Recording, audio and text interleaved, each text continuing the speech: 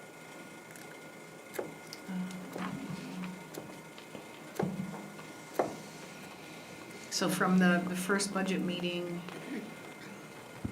last year, we were looking at about 53,900,000. That was similar funds at this time.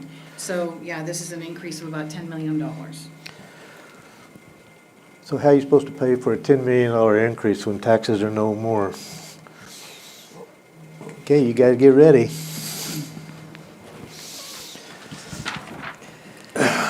Holiday pay, we've never budgeted, or we have, $350, and now it's 14,000? I do not mess with those. That's something that Julianne tinkers with, so I might have to defer to her. Okay, I'm sorry, which line? That is, Unless that was a typo. 5112. Holiday pay, Oh, 14,000? so the holiday pay, what I did on that, the way that our payroll system is set up, holiday pay actually normally goes to just regular salaries and benefits. And for this year, what I'm gonna do is I'm gonna split it out so that it's a separate line item so we can see, and just kind of for tracking purposes. So you're gonna see that holiday pay line item in all the departments, especially a lot of them that didn't previously have that. So I'm going to be setting up, and it's kind of complicated, but I'm gonna make sure that that is split out now so that we can track the holiday pay, just to kind of give us an idea of what it is. I don't have to, I can leave it just included in the regular salary and benefits, but I thought it might be beneficial to see how much we're paying in the holiday pay. and you pulled that out of work comp too, out of every department, right? Yes. One other thing, just as a note, is that we just received notification from the bank that they're no longer going to charge us, I think it's like 30 cents for each direct deposit every single pay period. It's just going to be a flat fee of $40 a month, and previously we were paying about $170 or so a month, so that's a big drop, and that's beneficial. So instead of charging that direct deposit fee to every single individual department, since it's only $40 a month or about $520 a year with the taxes, I'm just putting it into the general operating, so to cover that. So that's a good thing. Okay, so when you're splitting out like holiday pay and work comp, this isn't an increase, you're just creating a separate Right, GL it's so not you an can increase, track I'm it. just pulling it out and tracking it separately. Okay, that makes sense.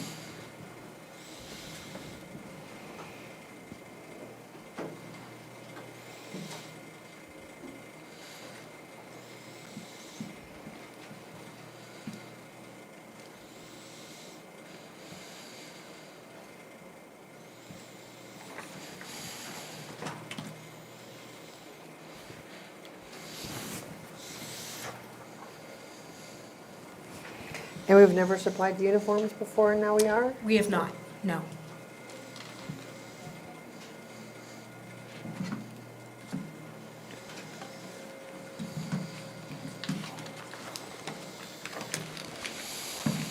We don't ever get to see with uniforms, there's always a loss. And we don't ever get to see that part of it, when uniforms aren't returned and all of that.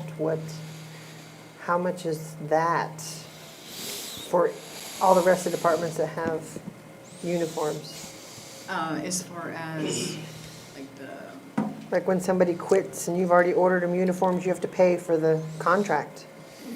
right, so that would be like through, I think, is it uniforms? Yeah, and we only have a few departments that use it, I think it's road department, solid waste. Those are the only two. So it's, But when they don't return, when they quit and they don't return their uniforms, don't we take it out of their payroll? No, we can't, We don't do that? no. No, I'm never made aware that when that happens, and I guess we could, but that we'd have to add some sort of policy for that. and so it's actually more than 2,000. If we were to get, I don't know how many employees this 2,000 is This going is to like cover. 7 of us, and it's 2 shirts and a light jacket, that's it, for the year. So it's not a cleaning. No, no, It's this is more to like when they go to special purchase events, polos, it's more have that them kind of stuff. embroidered. Yeah, no, Okay. it's not a It's not like service. daily wear to wear. It's Okay. not like Yeah. Tom's department or some of the other bigger departments. Okay.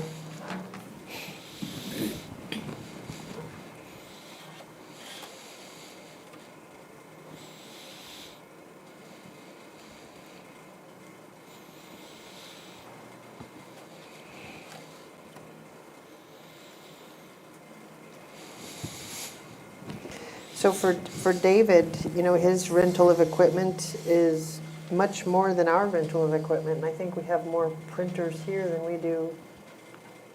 Is it by department here in this building? Is that why? And I think with our copiers, We're on contract, all that we have in this building more or less is copiers. right, David has copiers and printers and scanners and things like that. He's got a lot more equipment than we have in this building. we've got the very large copier downstairs and we have a copier upstairs.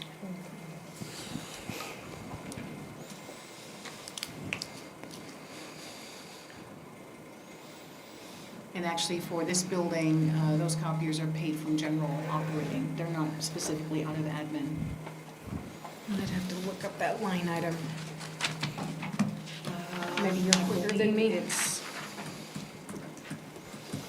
let's see, Tyler.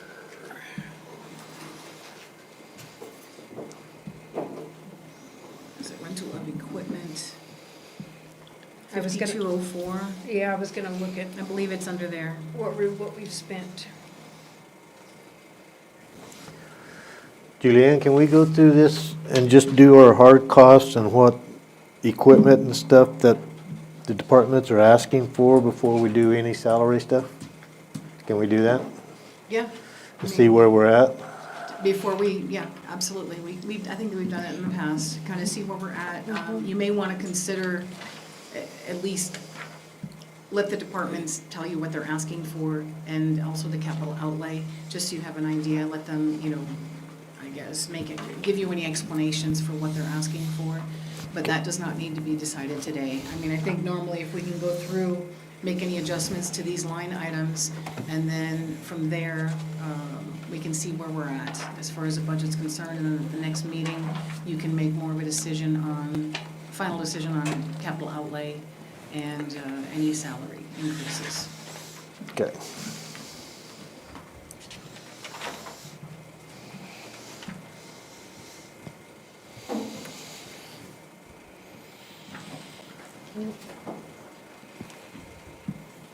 You good? That's all I have.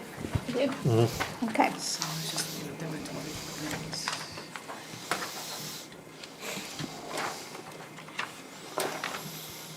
Yeah, that's where all the copiers and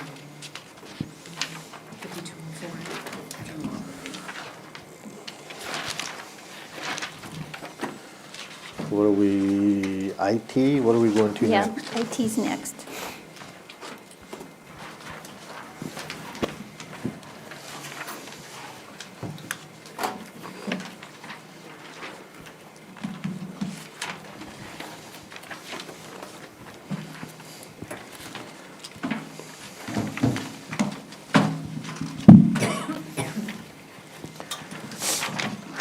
Good morning, Madam Chair. Good morning, Commissioner Bartlett. Good morning. Commissioner Mallory, good morning.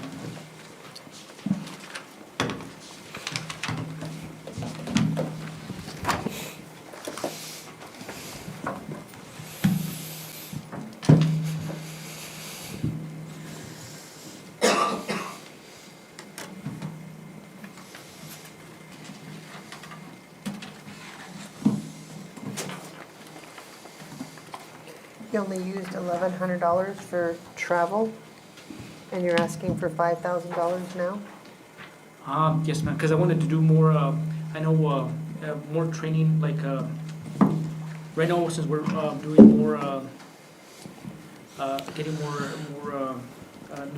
new systems in place, and I wanted to get training in case it's out of here, like out of the, especially, and then we're also going more like to the Tyler Connect. So the first year it was just me, and then now I want more people to actually go to for travel in case we have to go somewhere, yeah.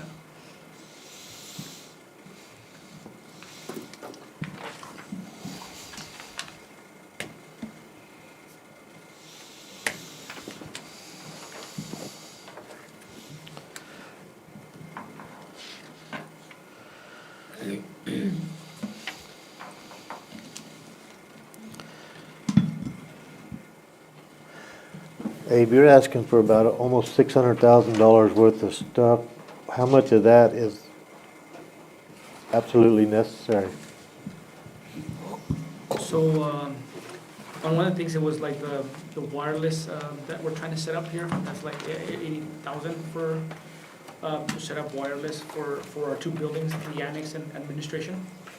And then, and the other one was for a vehicle, because since we haven't, we've been having issues with our current vehicle, and I know previously we had talked about considering the road shop and the sheriff's office, but I don't think they had had any vehicles available this year. So I was like, okay, let's see how much. I got a quote for one. I used one, and then I talked to purchasing, and they gave me some companies to contact, and that's where I got the 40,000 for a vehicle.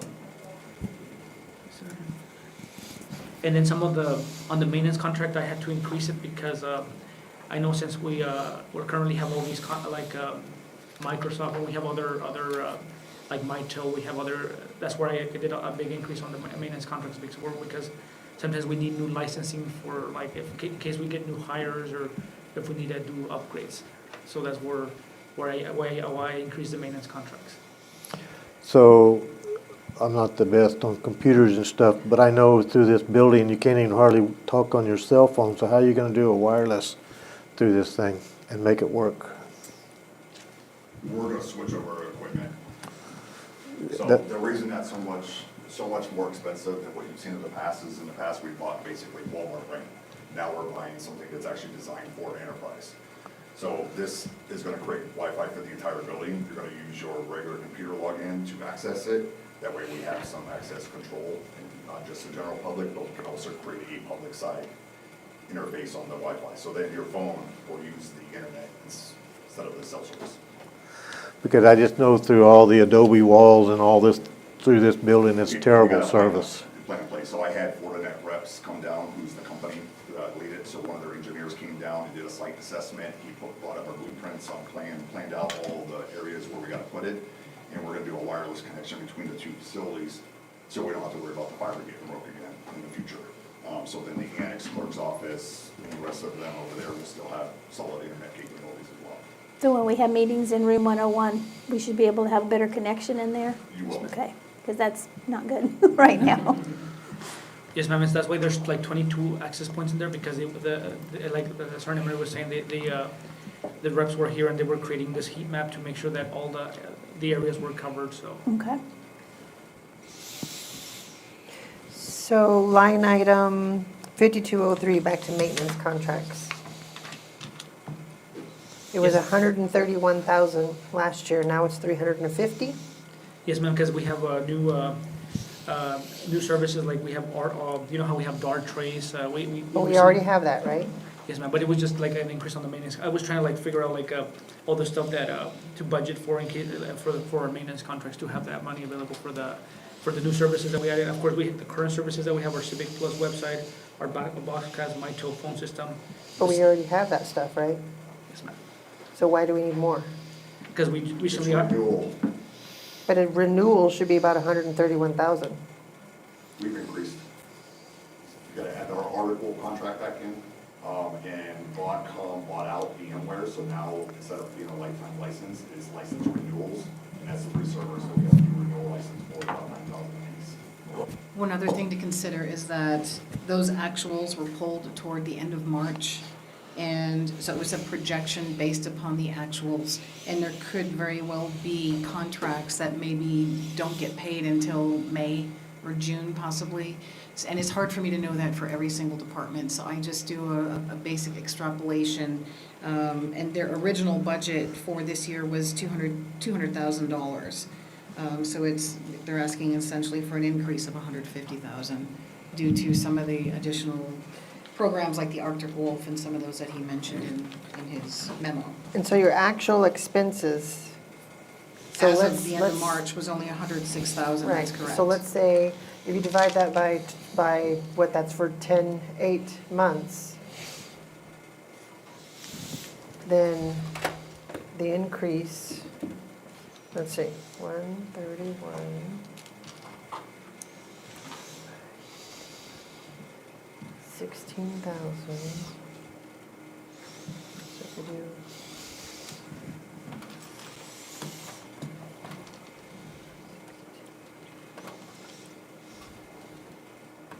And actually for '24, their actuals ended up being $184,000. You think you can get it done for 225,000? Because right now Dartrace is like for annually is 60,000, and then Arctic Wolf, I forgot the quote for that, because I know it was, you know how we were talking about how it increased, so. So how much was it this year? Arctic Wolf. The initial cost was, I think, like 75,000, the startup of this year.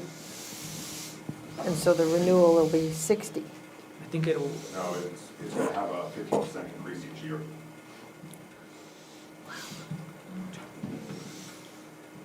There's nobody else? 50% increase every year? That is just, 15, not 50. oh. Yeah, 15.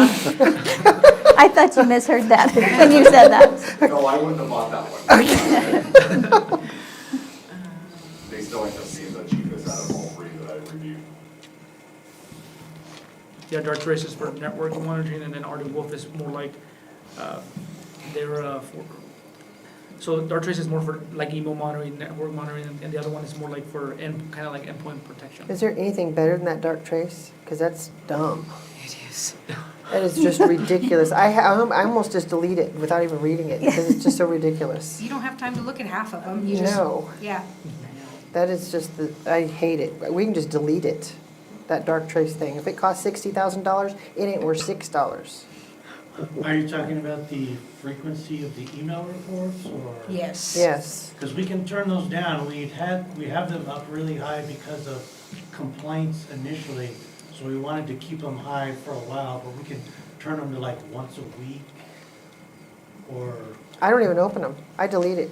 If it says it's there, I just delete it. I don't have time to go through this and go through that. And it's dumb. It's got to be something else. On my business computer, I mean, it doesn't. I realize I don't have to have that much security, but well, and that's just a minor part of what it does for us. That's just the email. I use it heavily for monitoring our network.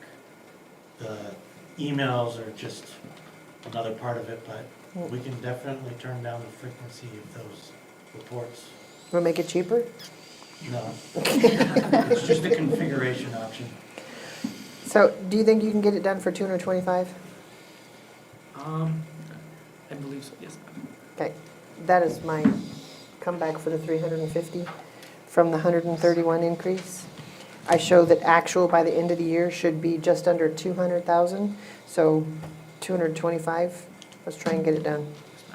What do you think? Abe, that's 125,000. You need to think about that before you agree with that. Uh-oh. You can say something. Or I'll try to. We just implemented a couple of his programs, the PO just went through, so that what you're seeing is not what is actually being spent right now. So it's gone up, so the 125,000, I don't think he's gonna be able to cut that much. So last year, we budgeted 217. Yes, ma'am, but we And- also went to Dark Trace, we went to a lot of other programs to try to secure our network. That we just now implemented Arctic Wolf. So we don't know what the overall is going to be.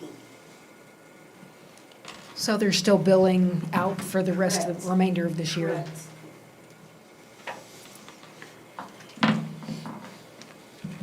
Our total renewal is 78,370, and then the following year will be 84,640.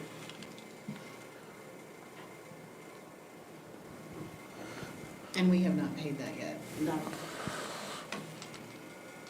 So we're still at the $200,000 mark, then, once we do pay that. just for those few And just for programs. those two, you're not including all the VMware license renewals, Microsoft renewals, the Mitel contract for phone systems.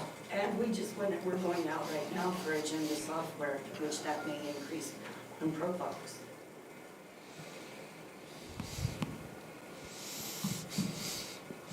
So John, what's your thoughts on that? What, I would not cut it, because we're just gonna end up doing a budget adjustment later on.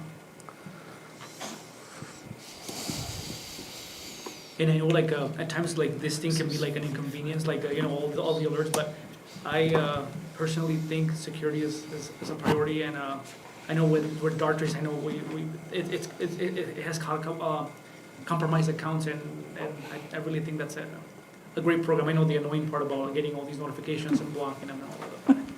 I'd rather have the security aspect of that.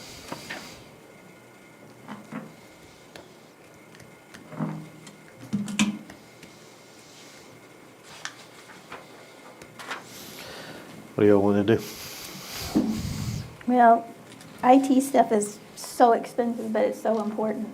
I mean, this protects our financial stuff too, doesn't it? Yeah.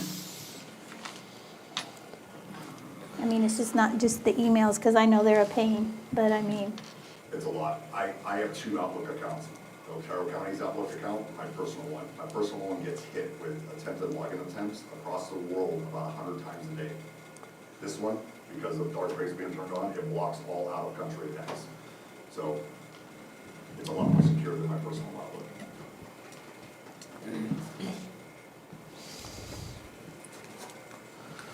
I know it's a lot, but I think we probably need to leave it where it's at. I mean, if we don't use it, we don't use it, but And you put in, I heard you mention it, but I didn't see for a new vehicle? Or are you waiting for a vehicle?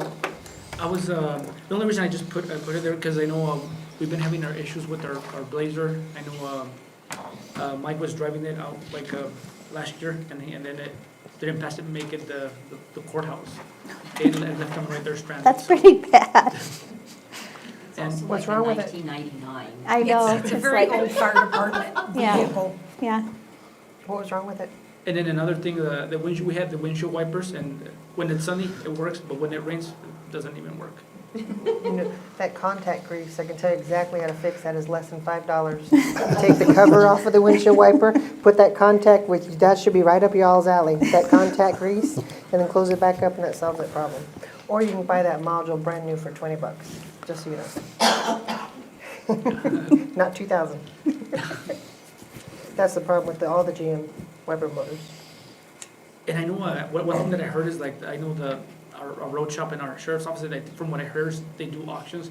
I mean, if you have any recommendations to do that, or what budget for that, I guess, to do the, because I'm not like to do auctions, I guess. if You get the hand-me-downs if we, right, before it goes to auction. That's what he has now. Yeah. What's else is wrong with the Blazer? It's like, I know they took it to a road shop, and it was like that time they left Mike stranded, and it's like, there's a lot of wear and tear on that Blazer. Jurgen has reported to me that it's on its last leg. It's not worth putting the money in it, as old it as it running. is. I think we need to limp it along. Or find the hand-me-down. How much traveling do you do in it?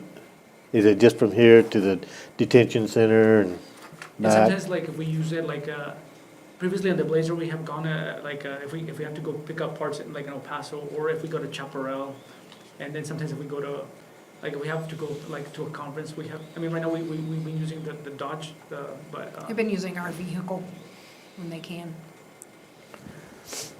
but I know, in the vehicle it works, but the only thing is that, when we have, computers and all of that, like our tool, to put our tools in there, that would be very helpful. So I don't know if you have any recommendations for that. Where did your other vehicle go, Pamela? It's, admin uses it. Your other one? My Your old old one? Dodge, yes, that's what they borrow sometimes. It's there for any department that needs it. They just have to sign it out with Sylvia. Not the red Dodge, your old, the one The that old you, Dodge, small, yeah, It's white. we have it. The white Dodge. yeah. Yeah, Yeah. the Charger. Yeah, we still Oh, have it. okay. I wouldn't take it, to another state, but it gets around. tootle around. Is that usually available if they need it? Most of the time, come conferences, when everybody's looking for a vehicle, maybe not, but on day-to-day, yeah. I don't know if it's optimal for them to load things in the back because it is a smaller car with just a trunk, but I know they're looking for something where they can load up computers and speaker systems and such. The red Dodge is still here, isn't it? No, that went to the road department a long time ago. That's Jorgen's vehicle. The $50,000 that you talked about for the wireless installation, do we actually have a bid on the cost of that? No. I know it was, that was one of the recommendations to install Cat 6 in both of these buildings for the wireless project. But I think that was previously from Zuni Electric, but I don't think we have a bid. Well, John, didn't you say you had somebody come and do an estimate on the wireless deal? Isn't that part of it? What she's asking? I guess the question.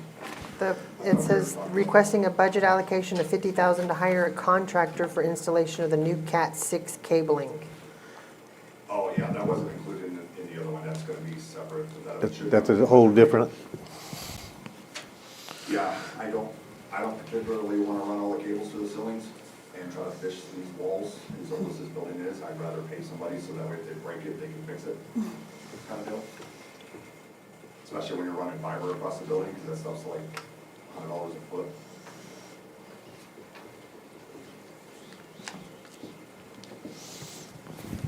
It cost us $56,000 to do the gel. So that's why I told them put it around 50,000. If it doesn't cost that much, then it doesn't cost that much, but at least we're covered in case it doesn't.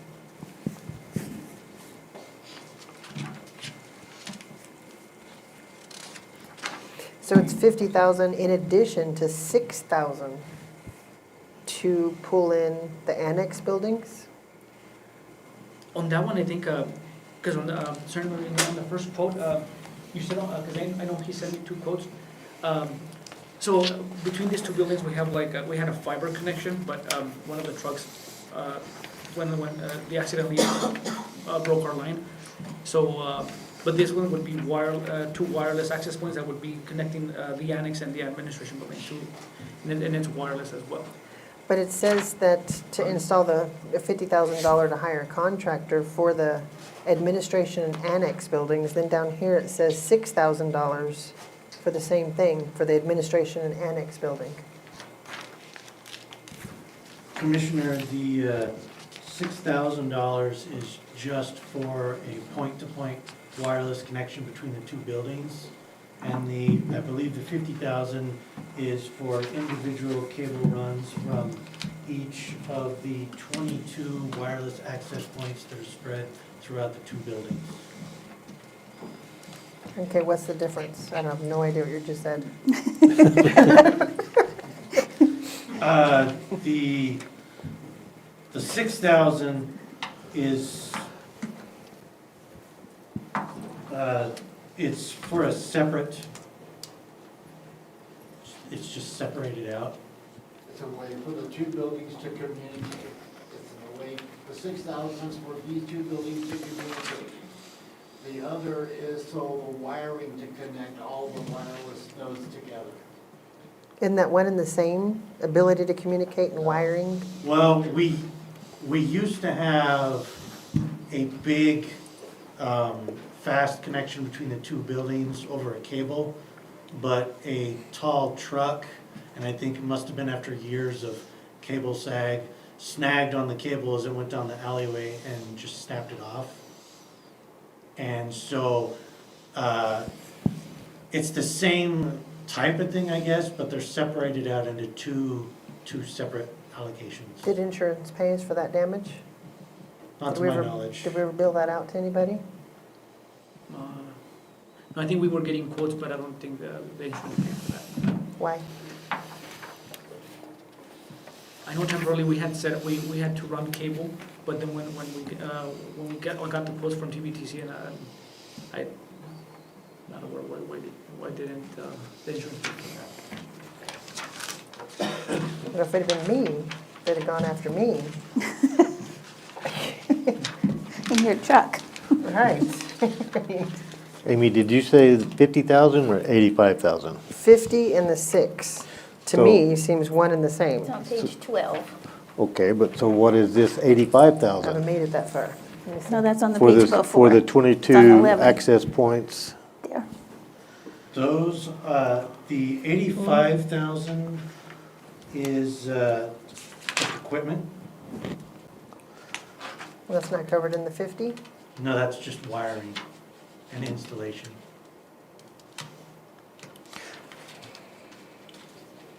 So labor, I guess, as opposed to the 85 is just the units. So you got 85,000 to implement a wireless network coverage, and then you're asking for another 50,000,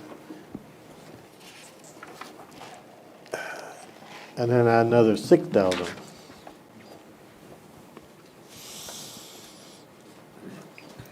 You need to get a bid turned in somewhere which is a complete bid. Because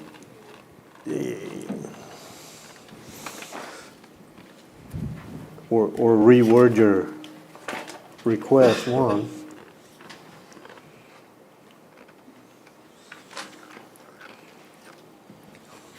I think I would like to table the 85, the 50, and the 6 until we can see actually what you're purchasing and where it's going, when it's itemized like that, so we can see if we have any duplicates or what we're doing here. There's no duplicates. That $85,000 was my quote that I received from Fortinet directly.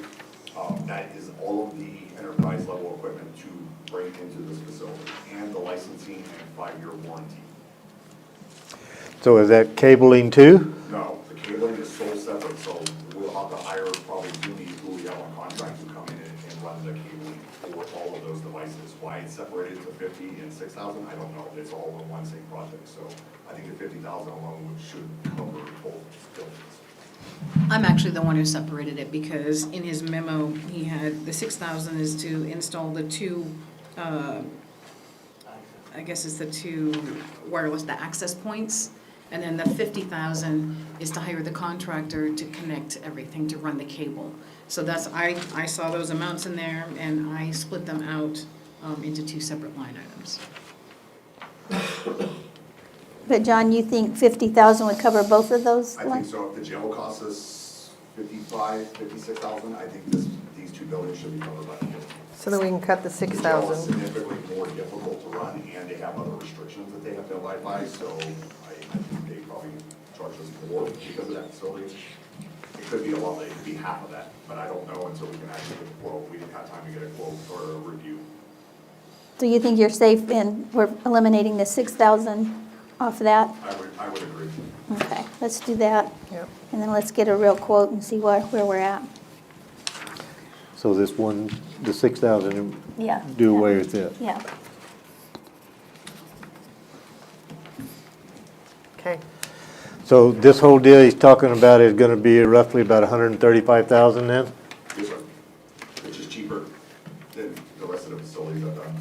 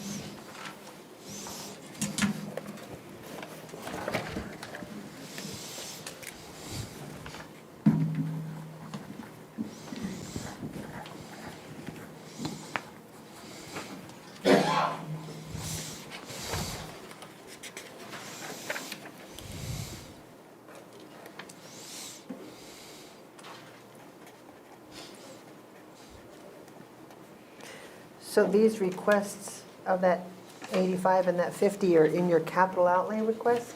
Is that where that, Yes. of It's in 150? line And you'll 5602. see them, you will see them on the capital outlay sheet. And so on page 8, 5602, the 150,000 capital outlay request? So John, can you have, before the next budget meeting, can you have a quote on to where we can get a combined price if that's really what it is? Your equipment is a fixed number, you know what that is. What you need is the wiring. Okay, You know, I'll get with Trent, see if we can get that scheduled next week sometime. okay. That'll help a bunch. So for now, that line 5602 is tabled, right? With that tabling, that 85 and that 50? Yeah, so the 5602 right now includes the 85,000, the 50,000, and then there's also 15,000 for web root cybersecurity. The 6,000 was put under minor capital outlay. So I'm gonna put 135 tabled.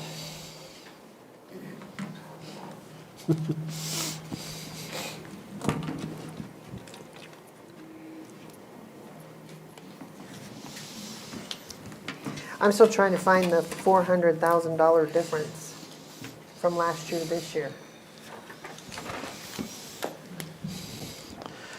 What did we decide on the vehicle? I say no. 5203 eliminates 350,000 of that. But it's pending based on the renewal contracts, the maintenance contracts. So that increased that difference of 400,000 a little bit.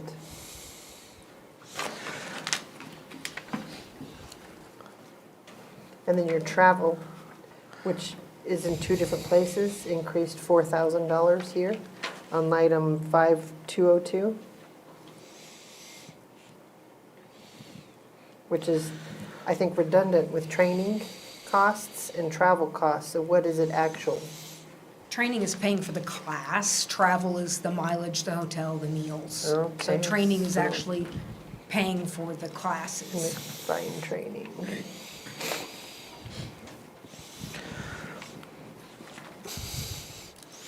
See, and I don't know enough about the contract maintenance deal. I'm going off of what John says and what Abe says. I don't know what to say on that one. I really don't. It's a lot of money, yeah.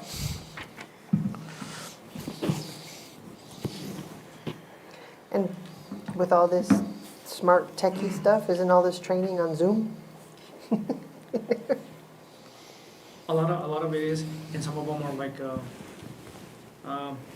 I know for some of them, like when we get new, like systems in place, and then, some of the things are like, they just give you, sometimes the providers just give you basic training, but I want them like to, like, for example, for when we got 365, we all got together, but, and one of the things I wanted to go to was El Paso to the, one of the technical schools there, but they don't, they're more into like, what is it, they're not used to boot camp, they're more like semester based, so I'm looking for something more like, not just basic training, but more advanced, so that, because since we're managing the systems, that's one of the reasons why I always like to put for training. This 350, that's just for a 1-year contract? But that's multiple contracts. Yeah. Yeah. But just 1 year. So next year it's gonna be 350. Next year's Or gonna be 450. 400. Depending if we have, like, if we have any systems, new systems in place, and depending on how much they increase, like, so I remember saying, like, on the Art of Wolf, like, each year it increases, so. Because we're getting all these new licenses and new programs, doesn't that eliminate programs that we don't need to renew for? I know, like, sometimes for, like, office, like, we have to get, like if we have new hires or we're upgrading licenses, sometimes we'll get quotes from from Spectrum, which is our Microsoft partner, and that's where we also increase it, because it's like if we have new hires, we want to. And one of the things I want to do is like right now everybody's on a G1 license. I mean, there's some people like G1 licenses, but when we get new hardware, so that they were able to get instead of purchasing another license, they can just be all in one, because I want to move everybody from G1 to G3, and then people, like if they want to host conferences, you can have a G5 licenses.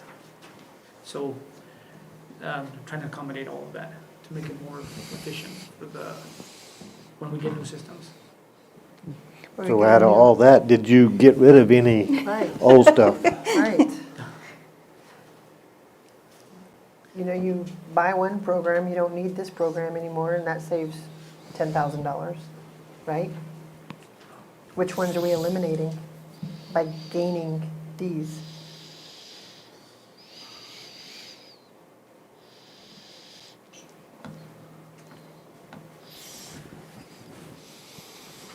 John, help us out here in the translation.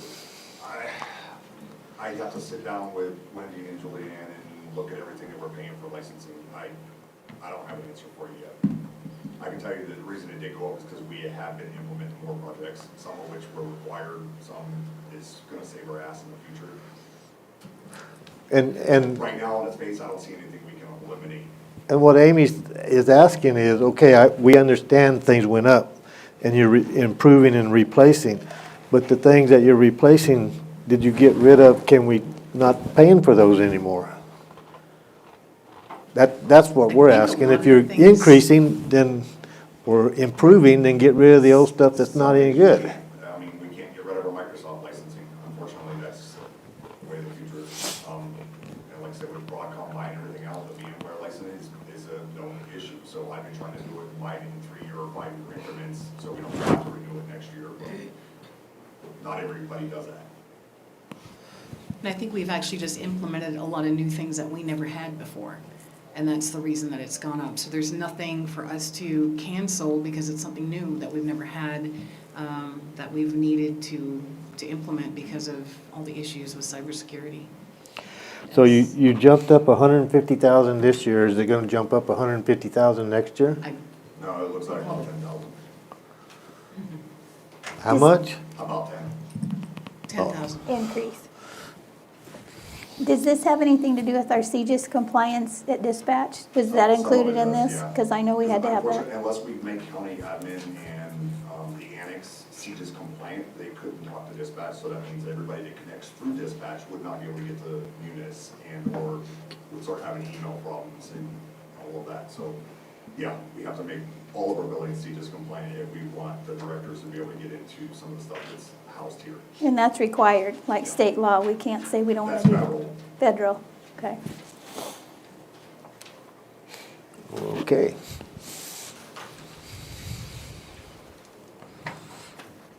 And John, do you know if there's any vehicles at the SO that they might be getting rid of, or? Everything that we're getting rid of is pretty much going to a junkyard. Okay, They're all scrapped. yeah. I mean, we've been scavenging one to try to fix another, to try to keep it up. We're actually short vehicles right now. We have more people than we have vehicles, so I don't think we have anything we can donate. And I know we had an unfortunate collision with an Orax recently. one of Yeah, our- that's a brand new one. Yeah, I know, They're lovely. yeah. The vehicle you were asking for, was it, I read, is Suburban? Is that what I mean, a Blazer or something? What are you asking for? I had contacted that company, like that dealership there that a purchasing provided for me, and it was used, because I wanted a Blazer, but they quoted me for a Durango on that 40,000. This says 45. If I may, Gerald, on that, for purchasing per state statute, if we purchase something used, we have to have it inspected by a third party saying that it is worth the money that we are gonna spend on it.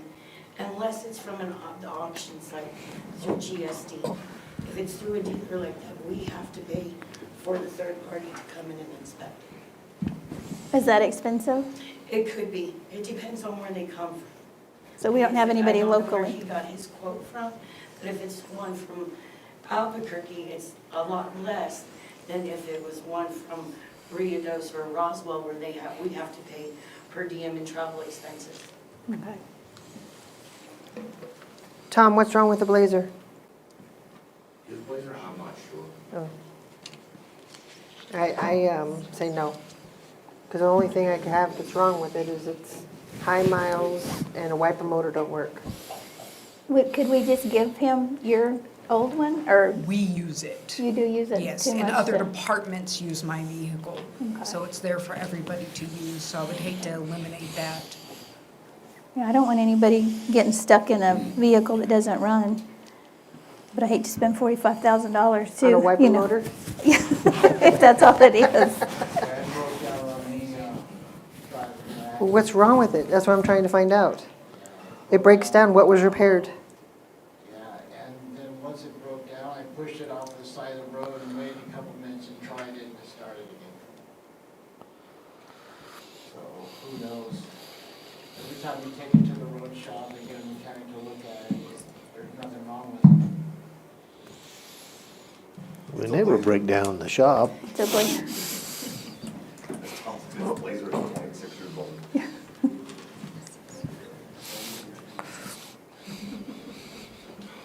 I have a wreckers older than that, and they're very valuable, and they're not going to get taken off the road. That's what I'm like.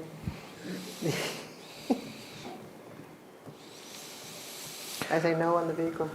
So Wendy, even if, say we found a $20,000 a good used vehicle, what would it cost to have it inspected? It's usually around anywhere from $2,000 to $5,000. Okay, so that's 25,000. That's 20,000 saving right there.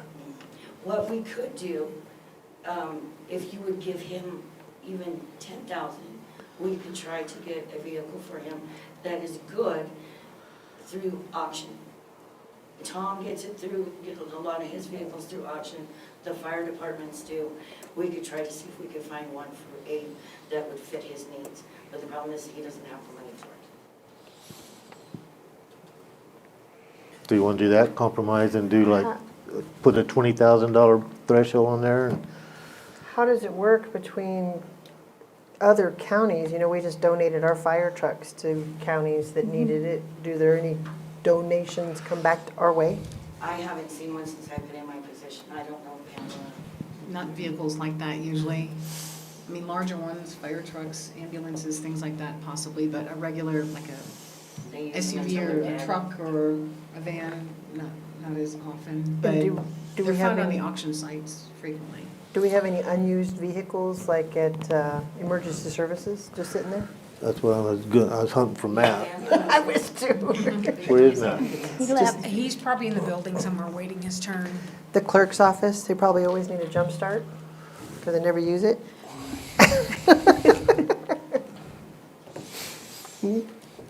I was trying to remember what Matt was asking for, because they do have a couple of the like High Blazers and mileage stuff. vehicles they're wanting to get rid of, yeah. Yeah, Yep. Maybe when he's up, we can ask him based on what he's requesting. Yep, Put that one on hold. yep. We could see if we can find something.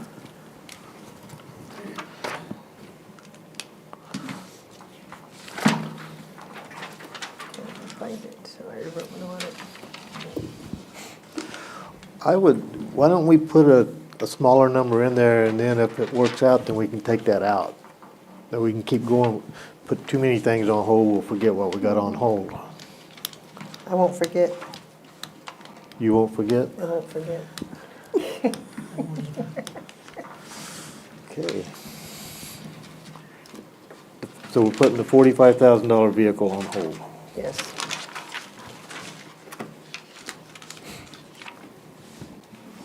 That's all I have.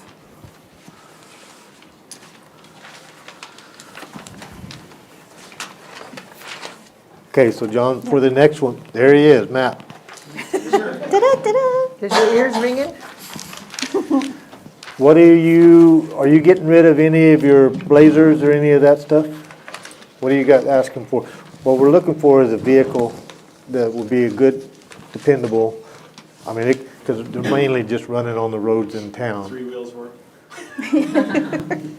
Yeah, I think I have one that I can get rid of. I have to see how everything goes with capital outlay, because I was approved, but she still hasn't signed that. As long as she signs it, we'll have a vehicle to get rid of. And what is it? I'm gonna make sure it's gonna work for them. I think it's an Explorer, but don't quote me on that. But it's probably an SUV, so if they get a load computers, because they don't need a pickup. They don't want to haul that around in a pickup. Correct. It'll be an SUV. Okay. That might work. Here it is. Yay! Good? Thank you, Matt, and we'll hope that she signs all the stuff. So we're gonna take that 45 off then, Yes. okay. It's like getting a root canal at the dentist, isn't it? Okay, that's all I have.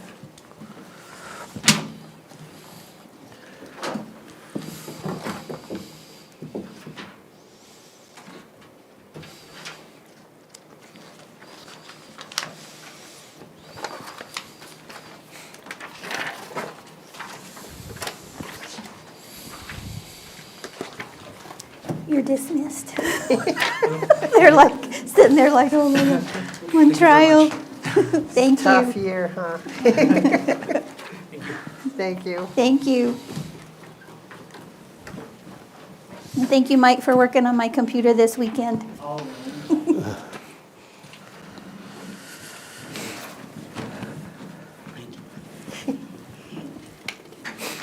The So I just pencil need to let you sharpener know. herself. For the purchasing budget, Wendy did revise her memo to ask for 2,000 for uniforms, and I neglected to get it on the spreadsheet, but it is on her memo, so. Okay, wait a minute. So the 2,000 for admin is for T-shirts and, Polos, light Polos. Same, jackets. same thing for purchasing. She's doing the same. so at $100 per polo, which is too much, that buys 20. How many polos were you wanting to buy? It'll be about 2 employees each with light jackets, and of course, they get to pick if it's long sleeve, short sleeve. So I did a rough number, it's the first time we're doing this, to see how far that gets us. That's why I picked that And number. you have 5, so, $2,000. I think we can be able to do Because I've got 1,000, like 7. 1,000.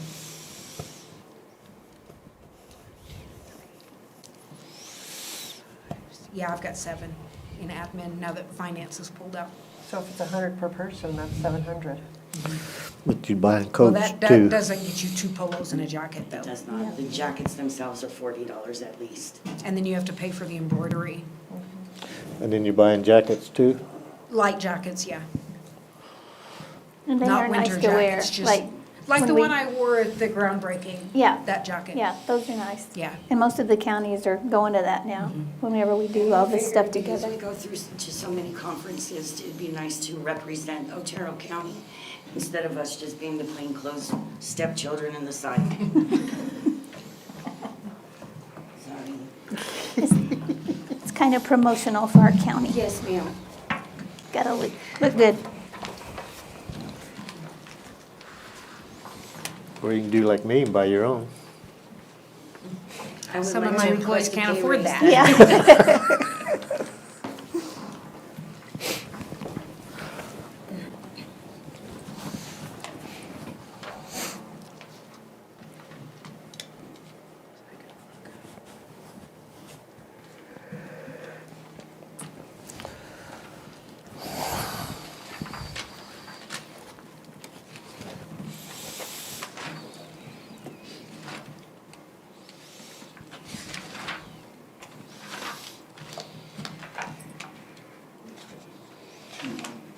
Looks like we can cut your office supplies. We cut it. Are you so you actuals are 16 plus 3 more months, will put you about Correct. 2,000? That's why I took it down to 3,500.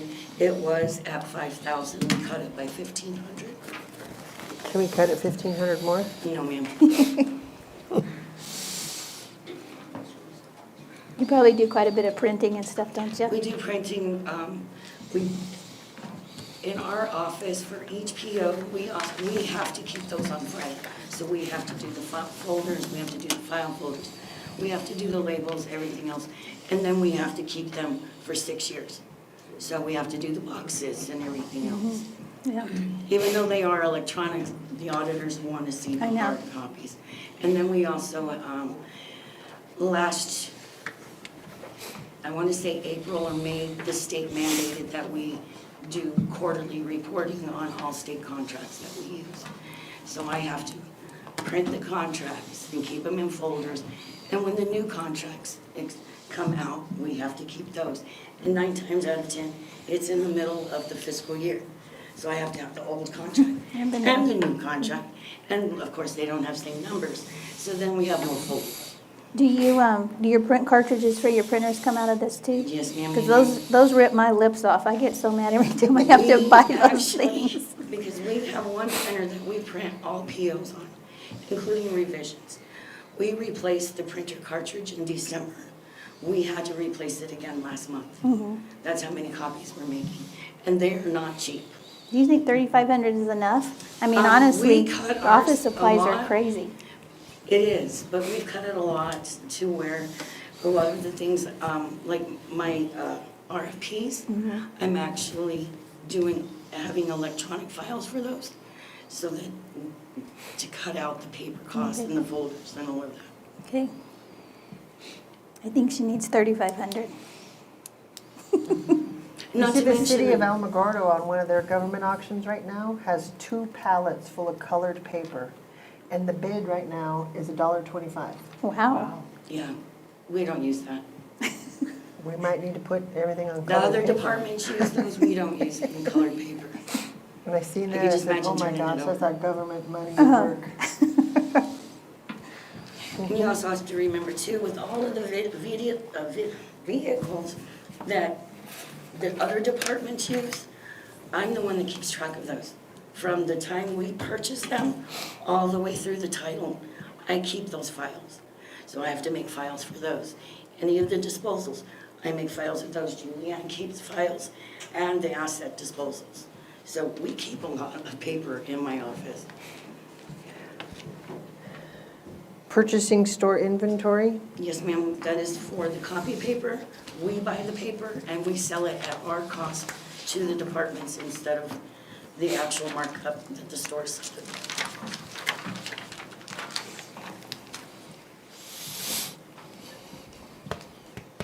can we knock that down to 5,000? No.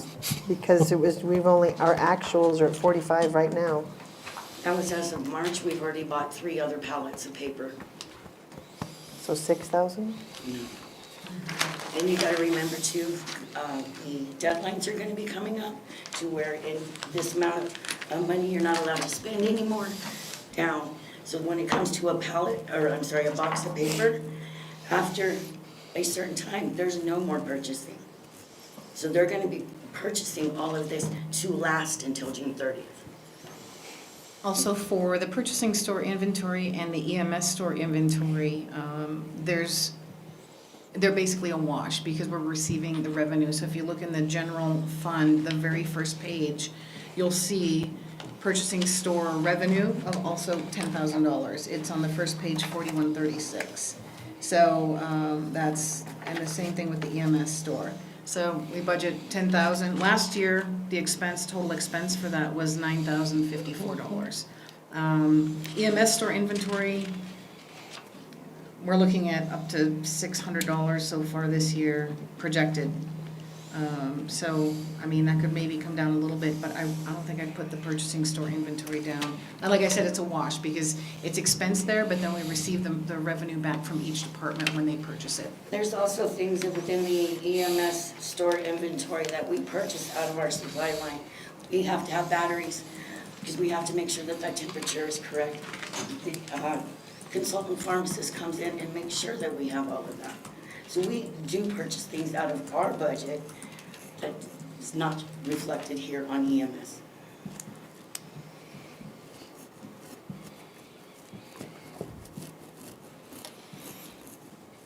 The only other thing I did request $1,500 under minor capital outlay. And that is because my computer, as I'm working, will freeze and I have to shut it down. Girl, I feel your pain. I'm about to throw it out the window. The windows don't open, but I will I have one in my know, office. I've been there.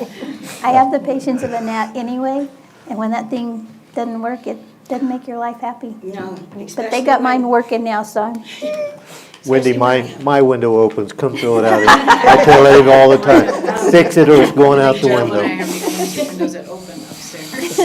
Yeah, Julianne's got an open window, but there's a tower in there, you know. That screws up our communications on our telephones too. Yeah. Okay. I tried to beat her up. It didn't work. I know, I agree with the new computer. Yeah. As much as we use those, that is the most frustrating thing in my life. Well, it's It's quite when it doesn't embarrassing when I'm talking to a vendor on payments and stuff, and I'm like, hold on, I have to shut down my computer, or I'll call you back. Because sometimes it takes that long for it to come back up. Yeah, I know. I was in a Zoom meeting and they were taking votes on a board meeting the other day and I kept losing I was not happy. No. They heard me cussing, but they couldn't see my face, so they knew. I Well, was like, luckily I have I will learned be to right curb back. my language. Okay, I think we're good. Okay, Thank you, ma'am. thank you. You going through this over here? Oh. She has, and I'm gonna Oh. rephrase the comment I just said to Pamela about buy your own. I am really for the shirt and the jacket money, because when I go somewhere and I'm looking through the people, I wanna know who is that person, who they belong with, and I don't wanna be an embarrassing Charlie Brown looking thing. Yeah, it is So nice. I was joking about the deal, but when you go somewhere, it was just like the other day at the groundbreaking thing out there. She was in her jacket, you knew exactly, Otero County. The rest of them weren't. It's a good thing, I think. Definitely. So, Okay, I mean, Thank you. thank you.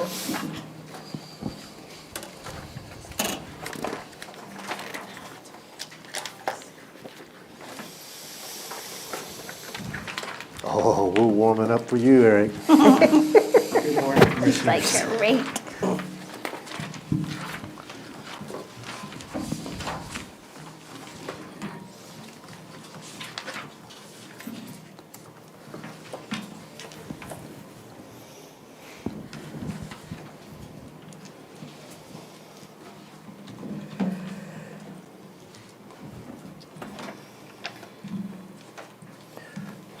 So Eric, one of your deals on your fuel, you and Tom are gonna start splitting the fuel, right?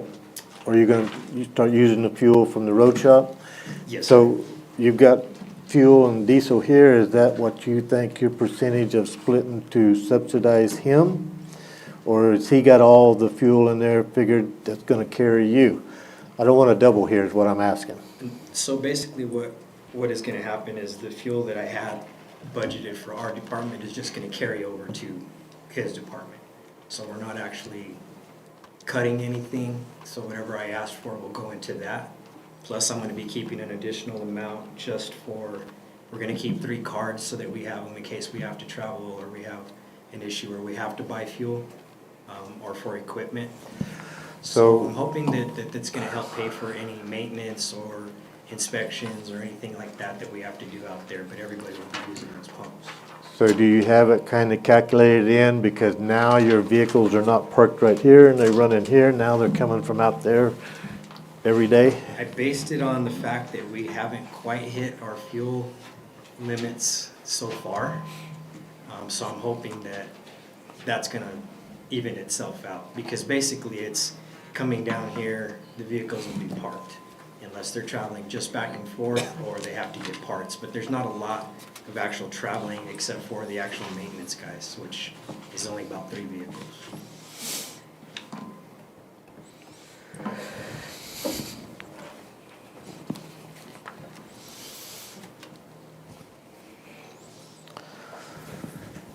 So my other deal, Eric, you got quotes and estimates on a lot of your repair stuff, and it looks like we have a lot of repair this year. Are they, when they give you the quote, did you explain to them that it would be a little bit before, like it'd be July before you could? Yes, so what I do when I get my quotes is I automatically add a percentage to cover for any unforeseens, for any changes in cost, for prevailing wages, anything that we have to pay. So these numbers might be a little bit higher than what the actual project is going to cost, but it should be enough to cover any incurred costs that we get from those. So they're aware of it. I'm looking to see a material increase in cost, so that's why I'm asking you. I am, and I figured that in. Like I said, I typically add 30% to whatever they quote me to cover for those things. So I'm hoping that it's going to cover. Guess we won't know till we see, because we really don't know what's going to happen. So I'm trying to not over budget, but trying to keep us where we're not having to do any kind of subsequent requests to add money or do any change orders or anything like that. So all these numbers do show a reflection of that. Didn't you get vehicles last year? No, ma'am. 2 years ago then? Last vehicle we purchased was 5 years ago. 5? So your maintenance on it to date is $2,300, $2,400, and you're asking for $9,500? That's for maintenance for 10 vehicles, plus our equipment. And then 2,400 is maintenance on 10 vehicles, right? 24. That's line 5201?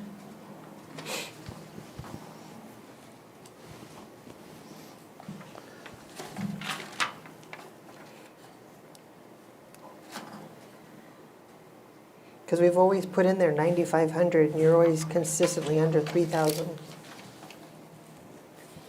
It should be more than that. Because that's where we purchase tires and any oil changes. I guess I don't have it written down on my sheet that I have, but it should be higher than that. You see what it is as of right now.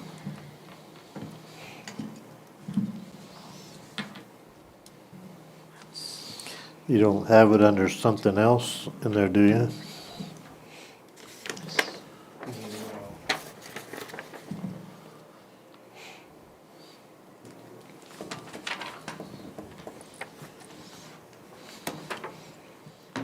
How many vehicles did you say you had?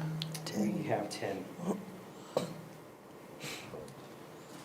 Plus our lifts, our trailers.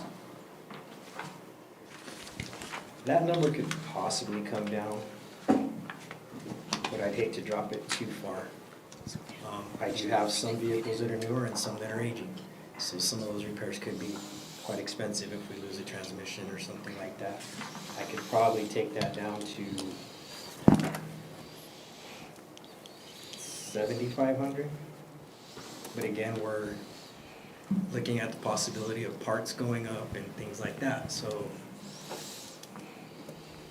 And availability, shipping costs, freight costs, I don't know if any of that's gonna change.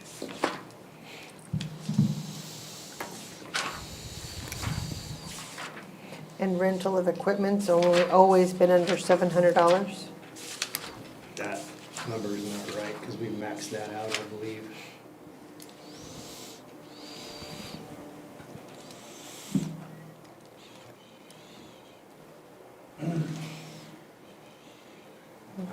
I'm not sure if she has it reflected or not, but I know we've maxed that number out.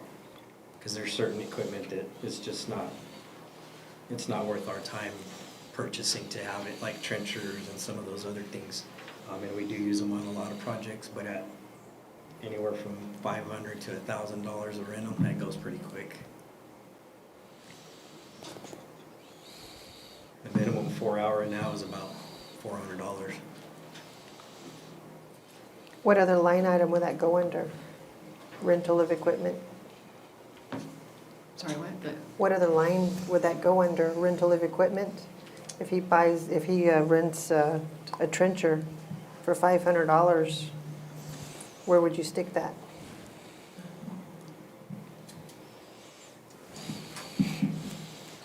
It'd almost have to go under rental equipment. Right. It should all come out of there. So, So that's $2,000. Right, but it says you only spent $566. And I So know where's number- that? I know that number's not right. Let's see, mine's showing 571.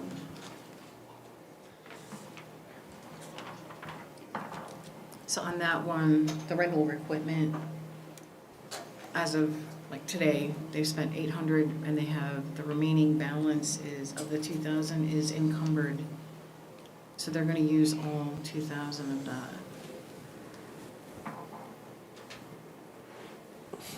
That's to Sunbelt Rentals.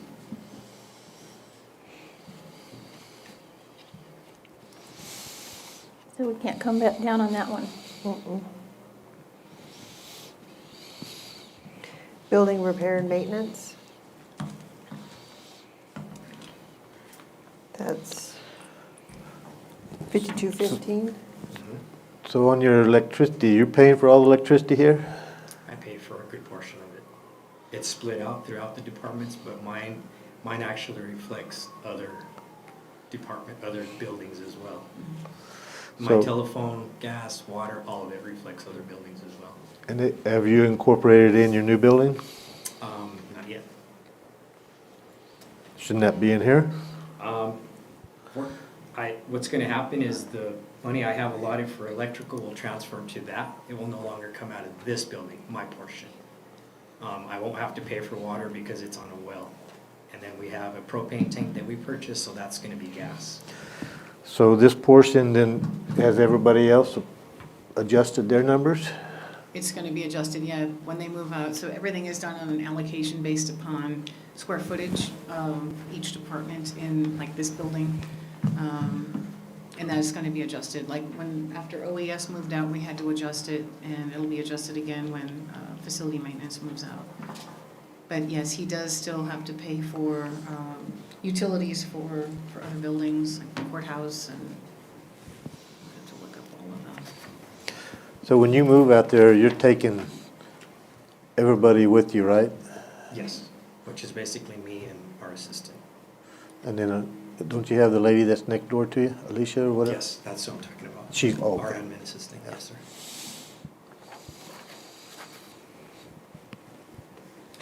So building maintenance is something that we basically purchase out of every day.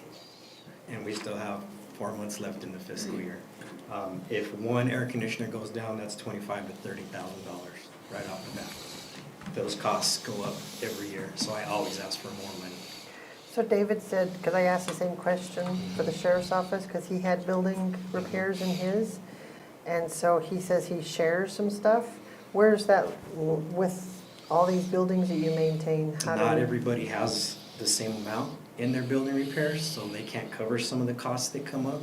I do work with him on some things, but I usually pay for all major repairs, so that adds up pretty quick. If we have a sewer line go down or we have to repair it, replace it, like I said, a new air conditioning unit, and those costs are gonna go up as well, $25,000, $30,000 for one. So I don't see a lot of help from other departments. They kind of use those for light bulb replacement and those kinds of things. And some departments don't know they have it. So it's just kind of falls on me.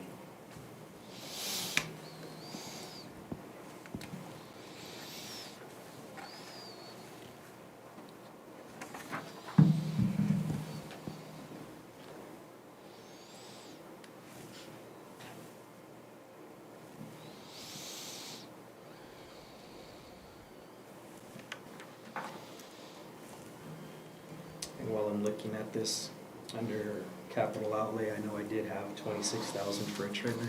That can actually be eliminated. I know I jumped ahead, but So waste disposal, you're paying for all your other locations? yes, sir. I pay waste disposals for everywhere we have trash cans. Even here? Yes, sir.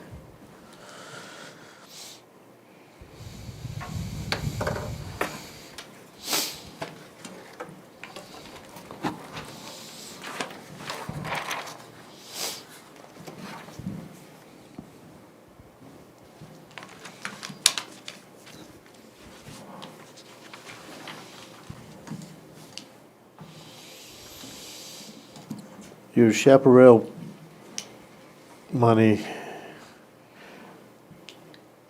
do you always run that 250? What you keep in there for a balance to run? Yes, I believe that's a set number that was part of the contract with him. Oh, okay. And that is for both facilities. That's the prison and the processing center.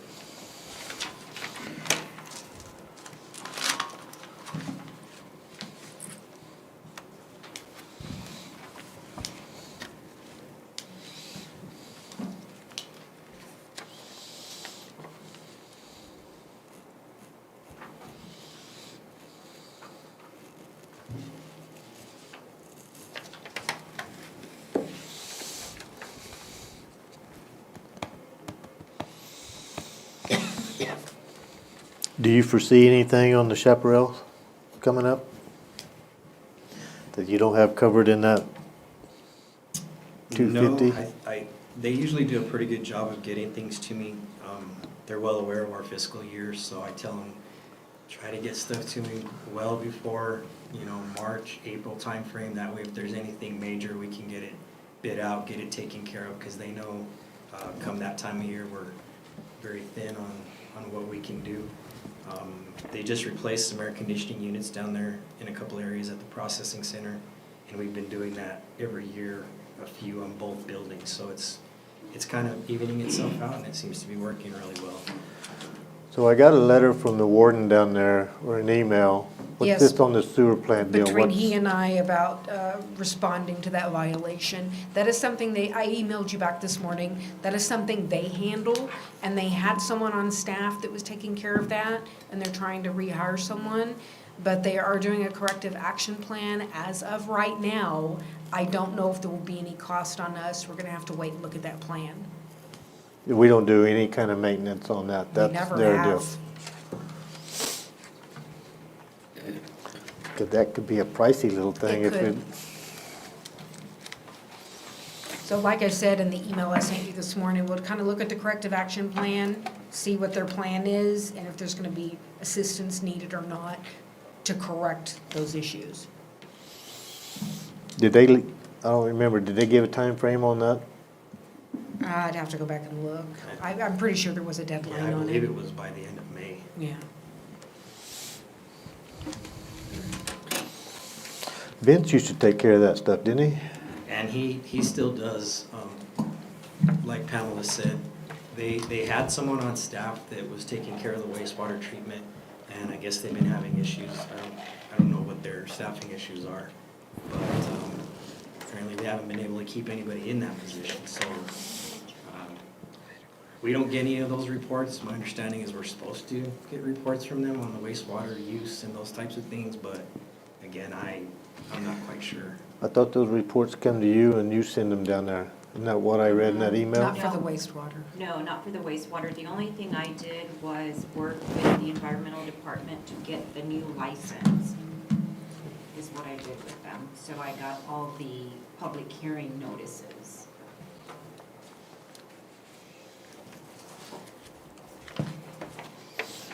Okay. Is there anything in your 5602 that you can do without? Anything we can postpone? Like the stucco on the health office building? I did send pictures with this. I don't know if you got to see them or not. They're pretty bad. It looks really bad. and It's gross. It's been a project that I've kind of been putting off for a few years. That will only cost you more money if you don't fix it now. And See. I was thinking about that this morning, if I remember correctly, the didn't room that building there, used to have it's all brick on the starting to front of crack. it and somebody tore it off and they stuccoed it? And it was Celotex behind there? Yes, sir. I'm not quite 100% sure what was on there, but it wasn't that. Yeah. And I know that the bid I turned in was for a restuccoing, but that's not actually what we're gonna do. I asked them to give us a bid to go ahead and finish the whole thing out with metal like it was, and maybe do a different color so it has a two-tone pattern to it, but something that's gonna last a bit longer than the stucco does. And I didn't see anything in there for, well, I don't know where Matt is, but his building too. I wasn't aware of anything. On the side of it, on the east side. Okay, that's something we can look into. It's doing the same thing because the water keeps coming up and getting in and underneath that metal and stuff. I will have to look into that. I wasn't aware of it. But I will. Trent knows about it. You get with him, he can explain it to you real easy. Okay. Uh-oh. Are you talking the drainage on the east side? Yes. They actually worked that a few months ago. My crew actually went and helped on that. Did they go cut it down? Yes. Yeah. That may be, because it was getting some eroding in, the metal in the dirt and it was rotting I out. think it was a tree that had grown up under it or something, wasn't it? Yeah. Okay. So I wasn't aware, but I was told it was taken care of. Because it's got all those holes in it where the animals and skunks and stuff are going in underneath there. Getting back to your question, Commissioner, the $150,000 is for the Flickinger Center. That's something that's been pending as well, and we're trying to move forward with that. We did get a price back, but unfortunately it was a price for engineering to fix the thing, not to actually fix it. So this is in anticipation of us getting that report back and then actually going out for bid and getting it repaired. I did talk with Trent and we felt that was a good number, that we're gonna be right at or just underneath that to get the repair done. I didn't wanna wait until the new fiscal year. I wanted to kind of get it going right now. That way we've got the funding to start at the beginning of the fiscal year and get it repaired. Again, we discussed the issue with the health office.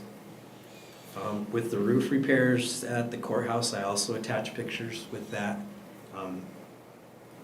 And I don't know if you're familiar with it, but as you can tell, the scrim is starting to show through, which means it's very thin at that point. I've advised my guys not to be on that roof unless they have to. My biggest concern with that side of the roof is that is where all of the judicial cases take place. And I don't want to be in a rush and an emergency to repair that after it's already leaking. I think we can get it done cheaper if we take care of it now. And again, with my requests 4 and 5, it's just, they're obsolete systems. Every year we get complaints about heating and cooling from these areas, and I'm just trying to get some newer stuff, new equipment installed to help us not only save money by putting in more efficient stuff, but to kind of fix those problems and allow these people to kind of adjust and take care of their own heating and cooling. That's what these systems would allow it to do, versus just having a system that's just all over the place. The ductwork that you're talking about on the courthouse, is that exterior or is that all interior? It's interior.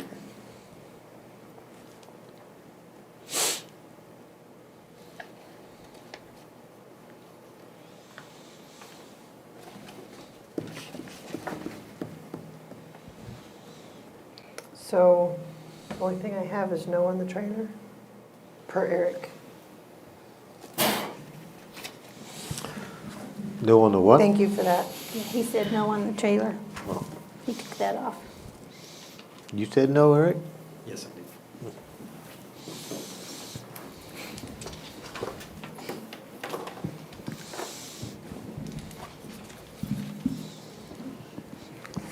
Thought that trailer was gonna be for your lift. We're going to find other ways to procure that, where we don't have to mess with asking for money. So.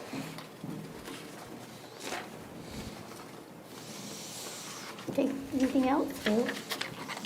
Thanks, Eric. Yep, thank you. Commissioners, I received a text from Carl. He has a meeting at 1 o'clock until 2:15. He's requesting he could go after Latanya or later this afternoon. Yeah, I don't have a problem with that. After Latanya? Yeah, or Okay. whenever he can, whenever his meeting's over. Good morning. Good morning. I Commissioners. haven't seen you in a minute. Pamela and Julianne. I don't have much. You know, the probate judges are now under New Mexico Court Education Institute, the CEI. So they're doing a lot of changes as we're starting next year. We have to pay for our own per diem and hotel and all of that, and the registration fees and that. And I usually take a deputy clerk from the clerk's office because that helps them really see the full picture. And they're wanting to even increase even more of us attending all of the other affiliate meetings, you know, like after legislative and all of that. So that's why I have some increase on my registration and travel and per diem.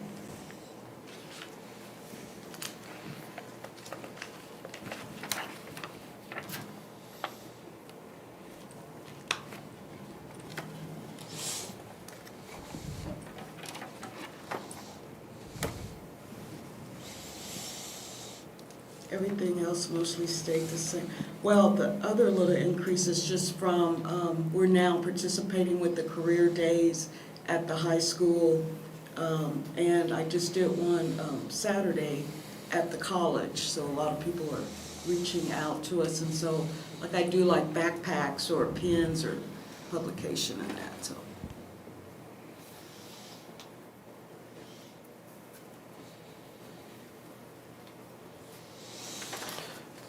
So you were talking about they were wanting you to do on your registration and go into things, are you doubling them?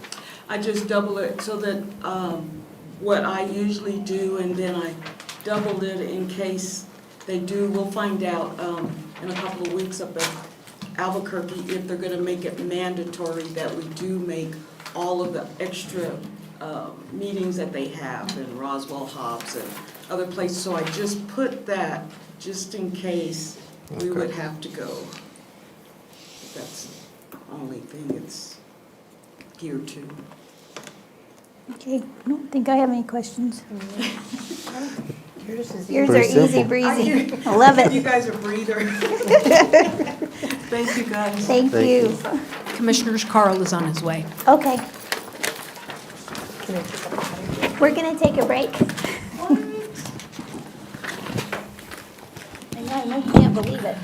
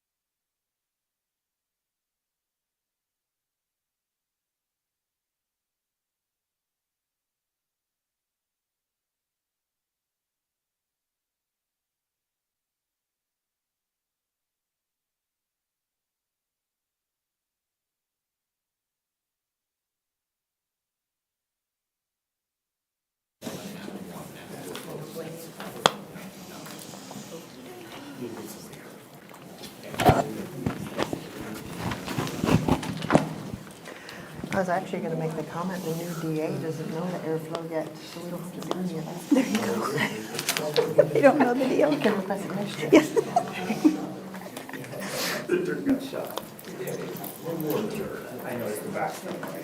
Yes, So who do we that's the point of the dirt. Carl's here now, so we can go to him. That's Carl. Yeah, that's Carl. That Carl. Okay, is everybody back? We're all back. Okay, we're back. Carl, you want to come on up? Thank you for being flexible. What page are you, do you know? He's on 14 in the yellow book.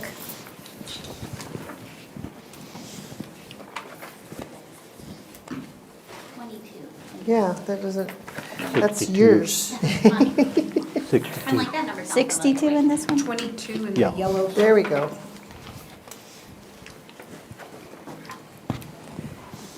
There we go.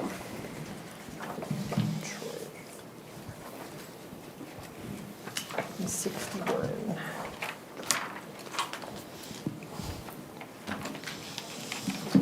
Okay, there he is.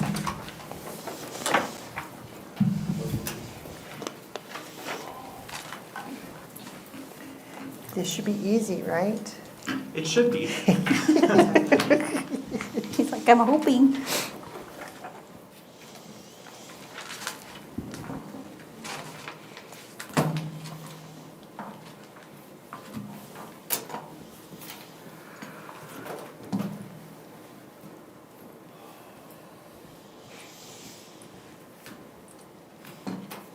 So Carl, on your full-time salaries, last year is 101, now you're going to 212? We had to include the salary for the newly hired person, and also adjust all of the payment processing fees, the benefits, and increase that essentially 20%. And that's gonna be a common theme you'll see, where a line item will just be adjusted by 20% to account for the additional member. You have two employees at 101 and you're adding an additional one, and that's gonna increase it another 111,000? For full-time salaries, that, There was also an increase for Let's the see. treasurer and chief deputy treasurer. Same thing like for Commissioner Markport. So they had an increase in their salaries Yeah, from and I was looking at the wrong 2013 and number. 2018 amendment. So that's It's 161 for the two, and then, so that would be the increase. plus an yes, plus the increase. Too many numbers on here. Maintenance contracts, doesn't look like we spend any money there. that is our Tyler software, and that's actually billed through the assessor. We pay our portion of that whenever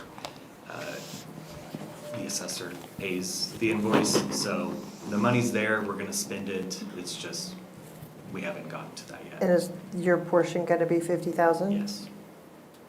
But, oh, so we haven't paid this year's Not yet? yet. Got it.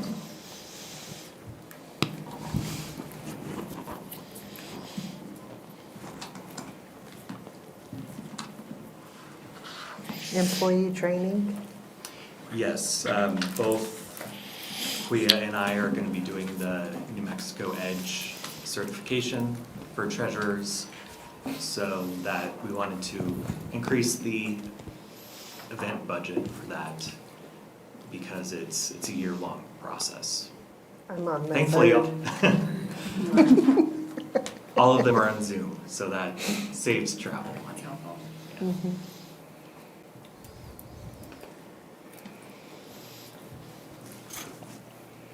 Anything you can do without?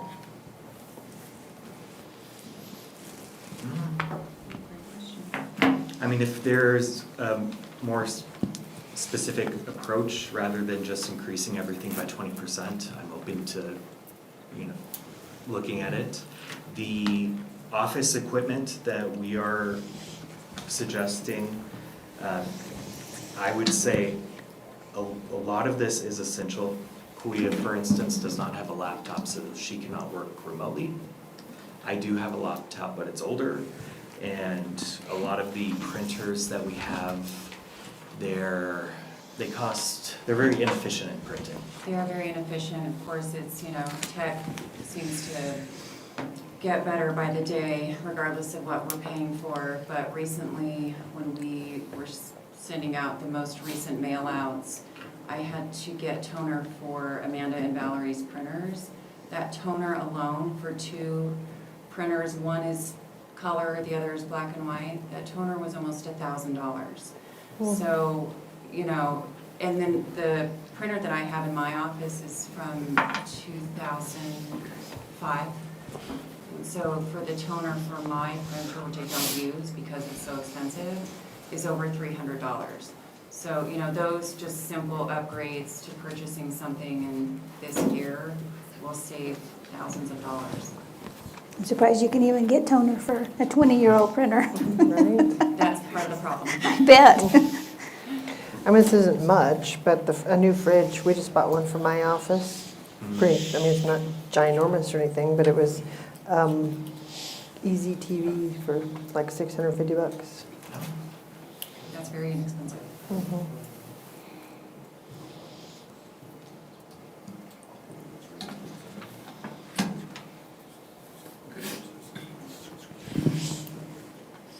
What's the deal on the refrigerator over there? We did have a new refrigerator, and during the transition, it was transferred to another department. So we're just seeking to replace that again, a new refrigerator again.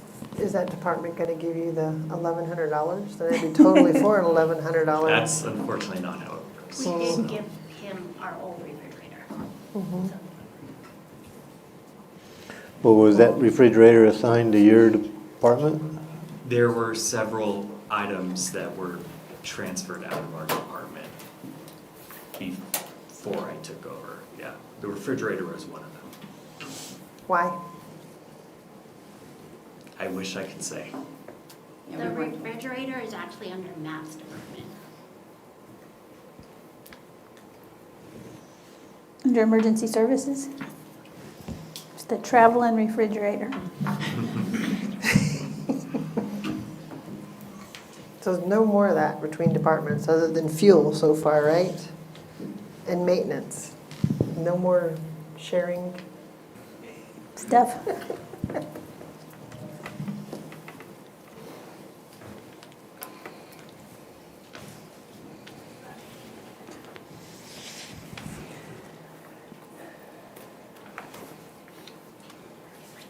So last year's capital outlay, $43,000, I thought that was because of the windows being redone and adding that little bay? Yes. So, oh, you're not requesting anything now. Never mind, I read it wrong. Thank you. That came out of RB's money anyway. That didn't come out of theirs. Not according to this. They requested, but RB stepped Yeah. up and said he'd pay for it. Right, I transferred it from RB's budget into the treasurer's budget to pay for it, so Okay. it was not their funds, actually.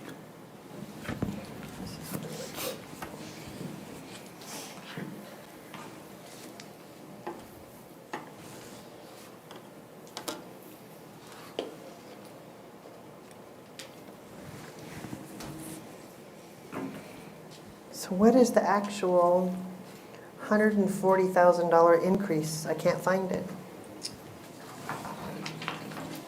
Full-time salaries is 70.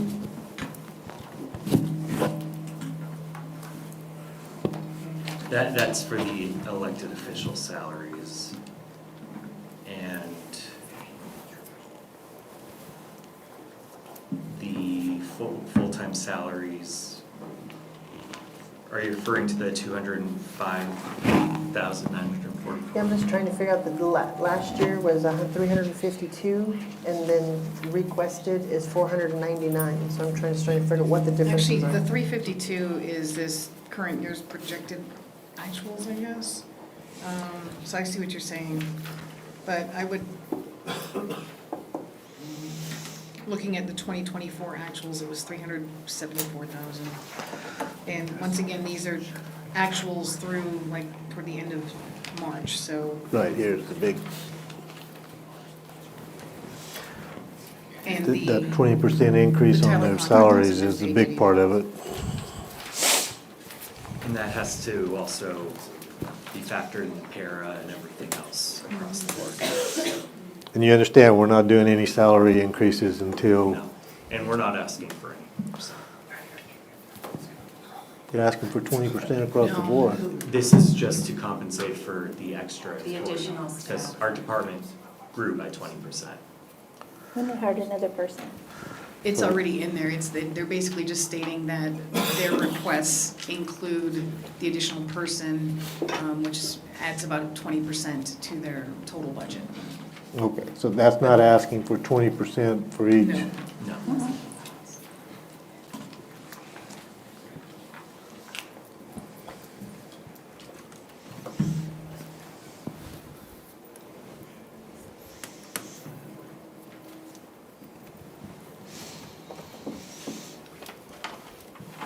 Well, it's still kind of hard to come up with that 100 and something thousand then. 140, I still can't find it.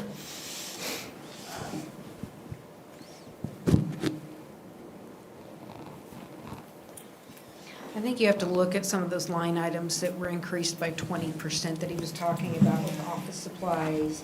And we did have a request for minor capital outlay as well for 7,000.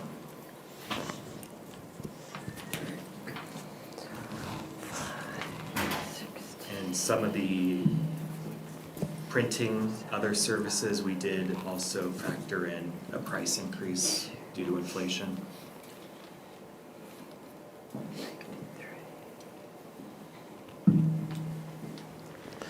Do you not get your paper and stuff from Wendy and them? We do, well, we go through the procurement process, and so I try to look and see which is the most affordable option for sure, before we submit those procurements.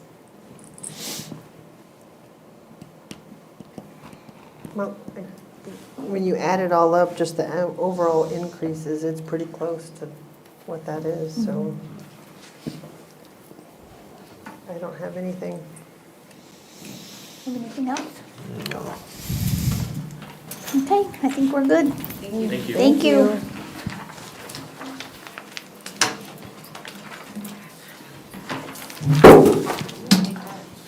Are you breaking everything?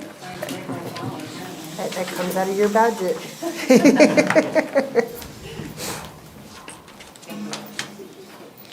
Who are we going back to now? Elections? We're just coming up. Are we next? One up. I hope we're next. Yes, you are. Good morning, Commissioners. Good morning. So this is our first time. We asked for what we got last year and then we increased a couple of items. As you know, we're switching over to Tyler, so their maintenance contract is quite a lot. When we went over the initial contract, we only did 6 licenses and we actually need 4 more, so that's the 4,400. And then in What do we capital have now? outlay, I'm sorry, what do we have now instead of Tyler? Terralogic, Okay, and how much is Terralogic? 24,000 around, So it's increasing $2,000, correct, and that one's gonna go away. correct.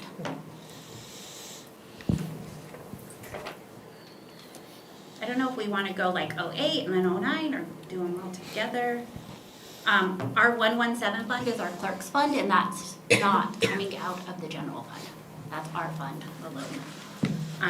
We did request for capital outlay some scanners and printers from switching over to Tyler. The ones that we have are not compatible, so we will need to replace receipt printers and scanners to be compatible. And then we always request for the batteries out of Bureau of Elections because they don't have a shelf life. So we just have the money in there. I think last year we only bought 1. We do get reimbursed from the state when we bill for the election. So that's just in there just in case we go certify and all of our batteries are dead. So Julianne, how come holiday pay, bringing this question up again? Is this a redoing, a different way you're doing it? Because holiday pay, they haven't, and then now it's 8,900, On what? On the? holiday pay. She's Yes, just it's the separating same. it out. It's the same. Because of So, what? She's just separating it out I to a did pull different that general out. ledger Oh, account. okay, so it's department. the way it's Yeah, getting. it's not an Yeah. addition, it's just to show you, so you can break it out and look and see how much that costs, rather Right. than just lumping it all in their salaries. It's just split out, it's not an increase. Yeah. I do have to mention, though, that in her memo, in Selena's memo, her request for the Tyler contract and licenses, it was in her memo. I did not get it on the spreadsheet, I missed that. So that is something that they just recently went with Tyler last year, and we had budgeted for, the first year's already been paid for. And so this is just going to be the ongoing maintenance year to year. It's similar to the cost of what the treasurer's office has, so we'll have to add that line in there. I apologize for that, it got missed.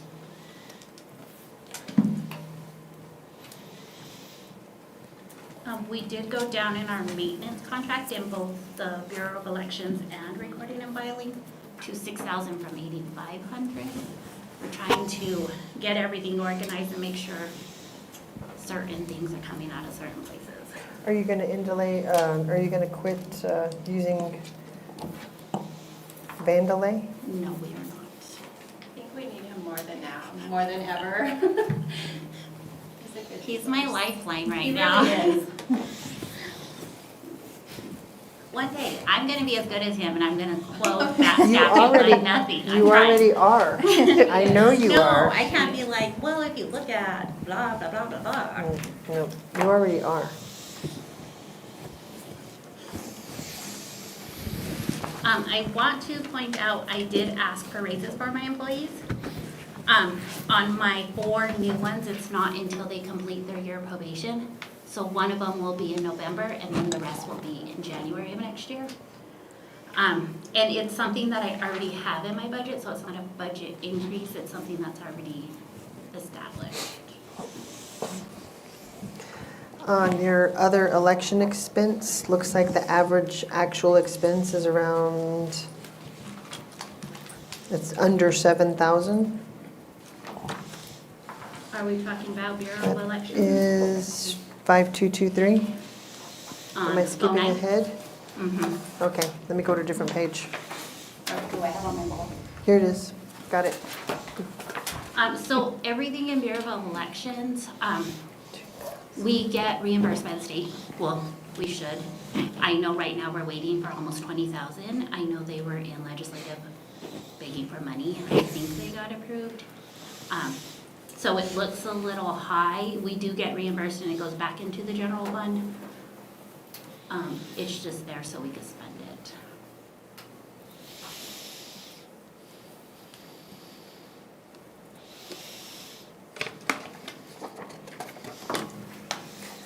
I don't see anything with recording and filing that's jumping out at me.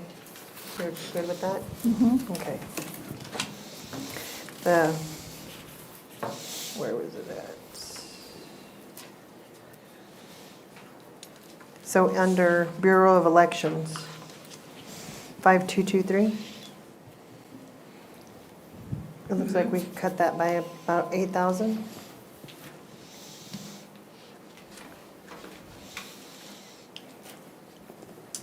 We can. Yeah, we can if you want. So let's say 7,500. Let's Well, they're- do 10,000. They're only at 35%, and they've used 7,300 now. But we did get 95 from the state in the MOU that got put back into this fund. So it looks like we didn't spend it, but we did. And then that will all go back into the general after this budget's done. So let's put 10,000 instead of 15? We could do 10. Okay.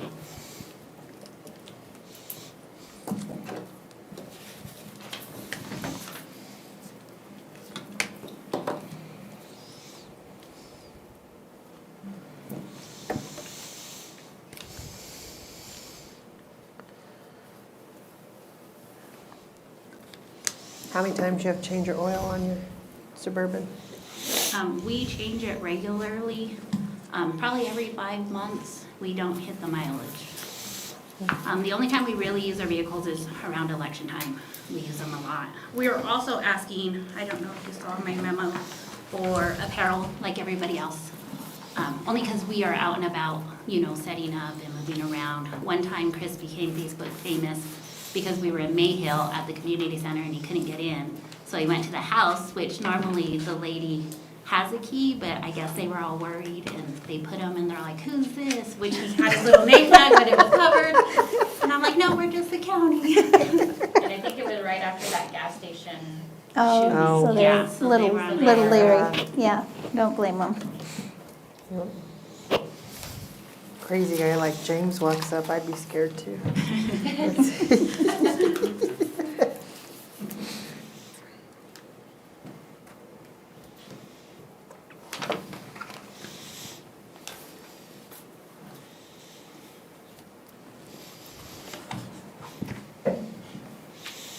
So the Tyler contract for $41,000 doesn't include a first year of a license? So we've already paid our first year, so this would be the second year that we would renew in January of next year. And we have to renew it, the $41,000 every single year? It increases. Oh, yeah, it increases a little bit. Like, so year 2 is the 41.95, and then it goes to 43.150, and then to 45.305. It Plus is, a license fee. no, so the license fee is a one-time. Once we have our license, that's Okay. all it is, and then we'll pay the maintenance free every year. It is a little high. We are going with the SaaS, so it's like kind of web-based, so it's not gonna be so much on our server. So if for ever some reason the server goes down, we're still able to function. So it was a little higher, the route we went. So we need to add the 41,000 into budget, item 5203 plus the 6,000? Plus Those the are for 4,400. That's correct. Okay. That's on 5203. Mm-hmm. So it's gonna be 44? Is that what we said? So if you add those together, it's 47. So- Yeah.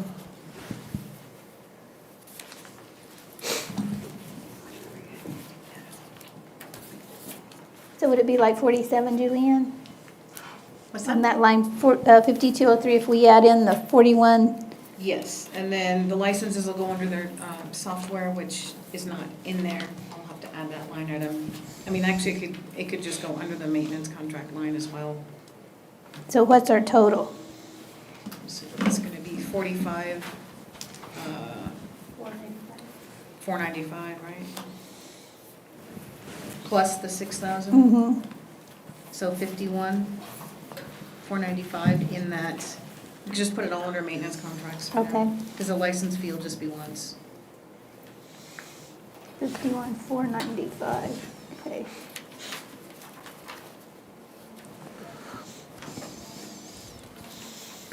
Okay. I was just fixing to say you were saving money in that one. Were. I don't have anything on, so now clerks.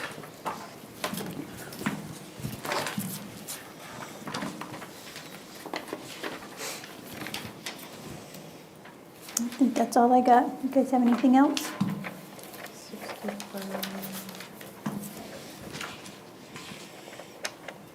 No, I'm good. Good. Okay, thank you, ladies. thank you. Thank you.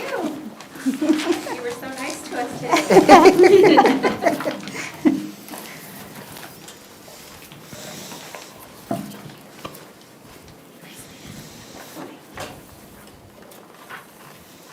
James, before I forget, don't forget next Monday. Oh, we're already covered. Good morning, Commissioners. Good morning. James Bowman, County Assessor.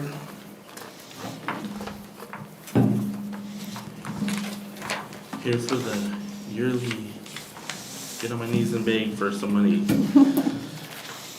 Get on our knees and beg for you to cut some money. Hey, I actually did I did actually cut a couple things from the previous year based off of certain software things that we feel like we don't utilize any longer, that we won't need.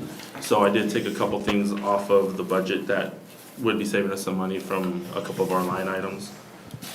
Kind of like I heard earlier with Julianne, you know, I am gonna go on record to say that I am requesting, I asked for a flat rate as far as rates for salaries for my employees.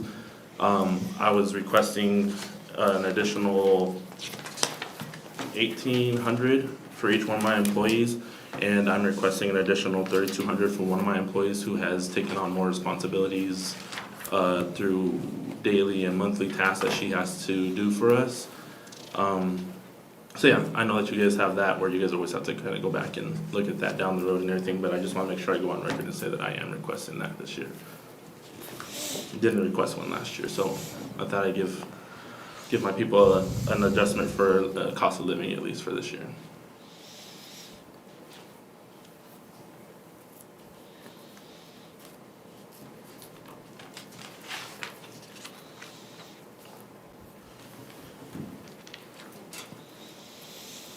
So you're gonna keep the Jeep and you want a new vehicle? No, so in my memo that I sent in, I'm requesting to use part of my 1% fund, which we don't normally ask to use very often, to try to purchase a new vehicle. The maintenance on the Jeep, we've just had various things that have been wrong with it over the last, 20 years. And just feel like, you know, it's kind of a waste to keep on working on something that just probably needs to be replaced. I mean, it is 20 years old. And with my workers, they have various locations that they have to go to throughout the county. So I mean, I just know that it's important for us to have something that's very reliable, and that way we can make sure we can get to and from where we need to, you know, as safe as possible. So yeah, I'm requesting to pull that cost of a new vehicle from our 1% fund, which is something, like I said, we hardly ever kind of dip into that often. Does that 1% fund have to have a minimum? No, it doesn't have to have a minimum. It's just, it's based off of reappraisal needs that we would use for the county. I know initially, whenever we had the resolution that was passed for all employees for the assessor's office to be able to do trainings and get the incentive pay, I want to say that the initial fees were coming out of the 1% fund that year. And after that, it moved over to our salaries. But yeah, so now we just kind of, it's money that we sit on, you know, it's based off of what we get on tax revenue collected and things like that each year. But again, we don't dip into it a lot, so I kind of try to look at it as like, when is it something that we desperately need something new? And the vehicle is definitely on the agenda for us this year, so. And what is your number? On that one, we're requesting about 48,000 for a vehicle. We've kind of been looking at certain vehicles. One thing that we know that we're gonna get away from is we have an F-150, which I would love to replace sometime down the road, but we don't need a truck. We need more SUVs because it's just better for us to get around in the tighter areas and the narrow roads and the mountains and things like that. So based off of a few different vehicles that my deputy and myself were looking at, we were thinking we'd be able to get a pretty solid and reliable vehicle for around 48,000. You get a 4-wheel or all-wheel? Yes, we would be getting a 4-wheel for sure. So on another note, everybody else on their maintenance contracts, if I'm understanding this right, has been going up, and then now you're reducing yours? Yes, like I said, there's a few software, there's a few different software items that we have been using over the last couple of years that we're realizing we are not gonna need to use any longer. And we're also upgrading another software of ours that's gonna be it's a pretty big deal.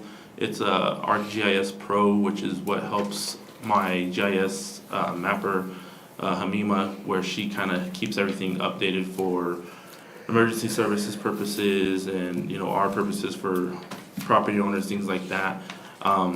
And they're upgrading to a whole new system, which I was actually gonna have to ask her about another $25,000 to upgrade our server. However, we're looking at doing a web-based server with that, so we can kind of like Selena was saying earlier, we have our Tyler is based off of the clouds, so if things go down, we can still be running. And I've also been working with John Emery. He's gonna try to see if he can actually help us save costs on that as well, because he thinks he has a server that he can repurpose for us to get us using in our office for backup purposes and things like that for that program as well. So, I was like, hey, thank you. That saves us some John. money and saves some baking. So yeah, thank you, John, for that. But yeah, so that we're like I said, we looked into our budget. I feel like in my third year now, we're getting a little bit better with it, and we're kind of understanding better. So we literally, Ricardo and myself went line by line, and we tried to make sure that we're making the best efficient use of the dollars that we are requesting and spending. So we saw a couple of software things that we said, hey, we can probably get away without this since we're upgrading other things, and my office just keeps on running like a well-oiled machine that it is. On your health insurance, your actual expenses as of March of this year was 70, and you're only requesting 68. When it comes to those things, I'm not gonna lie, I kind of leave that to admin, because I don't really know how I could technically adjust for that when we don't really have any like direct effect with that as far as that goes. So I would have to defer to. Right, so that, changes like that happen when individuals may drop insurance for whatever reason. And so most of those insurance values are based upon what the department currently has. Usually I don't make any changes to that unless I know that there's going to be a new hire, or if there's vacancies or things like that, then I'll make changes. But that would be what is currently within what their department has. So, yeah, it did come down a little bit.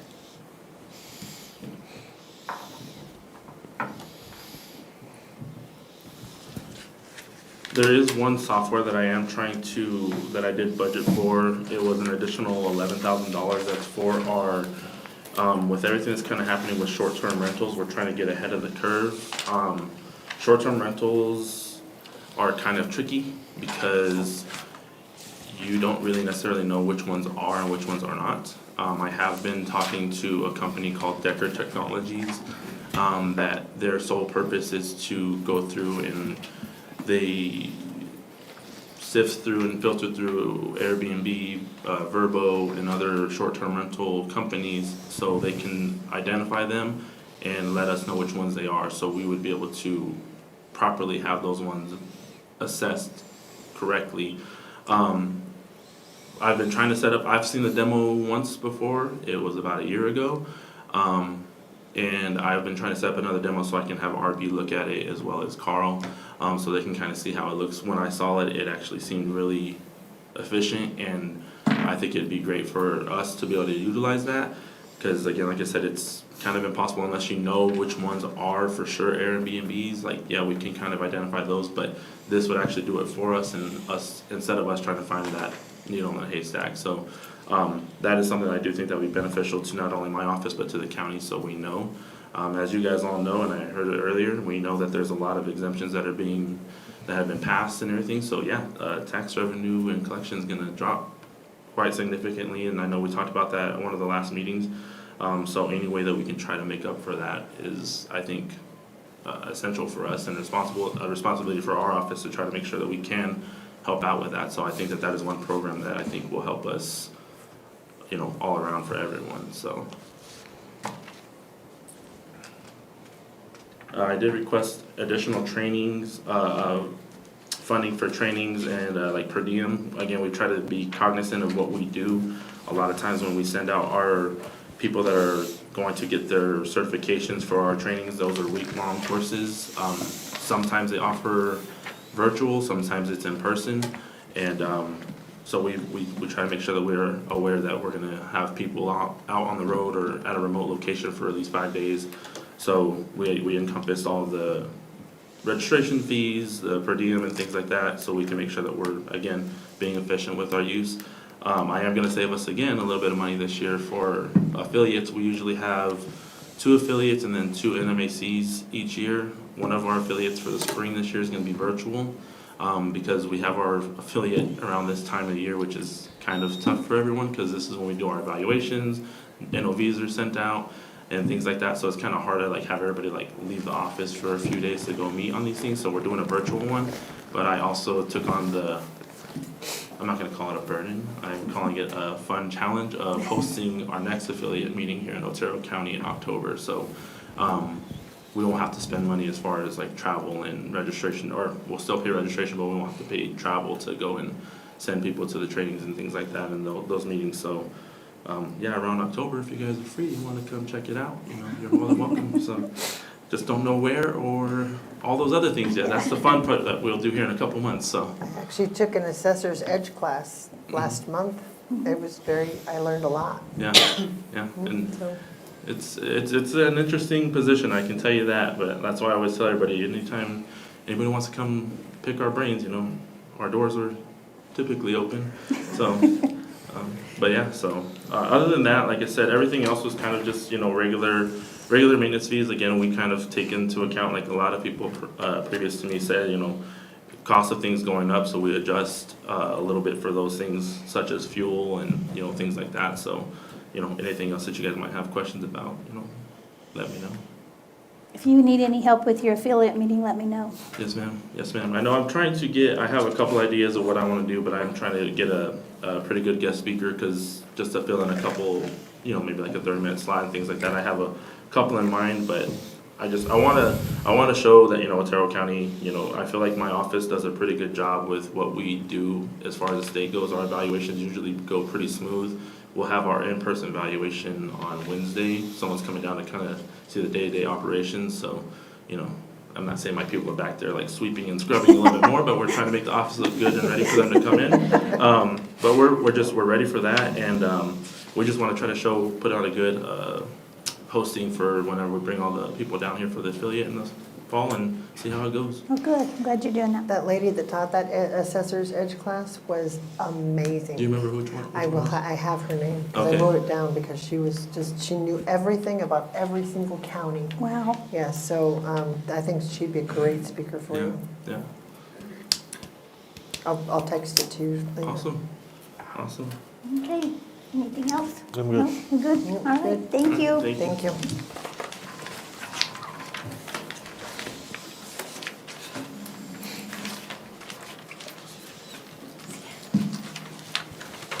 So I think next would be Richard Burton's department. So for the wildlife services, and he didn't really request any changes, nothing big.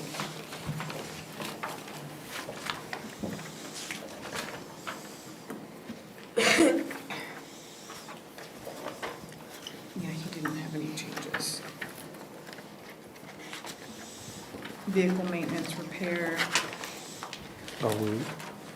He's not here because he didn't request anything. I Yeah, guess it but looks we're like- going to Matt now? Is that where we're at? We're still on wildlife services. Yeah, Yeah, but he got nothing page to. 26. He didn't request anything. But he's got 20,000 not requested. Yeah, he did actually request an increase in vehicle maintenance repair. And a little bit, let's see, I think there was another one. I think that was pretty much it. How old is his vehicle? He's going to be requesting one next year, at least one of his two. So he's averaging expenses 2,500 the most. Can we lower his from 8,000 to 2,500?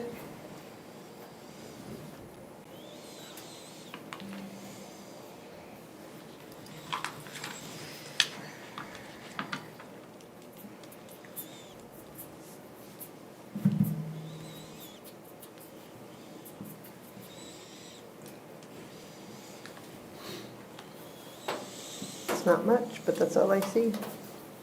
I don't want to speak for Richard. I don't drive those vehicles, so I don't know the current condition. I know they're aging, they have a lot of miles.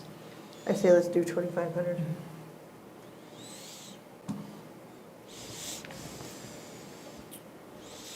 Even 3,000, we'd still be cutting it by 5.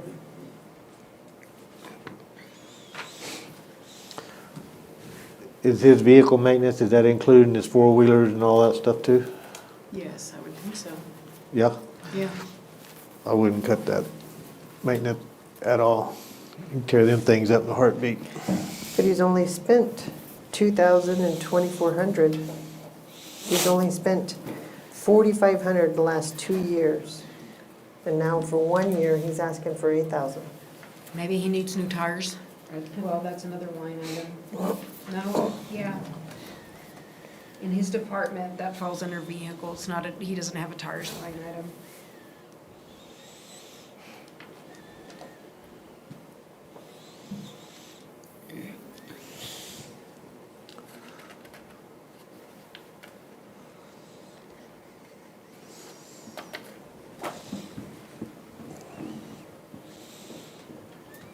So he's already spent over 2,000 just as of March 21st of this year. I don't know, I think we should leave it alone. Leave it at 8,000? Mm-hmm.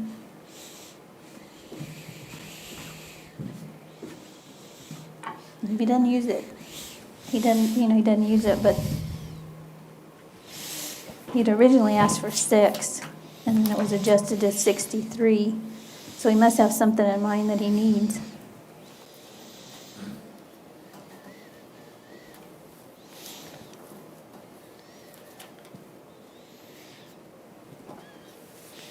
He's just barely running over his halfway on his fuel, but that's only, well, we got 3 more months to account for. Mm-hmm.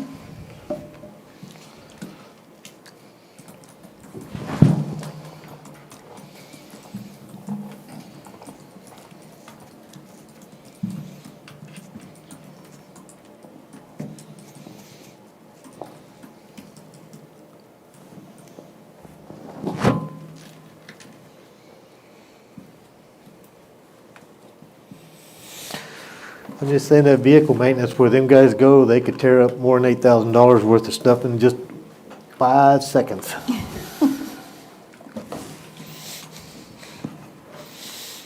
Okay, anything else? Nope. Okay. Emergency services, Matt?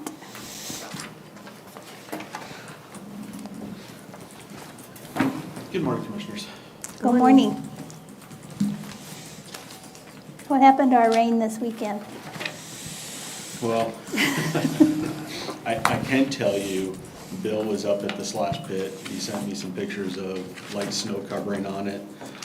He said it never got above 24 degrees, and he had 17 loads that were brought in Wow. on Saturday. Oh, good. So- I'm glad people are cleaning up. Yep.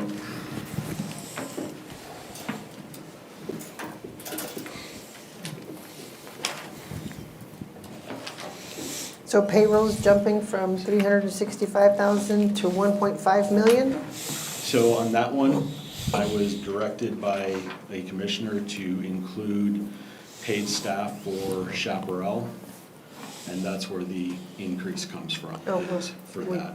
We don't need that till the building's built. That'll take 10 years to build a building. Boy, I hope not. It takes 10 years to get everything else done. It took 12 years to get chins done. I hope not too, but I was requested to ask for it this fiscal year, so I did. Okay. And that's where it's the So increase. what is The- the actual request? The numbers you're asking for, I think, is a bit much, because Donna Anna is only running, they got 9 employees total for all their shifts. You got 15, 18, 21, 22. To run it, yes. How many do you run with here? Code enforcement and everything else is 7. And why do we need that many in Chaparral? Because they'd be on a 24 on shift and 48 off, and it would be 24-hour coverage. For code enforcement? No, not for code enforcement, for the Firemen. paid staff that I was asked to, for firefighters. Oh, no. Amy, on page 72 in the other book, you can see the breakdown on the operation of that facility and the positions under item 2. Okay, so on this page, what do we have here in Alamogordo? We have I have, we have a code enforcement supervisor, and we have a codes officer lieutenant here, right? Yes, 3 codes lieutenants. We have 3 One for the mountains, here? 1 for here in Alamo, and 1 for Chaparral. So we already have one for chaperone. Yes, And then deputy chief, do we have one in Alamogordo? yes, Okay. Safety officer is under you? yes, I didn't know that. for the county. What did I think safety officer was? He I is, thought the safety officer was the HR. nope, he is No. underneath Oh, me, okay. has been for Ever years here at the okay. county. Do you have an administrative assistant? Yes, Why do we need everything? If we don't have this in Cloudcroft or in Tularosa, why do we need it duplicated in Chaparral? so down for Chaparral, it is to stand up a paid fire department. Commissioner for Barella, I that think new there facility. may be some confusion. Under item 1 that's broke down with code enforcement deputy chief, those are salary changes. Number 2, Is the A, B, increase. C, D, that's for Chaparral. Okay.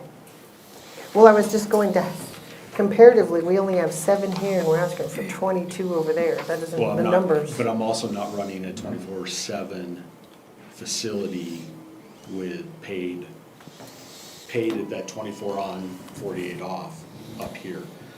Down at Chaparral, it would be paid firefighters out of one of the facilities. Why? Well, part of the reason that's how we were presenting it, I don't think we need that many because we still have our volunteer system down there. Right. So if you could keep them, how does Donna work their house then? Because they have nine firemen for the whole week.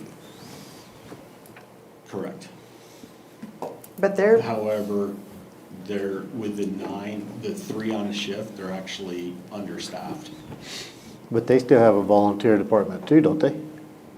No, Just us? just us. And with 3 on a shift, they're understaffed because you have to have the 2 in, 2 out rule for NFPA. So Doniana would rely on the volunteers from our side to help fill that 2 in, 2 out.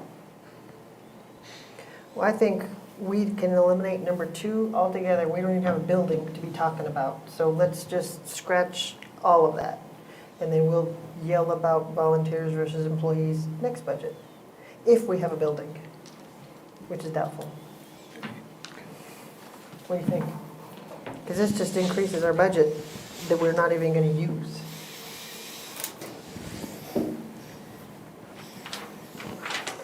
What have you guys talked about at the meetings down there? Do what? What have y'all talked about at the meetings down there about this? Well, we presented it and it was presented up there as a manned, that we're going to have manning there with another additional ambulance. It's not fair that we hire all the fire department in Chaparral and we don't do that in the rest of the county. We have to stay consistent. And we want to remain a volunteer-based county, and that includes Chaparral.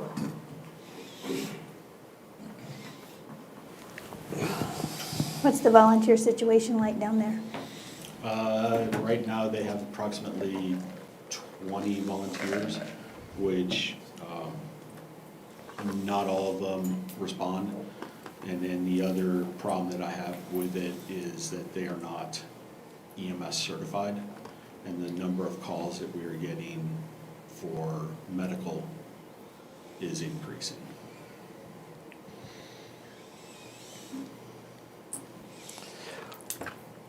I still think we need to rely on the volunteers, but I don't think these numbers need to be, you need to have, if we need to put a couple of people in the house to man it, to be able to do it.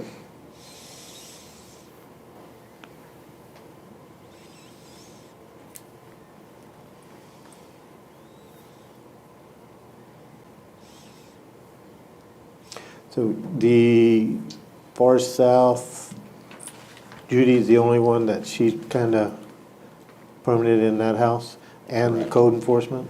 Correct.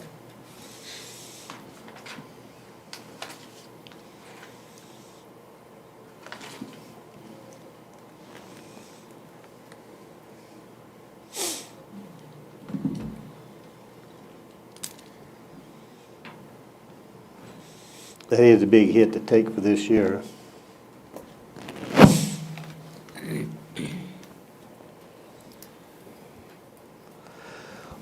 Well, I kind of agree with Amy until we for sure get some money, and that is okay. I wouldn't count on that right now. Okay. But we're gonna have to figure out what our minimum manpower can be for next year. Even though it may only be, if we can design this year, it could very well go into service toward the end of 3/4 of next year. So now I want to go back to number one. You already have a code enforcement supervisor. Is this you asking for a raise, or are you renaming the position? It's renaming the position to fall in line with structuring, going off of having a paid fire staff down at Chaparral. So we can remove that, since we're not considering Chaparral.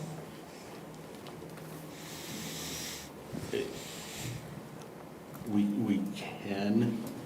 I said this was just to bring it in line because the staff that I have now, years of service, and they're actually doing more. I would be bringing on firefighters that make more than they do on a base salary, and I could not have that. So code enforcement supervisor captain, do we already have that position? I have a code enforcement supervisor, yes. And I was giving him the rank of captain. And with the increase of how much?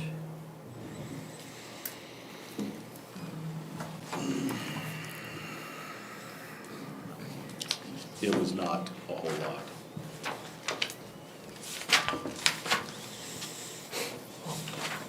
I will have to get that for you. I did not. It's $5,200 increase for that position. So basically give them a raise for $5,200 for the year. Yes, And then we have 3 code enforcement officers. correct. And what is that increase of?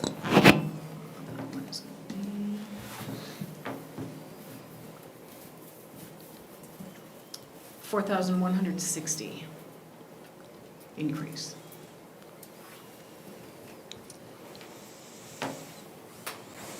And deputy chief?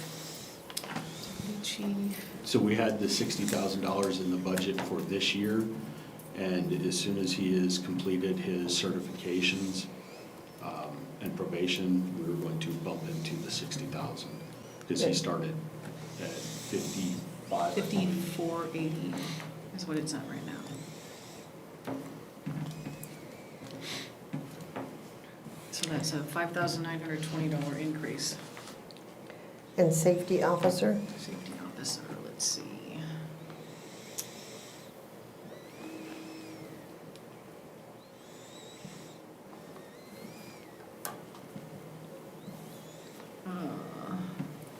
Is that right? It's only $429.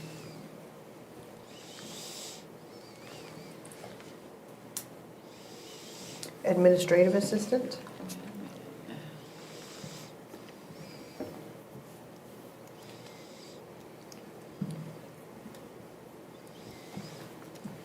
$2,704. The last one.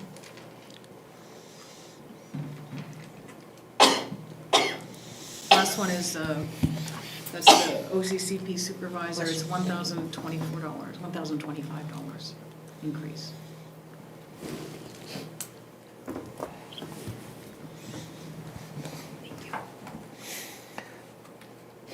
Matt, how many new positions did you add here? 22. 2? 22? No, on your section 1. None. Those Those are all existing? Yes. It was just restructuring them with the qualifications that they have already, and then bringing in someone, a new employee. If we were granted those, the new employee would be making more than they would. I didn't see that as fair. So this is basically, by name changing them, is giving your total department $25,000 in raises. Yes. Thought we weren't doing raises for now. That's what, we're doing name changes, not raises. That's a new way of getting around it. Just clarification. That's right.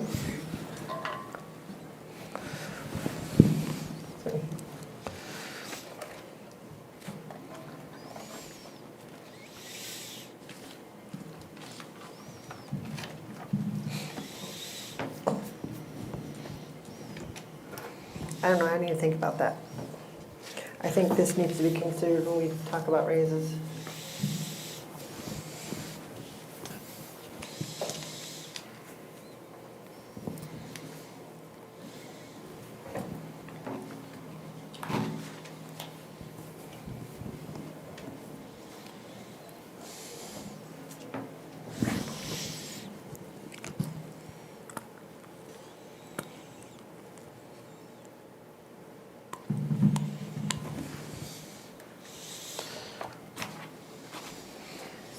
So on your capital outlay, you're requesting another ambulance service to stay down there in Chaparral, basically to respond? Correct. Again, I was directed to make sure I had an ambulance that was on there. So if we're not going to staff it with paid, we don't need the ambulance. Okay, because my next question is, does it make the contract cheaper for AMR since they're not going to be servicing Chaparral? Anything that we would do down there would help the contract, but not necessarily reduce it fully. Unless So- we went with DOT certifying and then having them all, both of the ambulances staffed 24/7. So even if you add or try to get AMR to get another ambulance down there, we're still going to be in the same situation. If they're called out somewhere else, they still not gonna be one in Chaparral at any given time.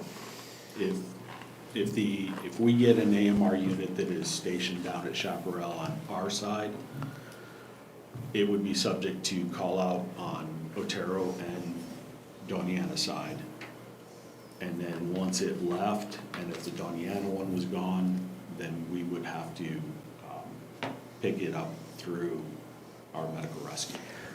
But the one in Doniana goes to Santa Teresa, to Correct. Anthony's, to Sunland, and that's not what we're aiming for. We would, if we were to send down an AMR one down there, it would be, you can go to the other side, to Doniana side for Chaparral. If they needed that assistance, I would not write it to where they could have response to Anthony and Santa Teresa and everywhere else, because I need you on my side, and really the Doniana side, because Chaparral, who cares what side it is on? Right. They need, realistically, I believe they need at least 2 ambulances for the population that they have. So right now, the ambulance service that responds is Donna Anna, that responds It to is. all of Chaparral? Correct. And that is a contract that we have with Doniana County for AMR. And how much does that cost us?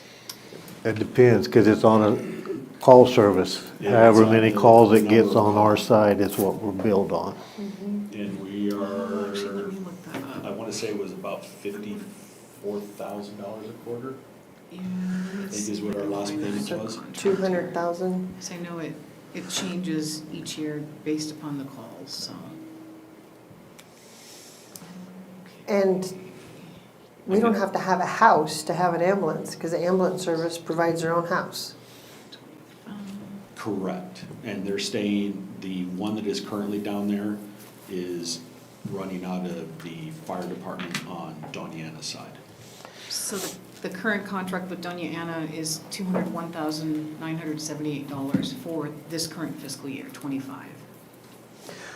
The new station that is in design has a ambulance bay in it. So, And with that one, we could staff it with a contract service, and putting them in that facility would negotiate the pricing down, because that would be part of it, because I'm giving you the facility that you can stage out of, sleep at, whatever. But there's another service out of El Paso that also takes care of Chaparral area too. They come up when requested. Elite will come up. Can we But they are contract not. through them for our side? That would require us going out to RFP. Would it be cheaper than having to pay what we're paying now? Without having a house for them to throw in as our negotiations, no. Well, when this new station's built, it'll have a house for them. Yes, then we'd be able to negotiate that into the cost of the contract. I need to look at that, see if it'll save us. It'll just be Otero side unless Donna Anna wants to foot the bill for Correct. the other part of Chaparral, but Chaparral only. So we're asking for 305,000, but we actually only spent 200,000 with what we have currently going on.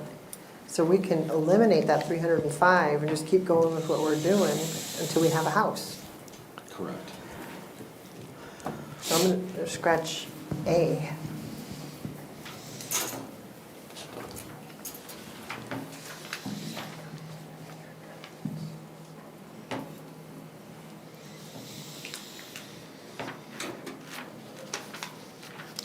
But I really think, Matt, we need to, next year's budget is when we need to hit with some of this, but we need to figure out, I think we can do it with less people than what you got. And Okay. still utilize the volunteer part of it. Absolutely. I'm talking about. But it'll give us time to check with that other ambulance service too and see what kind of a contract we can get. Because when our deputies pick them up, they're taking them right to El Paso to that clinic. And that's what our ambulances do at our med Yes. rescue, is they take them right down there, because it's the closest definitive care. So what, you're asking for an ambulance this year, right? That was if we had the staffing, yes. But if I don't have the staffing, then I don't need the ambulance. Well, yeah, I understand that, but that ambulance is almost a 2-year item to get. Or was that somebody else? Was that your stuff, Tom? That was a real long lead time? It is about 370 days, 400 days for an ambulance, yes. Ridiculous. It's crazy. So Yeah, no Right. kidding. if the county buys an ambulance and puts in that facility, we could just service Otero side. If there's staff to do it, yes. And if we're going to change it from a medical rescue to the old PRC, now New Mexico Department of Transportation, we could absolutely do that. There'd be other costs associated with it, because we would have to bill, and then we'd have to have a third party doing all the billing, unless we maintained it as a medical rescue. And then anything that we do transport is a free gift.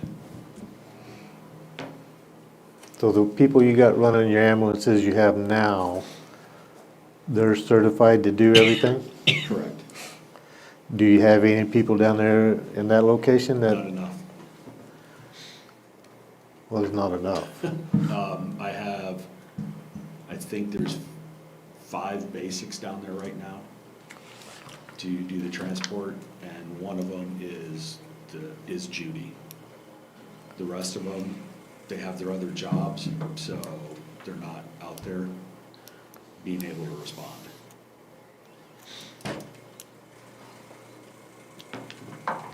Okay. There was just a bill passed where you don't have to be a citizen to be an officer. Do you have to be a citizen to volunteer for, I'm just opening the door. You just gave him a headache. You don't have to be a citizen to be a cop. Do you have to be a citizen to volunteer for the fire department? Yes. There's a whole pool of people down there.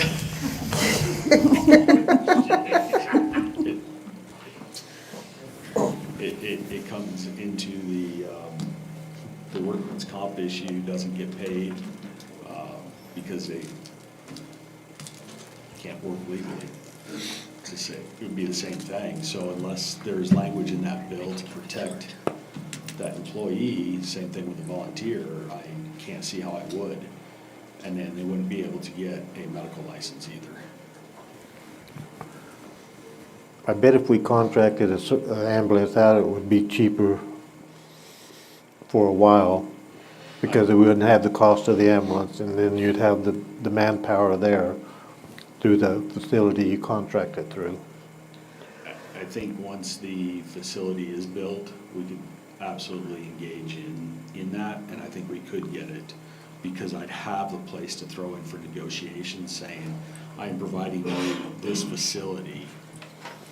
Now, what is it going to cost me? Yep. And up here, I don't have that option for Otero County. So how those contracts work, say you had one contracted out and they have a call, do they get an additional fee for that call? They are able to bill for their service. And that would be up to the individual, that half of them don't have insurance down there, that would.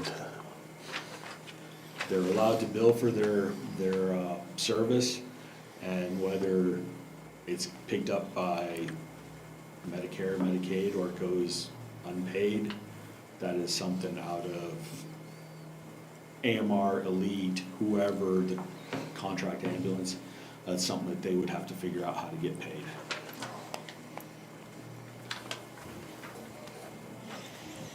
I don't know how they stay in business. Right. So I have. Down there, I have no idea. Yeah, I don't. I don't have a problem with the air curtain for slash pit. That's. We need it. Yeah.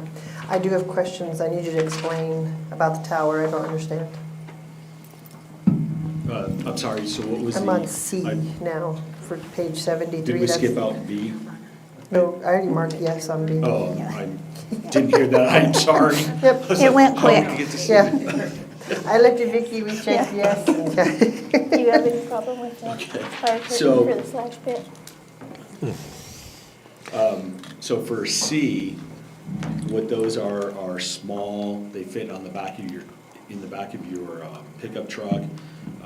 If you're in an SUV, they'll hook onto your trailer hitch, so they're not huge towers, small radius, but like for when the South Fork, when they had to relocate their EOC because they lost all the cell phone communication, if they had one of those, they've been able to deploy it, and at least their operation would be up and running still through their cell phones. So we don't have one now, I do not have one now, other than Taberta's bus.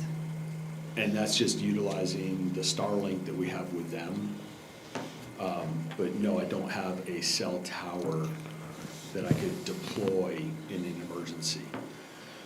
And the thought behind two was making sure that there was one at our incident command post, and then a lot of times out ahead of where the majority of the fire department would be as far as responding to put out a large-scale wildland. A lot of those don't have adequate communications, so the thought was that at least I could have another spot that they could make communications with.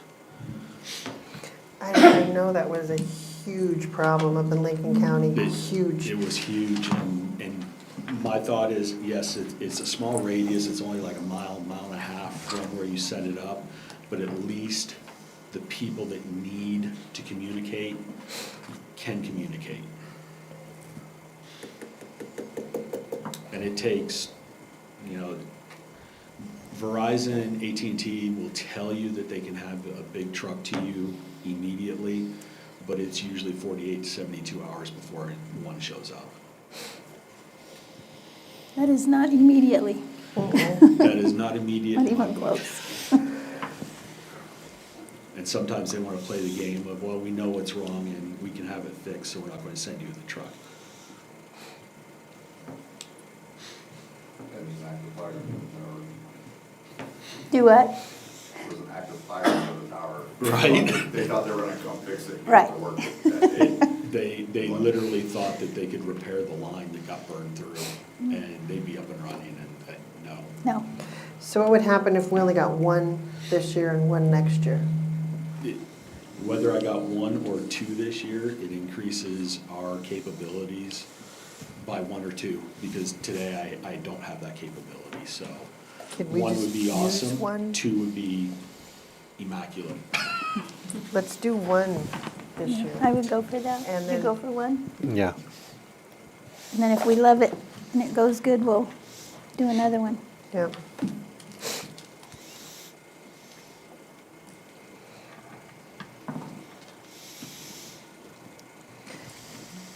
Didn't the grant already cover making The this? grant, I checked into that, and unfortunately it does not. The EOP is separate from it. So I reached out to a company that is doing Donianic's grant right now, or their EOP, and they've done Mescalero's 2 years ago, 3 years ago. And that was what they quoted me to get ours updated. Most of our EOP is from '06 and 2012. So what was that grant approved for? The CWPP grant? or Yes. That one is the Wildland, Community Wildland Protection. But I thought we that were one- including the, I was trying to, and they told me that that is not part of the scope.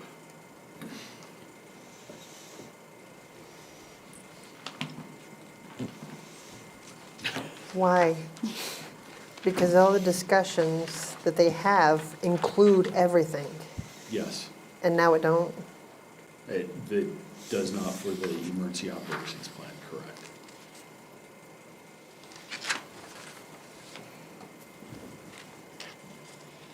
And haven't we received 2 grants for that? $100,000 each? No. Just one? One for CWPP, which was 243 is what we asked for, and we either got that or a little bit more. I did get the grant proposal back on that one, actually this morning, and I had to have them go back and rework it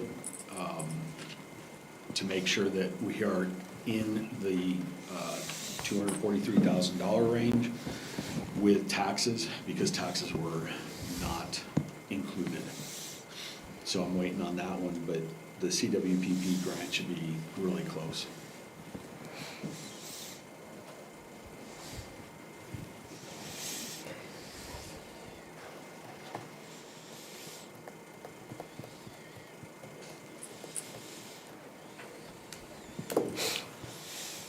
So what is the difference between the 2 plans? So the emergency operations plan is taking all of the potential emergencies that are out there, emergencies that we've had in the past, and developing how the county is going to respond to that emergency. And The this, community wildlife protection plan is the one that is going out. How is Otero County responding to wildland fires? And through finding out with the insurances that we were not detailed enough on thinning projects, other projects like that, to help the homeowner out and help them maintain their insurance, falls underneath the community wildlife program.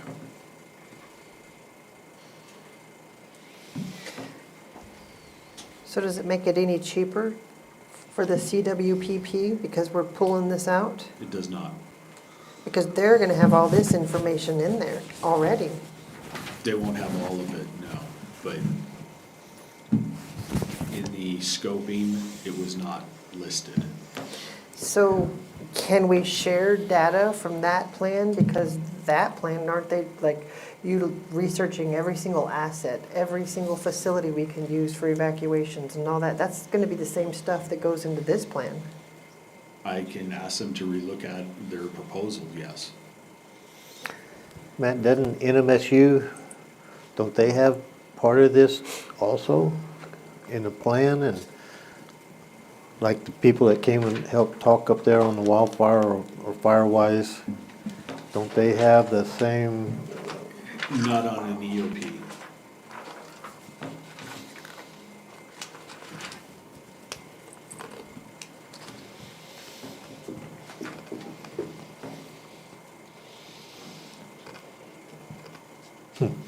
I will ask them to rework that one to see if there is a way that it can balance between them.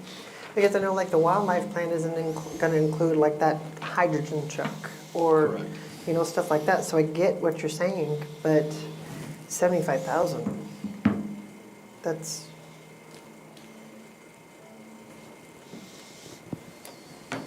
What others? I'm trying to think of more instances that would need to be written. Are grass fires, like, close by considered the CWPP plan or part of this plan? It would be in both. Mhm. But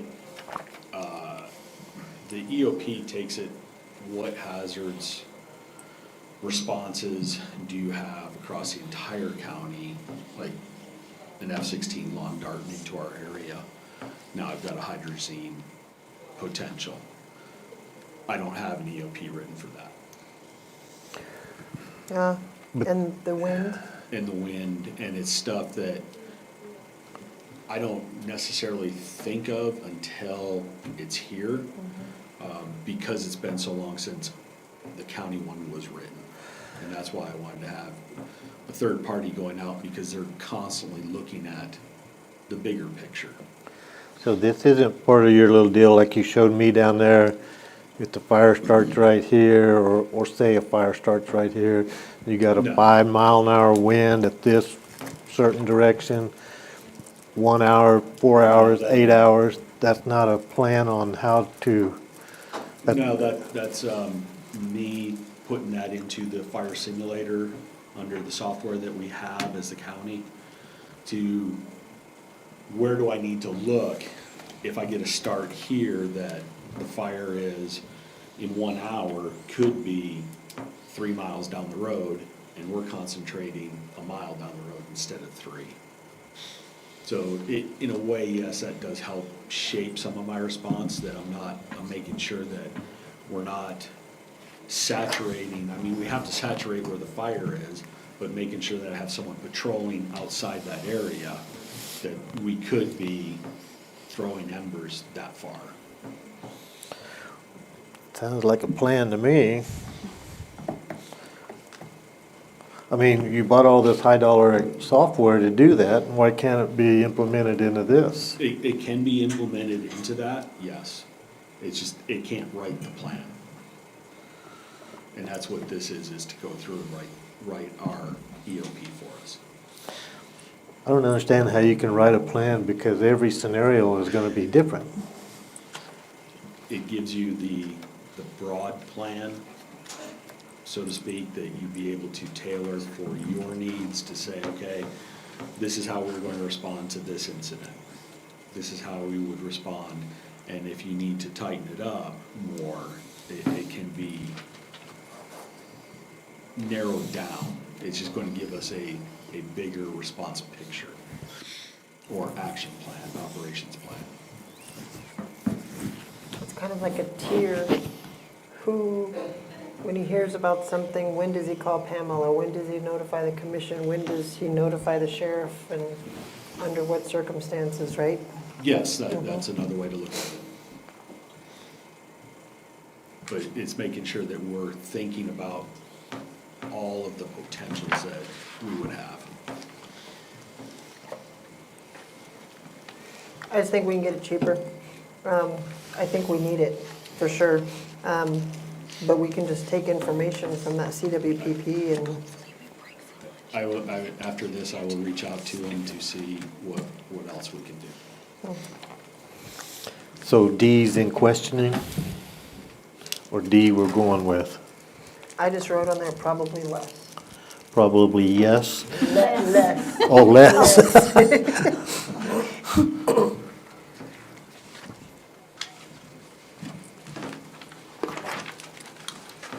And so no on the ambulance until we have a house. Okay. So what was the final determination on B? You got, Yes. you got okay and I B said got no. For the fire curtain? The fire curtain, yeah. Yeah, we both said yay.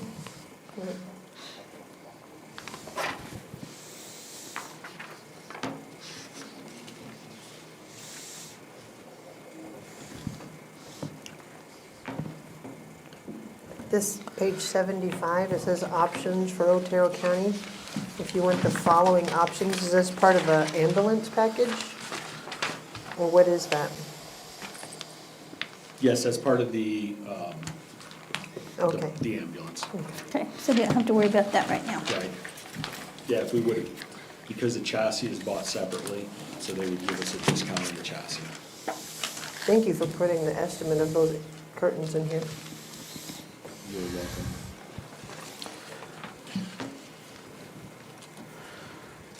So how do we adjust the number on the salary on emergency services being we're not this 1.1 million?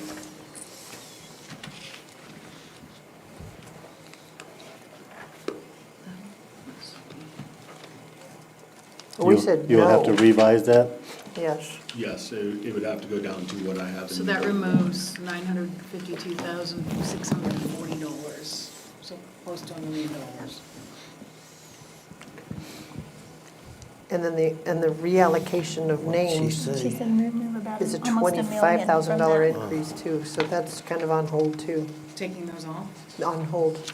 Okay. on When hold. we Right. do all the, consider the raises But and then all you that. also removed the ambulance, $305,000. Yep. And one of the cell towers. Correct. Right. $105,000, so that's another $411,000. And this FirstNet, is that software? My eyes are getting tired. FirstNet with AT&T, or is that part of the tower? That's the tower. Got it, okay.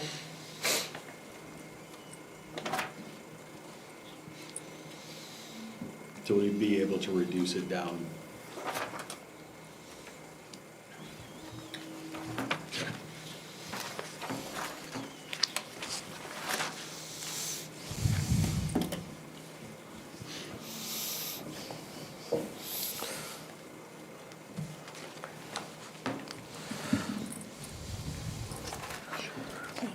Anything So- else for Matt? Oh my God. Okay, anything else for Matt? Yeah, I got one more question. The protective clothing and stuff, you got it at 240,000. I thought the That- state, I can drop that down. but I also thought the state was funding some of the protective clothing for the firefighters. They do, but they would not have been in the budget for that many firefighters. That was based off of having. The to 22 outfit over here? 22. Okay. So we can actually take that off the budget, the 200,000. So put that back down to 20,000.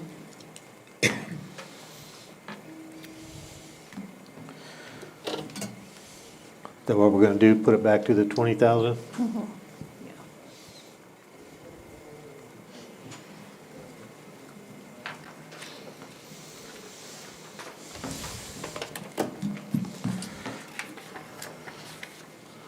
You only spent $200 on tools last year? $700 the year before that? Correct. Can we bring that down to 800? I'm sorry, which line is that? $241.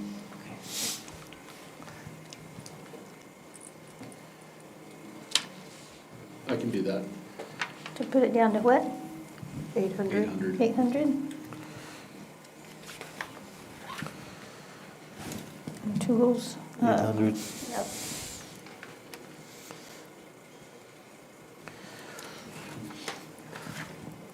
So Matt, on your abandoned property stuff, you went from 150 to 250, or we just, is that burning, hauling, what are you calling in that? Why are we increasing That it? is, to allow us to do more than the couple properties that we've done this year. I'm waiting on the quote to come back for the Chaparral one that we approved at the March Commission, I believe. And it's just so we can clean up more properties. That in Chaparral or Grande? Well, I had one at Chaparral and one in Oro Grande. Okay. The Oro Grande one, the property owner reached out to Cody and said he did not want the lien placed on his property, he will tear it down. So we're monitoring that one to make sure that he is in compliance, otherwise that will get added as back into having the company come out and tear it down.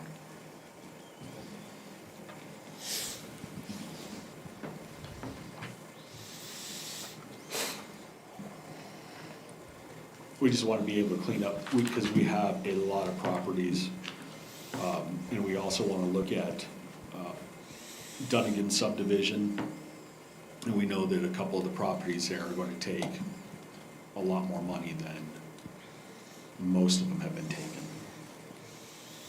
Alternate PSAP, is that Chaparral? No, that is the dispatch center in my facility.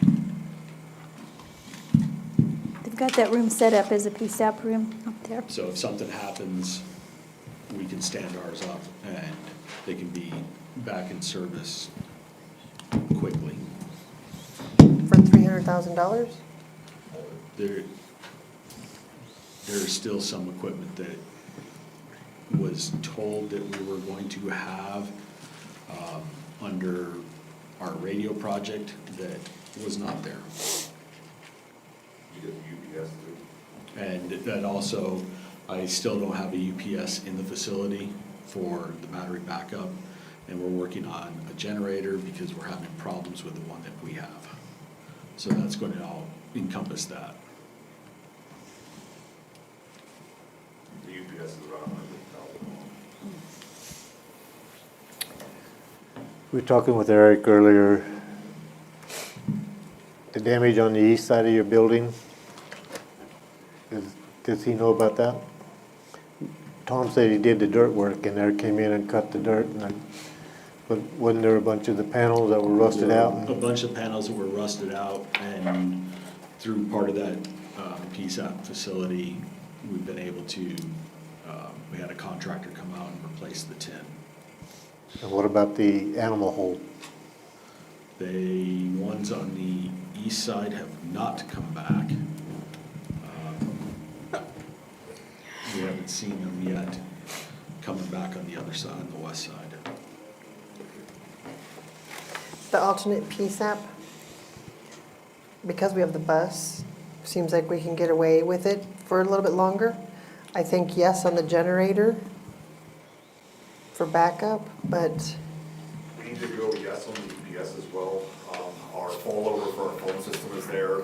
Abe is installing the DR, which is a disaster recovery server for the scalability computing or whatever they have for all the admin stuff, because they're also going on site, and that needs to be on a UPS. If the generator powers does get functional and working, it takes about 8 seconds. It's a long enough brownout that all those servers crash, and that's really hard on that equipment. And I would rather pay for the UPS than have to replace all those servers. So you're thinking the 300,000 needs to stay? You think we'll need that much? I don't know what his other quotes will be, but I'll tell you, the UPS that we put in the new dispatch center cost us about $150,000, and that was the electrician install as well. So that was equipment and install. And what else did you need? generator, Generator. How much is it? 10,000. They're running a lot more than 10,000. You're gonna have to have one of those big ones, aren't you? Yeah, we were trying to reuse the one from dispatch, but we can't get Generac to come out and switch it to three-phase. Because of the age of it, they said they don't feel comfortable modifying it to a three-phase generator. And that's the manufacturer of that generator.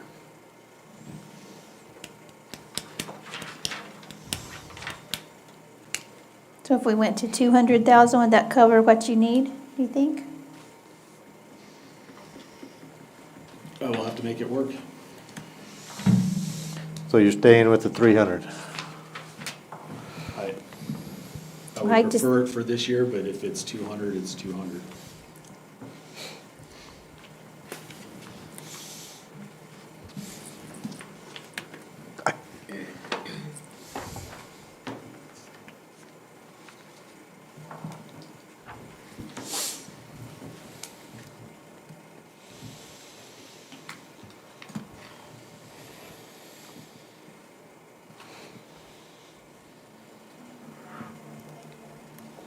That capital outlay other was what we all went over, the A, B, C, and D, right? The Yes. curtain and, okay, Yes. okay. So that'll get reduced to, Yep, the curtain, Yeah. okay. Okay, now I'm done. To 197. We cut and cut and cut, and then these guys show up and they take it all away. Okay, anything else for Matt? I don't think so. Okay, thanks, Matt. Thank you. And I think we're gonna take a lunch break. Okay, It's already almost 1. our chair is hungry. Can you hear my tummy? Like, feed me. All right, so we're gonna take a break for lunch.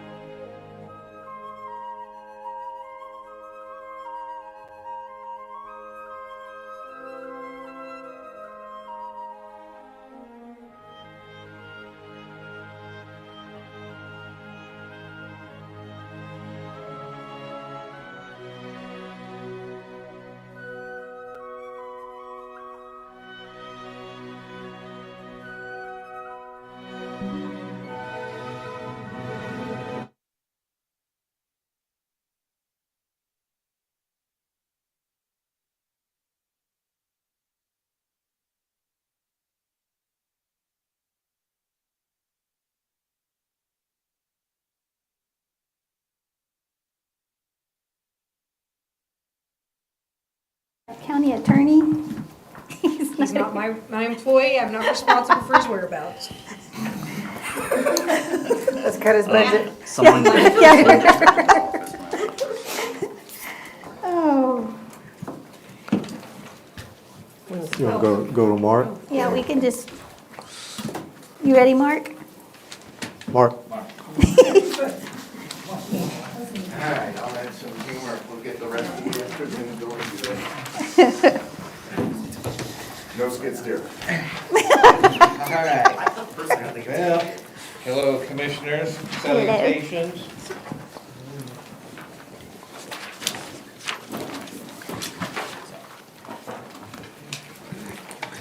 Mark Douglas with the Sidney Paul Gordon Shooting Range.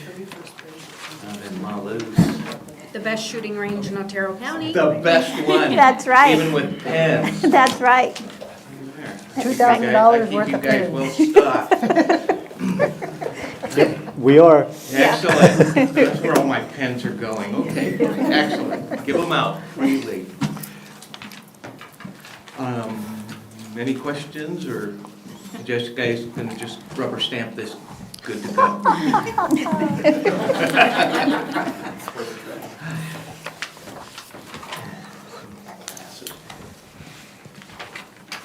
Well, you need to keep in mind, when James gets his vehicle with his deal, there's a truck available over there. Okay. Well, that's a Jeep, right? The 20-year-old Jeep?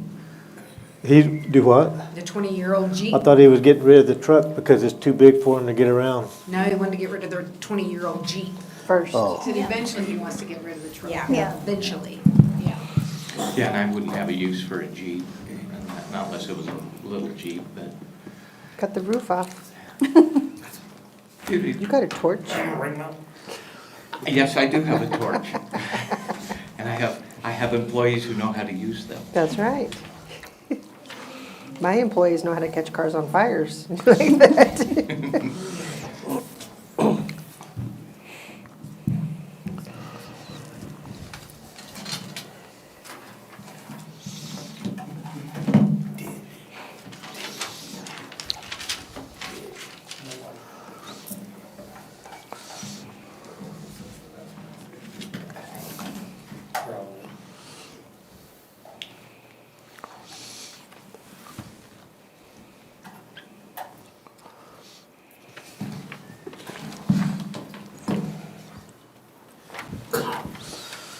Mark, you have uniforms and then you have protective clothing.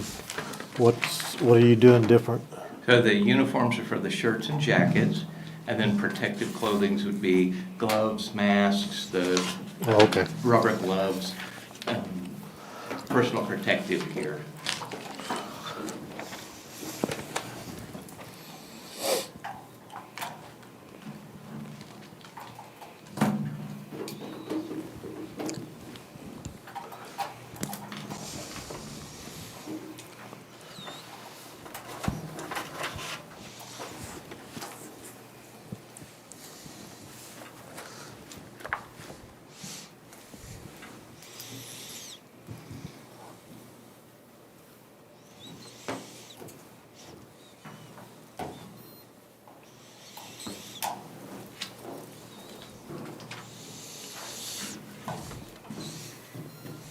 Why does it cost us to have women on target?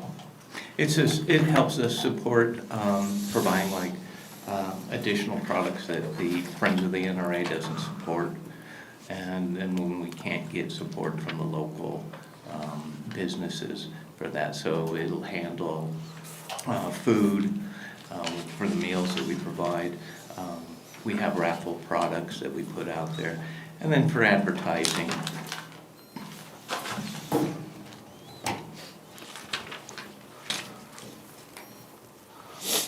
and right now that number looks a little off because the Women on Target clinic is next Saturday, so there'll be some expenses here coming up this week.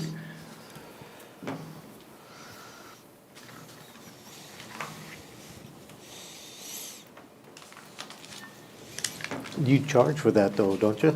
Pardon me? The Women on Target, don't you charge? We do. We charge a minimum $25. That helps offset some costs, but we still have to purchase ammo and get other supplies that we need for the clinic to go off properly without a hitch.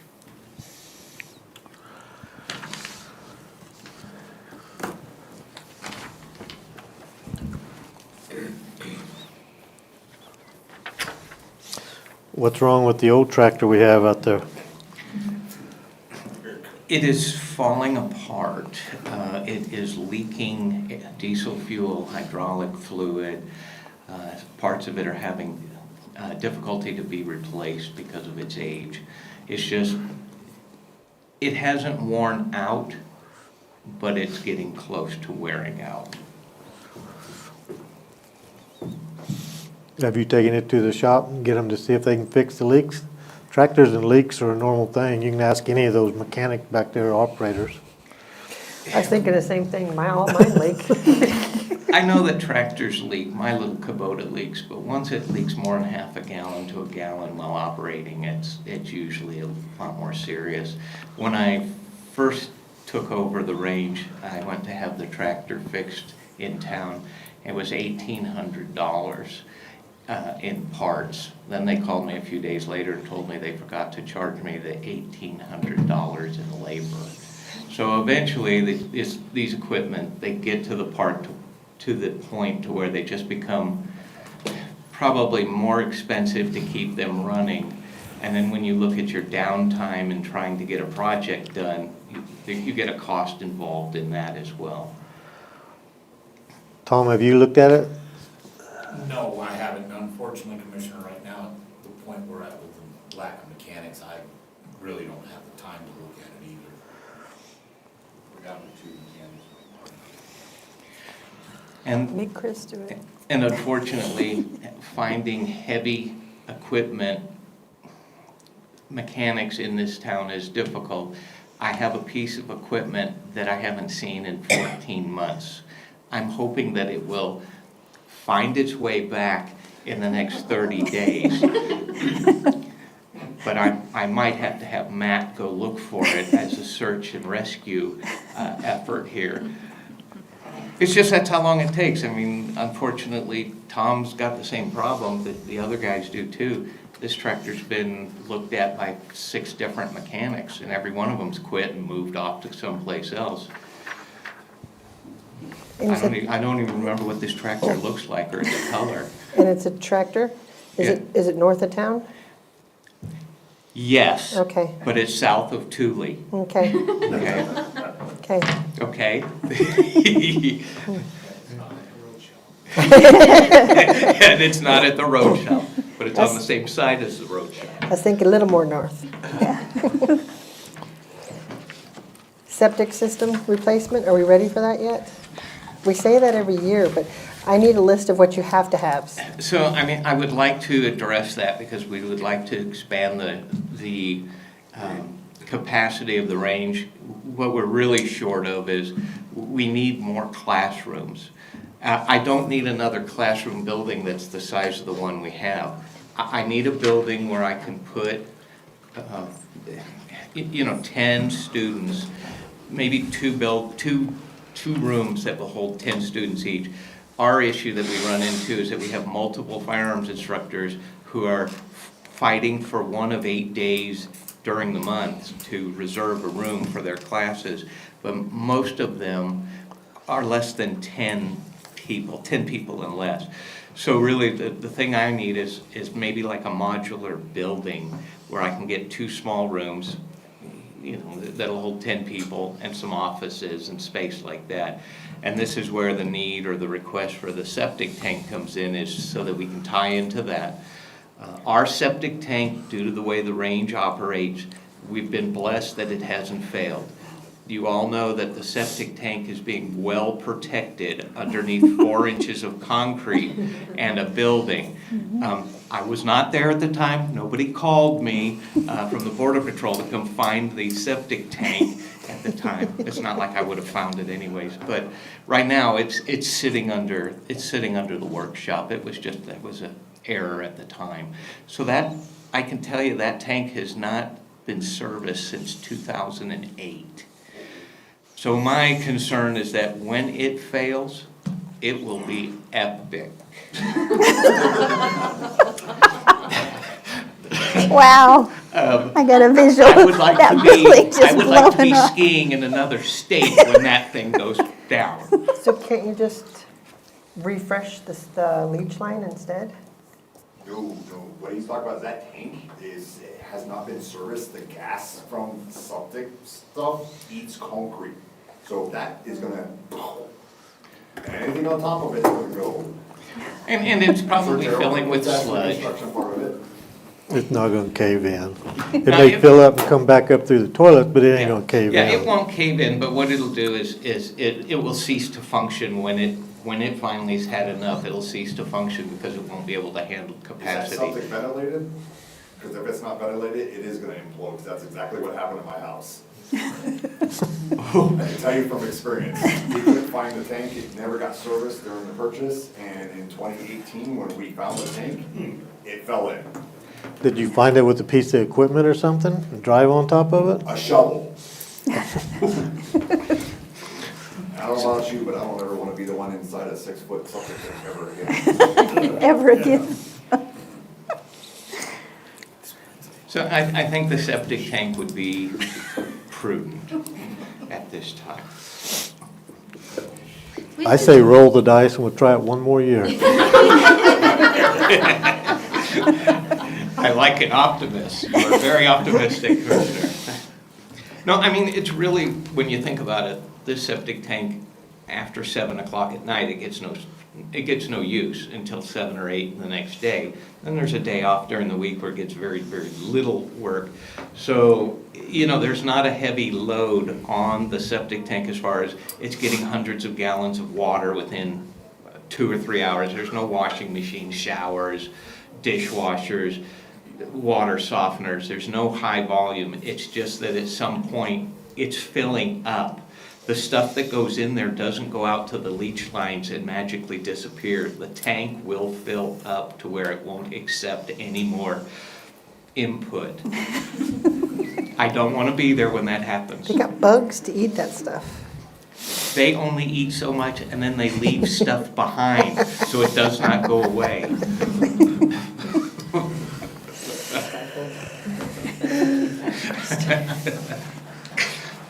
So do you think we can wait until we get the assessor's truck?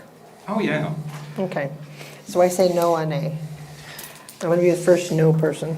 No on the septic, okay. No on the truck. Hang on. On my truck or what would we say no The on? $45,000 on the truck. Oh, okay, all right. Say, Because you said we can wait for James to get something, right? The who to assessor? get something? The assessor, whenever he gets rid of that truck, because he don't want a truck. I don't work with the assessor. I know, but we can trade vehicles around. So whenever he gets rid of that truck, it can go to you, because he doesn't want a truck. Well, I won't need his truck. I have 4 vehicles, 3 of which have over 100,000 miles on them. Most of them are around 20 years old, 18 years old. Out of the 5 trucks I have, 2 of them have less than 100,000 miles. So, I mean, I'm good with the vehicles until they just start dropping like flies. Okay, so A is a no. So A is out.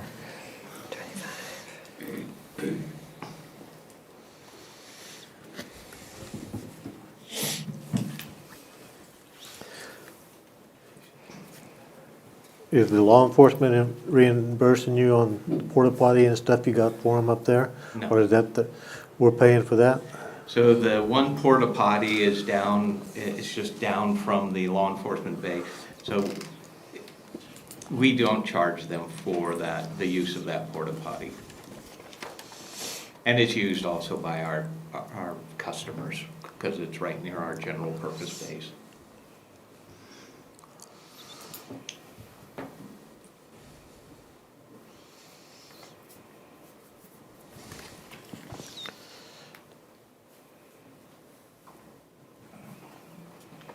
Have you already applied for the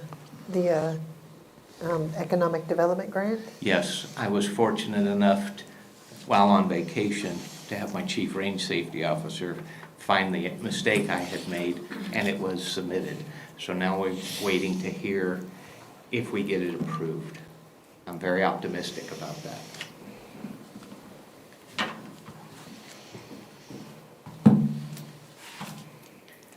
And that would be number D.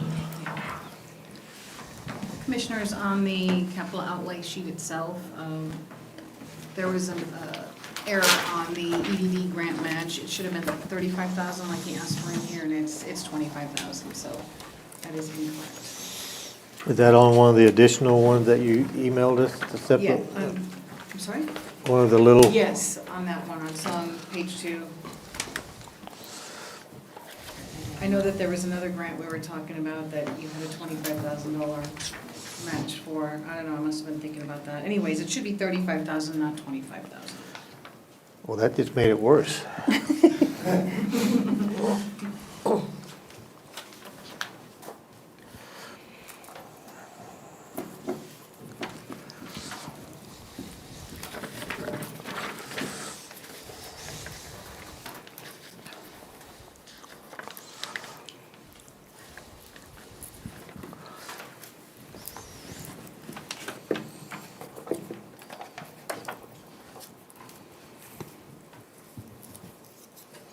So what's the mini split for the office? What do you got on there now? So right now, there's an LG system that's been there for 5 years. And that one, what we've encountered is approximately every 2 years, the drum fan and the motor basically detonates. So we've had to replace that part twice over the last 5 years. The last time it was done, the service guys came out and said, parts for these LG products are going to probably become more difficult to obtain, kind of like a planned obsolescence. I was rather disappointed to hear that. So it's just, it's probably just upgrading it to a better system that would have parts further out. The parts are about $500 to get them replaced, part and labor.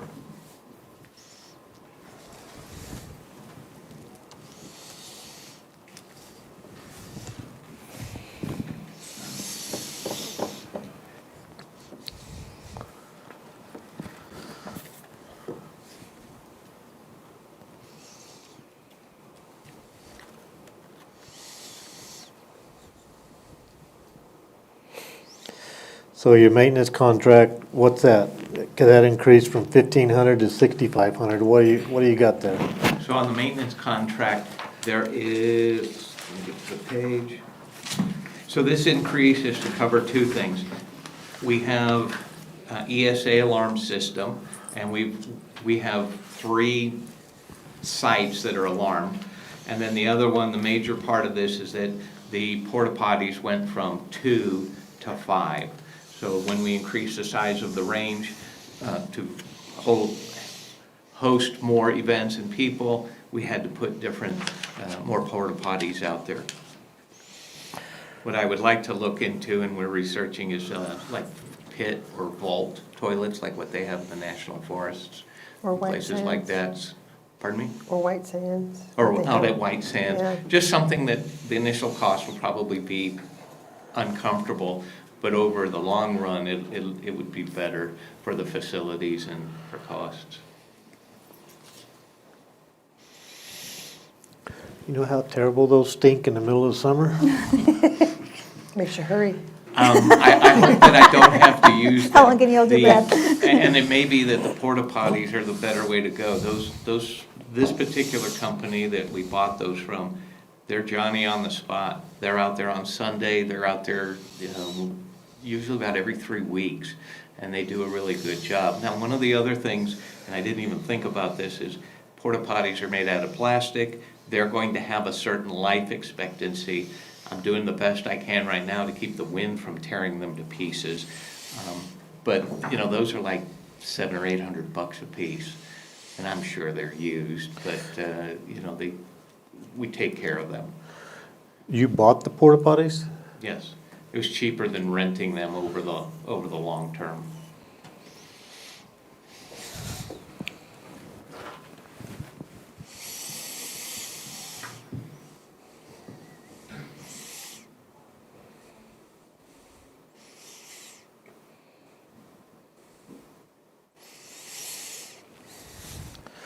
Ralph, can you look at the tractor?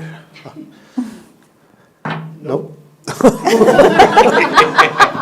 Oh, I'll remember that in a little while. Nope. All right. At least he's honest. So the tractor only leaks. The tractor is not reliable, and it leaks, and it's not easy to utilize, because this is a tractor that was designed back in the 70s. I don't have a lot of farmers working for me. I have people who need simplicity so they don't run themselves over. A newer tractor would afford us more flexibility in taking care of the range ourselves. The ones that I was looking at just would run circles around this Ford tractor. And so I don't want to bring up environmental issues, but my place looks real interesting with a lot of fluid on the ground that some people probably would get upset about. So, but it's a reliability issue. This tractor is just old and beat up and wearing out. So you got a list of all this, a dozer, a front end loader, and a backhoe, and this utility tractor. Who's running the dozer and all the other equipment? My part-timers. I've got 3 part-timers who can run that equipment.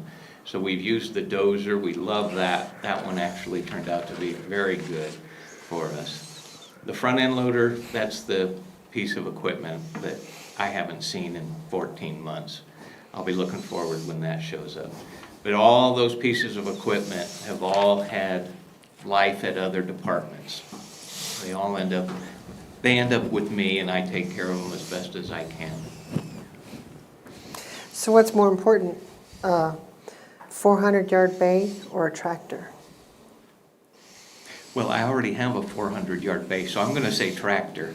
Well, you're asking for your 200-yard bay too, so think about that To one. That's what she's upgrade. meaning. Okay. It's upgrading from 200 to 400. No. So there's hang on a minute. Which number are you looking at? B. B. So what we're looking at there is we're looking to replace the canopy that covers the 200-yard bay. Okay. And to replace it with a canopy that is identical from the same construction group as what's on our 400-yard bay. All those canopies were built, I'm gonna say 30 years ago. What we found is when we tore down the old 400-yard canopy, we found that the supporting posts had corroded quite a bit, down to where there was some questions as to how long they would last before the canopy would collapse under the wind loads that we get. So I would like to replace the 200 this year. I'd like to replace both of them, but I would like to do the 200 first and then the 50-yard one, and that before they fall down. A little side note, one day while going to the range while working as a Border Patrol agent, it's 2017, bays 200 and the 50 were covered with pink stuff. So I was wondering if somebody was like cleaning cars with pink foam. It was a trailer that had been left on the range that should have been hauled off and destroyed. There was one of those downdrafts. It blew that trailer to pieces and put all of its roof and insulation all over the range. So the range actually was closed that day. Now, I worked for an agency that works on that kind of stuff, and it didn't bother us at our range, so we did our stuff. But the guys who were working that day had to get facilities to come out and help pick up all of the insulation. When that roof ripped loose on that trailer, it hit the roof of the workshop, so that had gotten damaged. But thankfully, that destruction occurred at night. Nobody was at the range, so nobody was hurt, so no harm, no foul. But had that trailer that had been basically worn out been removed before 2017, that event wouldn't have happened. So I would like to make sure that a similar event does not happen on the 200-yard range and eventually on the 50. That price of $25,000 includes the company coming in and removing the existing canopy and then constructing a brand new one identical to the 400-yard range.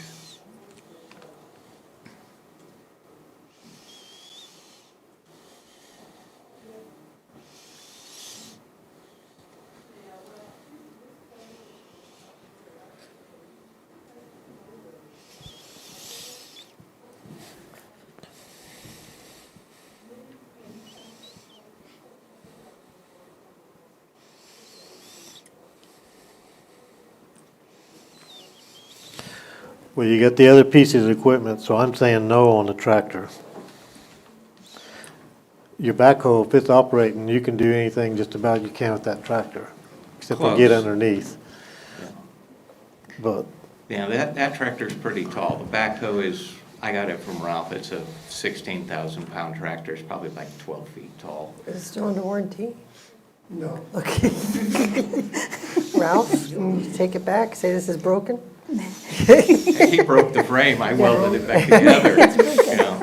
But no, one of the things on the new tractor would be that you have the ability to pull dirt around with a blade or a box blade on the back, and we use that capability quite a bit for weed control and for moving dirt on the berms that hold the target frames and cleaning up the area, moving gravel around. It'd be a little tough on the backhoe to use the backhoe for that type of features. My dad just bought the little grader from the city auction, and they stopped using it because the wheel fell off. And my dad fixed it at the auction yard, and then we hauled it. And he used it all weekend. Just for a weekend? Well, we'll keep using it, but I mean, he just got it last week. It was from, and way less than it should have been, going through the government auctions. We've got to be able to find something like that. I don't know, because these are kind of like not full-size tractors. They're kind of compact or above a compact tractor, and that allows me to get into tight places. So that's one of the issues we have at the range, is that there's plenty of places that full-size tractors are not going to be able to get into. So Kubota or something is what you're looking at? Yeah, like a 35 horsepower tractor, something that isn't more than 6 feet tall with maybe 7 feet tall with the roll cage up. But it's also got to have a short wheelbase too, because, you know, turning the backhoe around with 10,000 little U-turns there is going to be counterproductive. So here's where I'm at. I'm no for the septic, no for the tractor, yes for the grant match, no on the truck. And I don't know about the canopies. go back to the beginning, let's start at the beginning, so everybody's, go back to 3.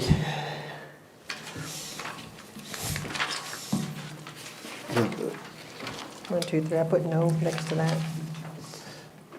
You put a what? Oh, that's just maintenance. Yeah. Okay. 4 is the maintenance contract increased. That's probably a for reals one. Yep. Equipment repairs, probably normal. I had you marked down to 5,000 by the increasing of the 6,000 on the next one. Is that a feasible deal?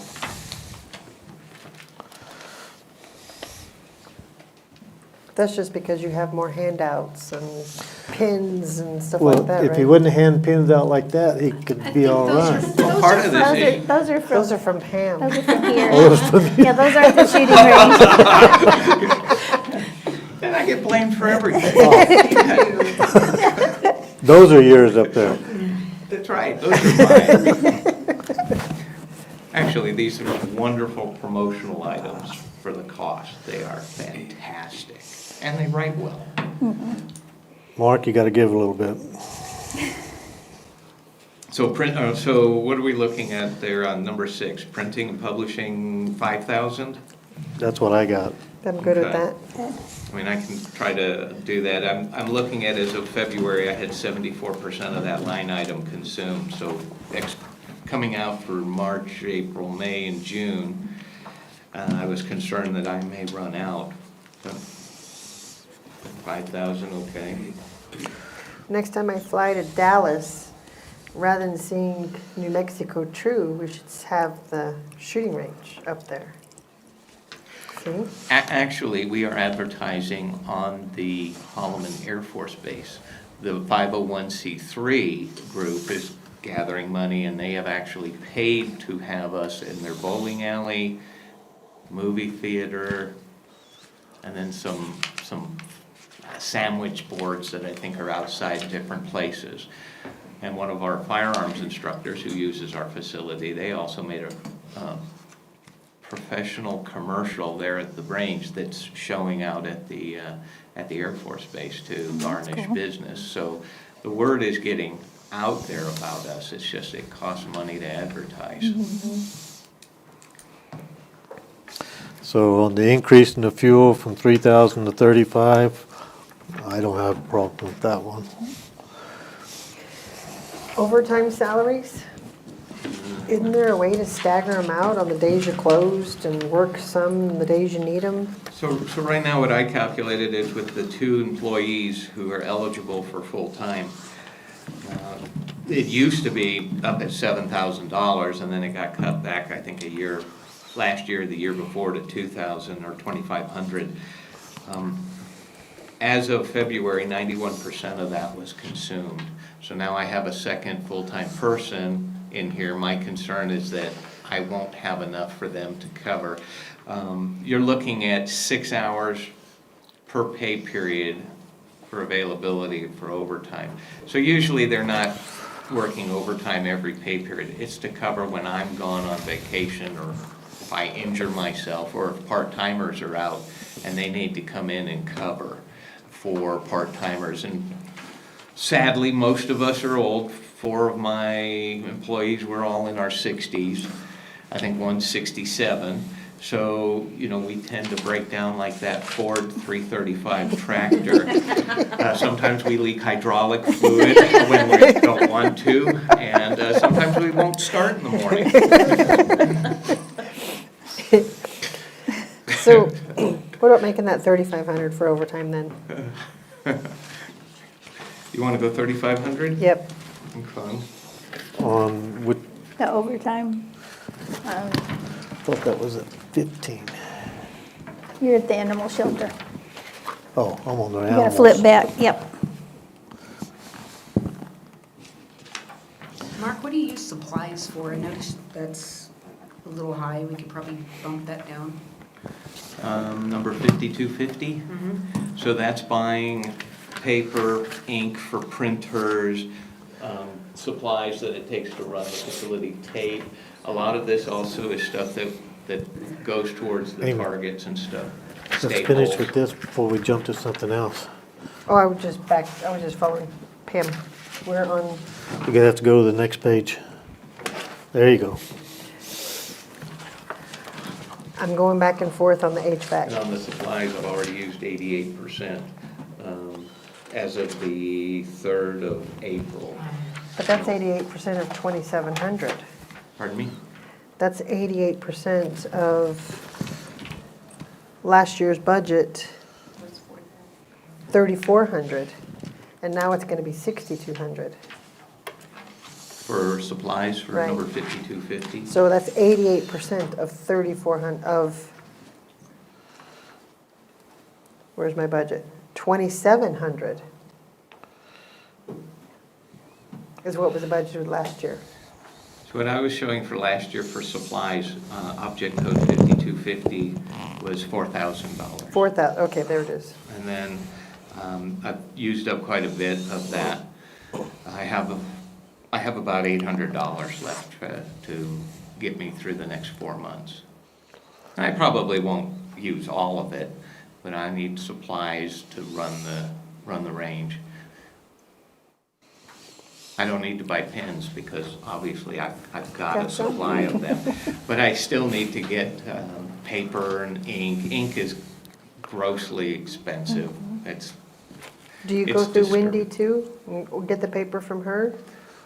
Or, I don't tell Wendy that. I just smile, give her some flowers, and try to get out as quickly as possible before people notice keep up the good work. that I'm carrying more paper than I should.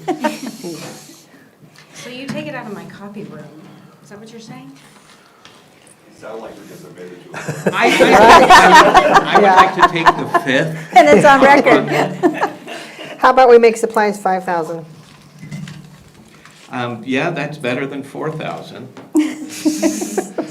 Got a big hole for yourself.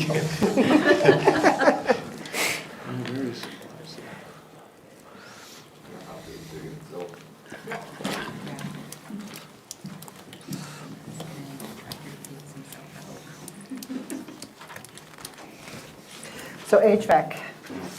Oh, now we're jumping back to that.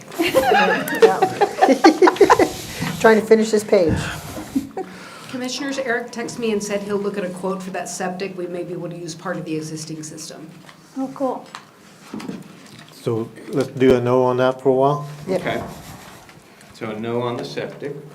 Okay. Yeah, I would like to have Eric look at that, get ideas of, how can this best be? How can this be replaced so that it will serve the county for a long, long time and can be serviced so that it doesn't catastrophically fail when this one might? They don't even have cleanouts? No, it does have cleanouts coming out of the bathrooms, and there's a 90-degree turn that goes over to the septic tank. So I really doubt that you can service the septic tank from those cleanouts. And I have no idea where the leach lines are on that baby. There's not a clean out way off out somewhere sticking up out of the ground? Now, this thing went in back in the day when you didn't have to put the manhole covers on it. Well, I understand that, but usually there's still a clean out, but that doesn't mean there is. Nah, unfortunately for this one, there isn't. Okay, go back up to, we're no on the truck, No on the truck. and then we're requesting the canopy.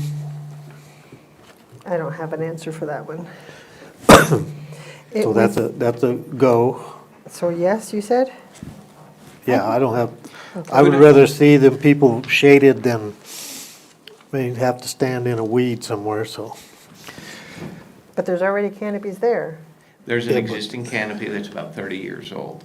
And if that canopy is in the same condition, which it should be as the 400-yard canopy, then the supports coming out of the ground are probably not as good as they once were. And so my concern is catastrophic failure of that canopy. As long as it happens after 8 p.m. and prior to 8 a.m., I'm not too overly concerned. If it happens during the other time, I'm really concerned. I think we should do it because we just had this happen at the pottery up in La Luz Canyon, and one of our canopies blew off in the wind, and it was 100 years old, and it hit one of our buildings, and then it damaged the roof. Okay. And it's kind of the same deal. Okay, I'm gonna go back up to the HVAC. This one. Okay. Okay, so in number 9, B is boy for the canopy. Is it yes, no, maybe? I say yes. Yeah. Yes, okay, Okay. thank you. Okay, now go back to the HVAC. Hang on. Thought we said no on that. I don't have anything. Yeah, because Eric was gonna, He's gonna look at the septic. The yeah, septic. Now Oh. we're looking at We're looking at the HVAC. yeah. I guess we're gonna wait on that. Mark, run that other one till it dies. Okay, Seriously. Okay. I mean, and then, because they're not $5,000 now, you can go to Home Depot and buy them for $3,000, and yeah, like $3,500. Juliana can find that for you anywhere, so. So to make sure I understand that when this one dies, I just go ahead and go to Miss See if Moneypenny, Eric can repair it. and she'll give me some money. See if Eric can repair it, Okay, and then keep it going. right, okay. So I have no on HVAC, no on the truck, yes on the canopy, no on the tractor, yes on the grant match, no on the septic. And erosion control is next. Who's doing that for you? For erosion control, what I want to do is get with Trent and put the erosion cloth against the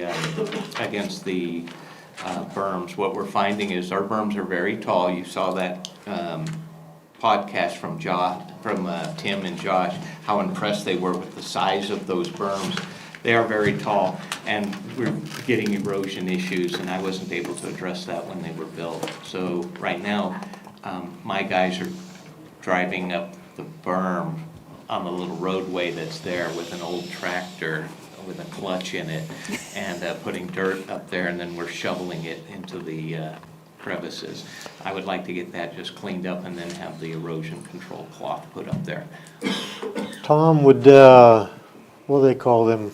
Round woggles, wiggles, whatever, would those stop that? You should be able to get those. I still think you're giving them away for free up there in Downs. Are they? They used to. I'm not sure if they still are or not. They were giving them away for free up there. Be something to look into. Would you think that would stop it? Or It would probably bring it down about 75%.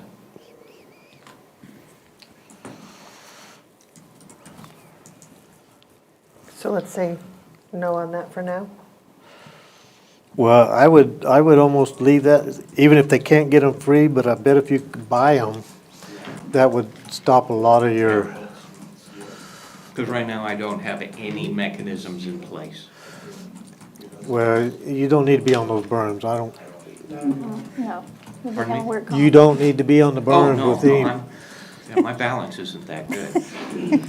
No, I'm talking about with piece of equipment, but it's, I would leave that in there just to see if you can get some of them, because Okay. Mark, it's Sierra Contracting. Sierra Contracting? Okay. because I understand, we just paid a lot of money to have those redone. Yeah. That's kind of important so they don't wash away, but on the top of it is which way you got it sloped. Do you got the water where it's gonna run and come down the berm, or you got a V, like a water control behind it? What do you got going there? On the top of these berms, it's flat, and that, because they drove up there with the tractors to put dirt up there, so the very top is almost 8 feet wide. So the water is sitting up there and it's peeling off On the both side sides. berms, Yeah. the side berms you're talking And then about. it's bringing rocks and debris into the, well, I don't care if it comes down onto the roadside, but it's bringing debris down into the shooting side, so then you have rocks and then you have ricochets. So that's not really gonna do no good up there on just that little short of width, because your main water is hitting what's hitting on the side. You're gonna have to go at the top and then probably 10 feet down from that, and I don't know how tall his berms are. 25 feet. So if you did top, which is stop the top water, and then about 10 feet down, it's gonna stop that water, and that's probably about as far down as you're gonna wanna go with it anyways. And I'm talking with Trent about this, because I had showed him some of the, that cheesecloth looking stuff that you put down. So he's looking into some other options, and that's why I looked at what the price of the cheesecloth was, and it came to about $3,000 to cover the different berms that I'm seeing a lot of erosion on. And sadly, it's most of the new berms. So a little disappointing to see that.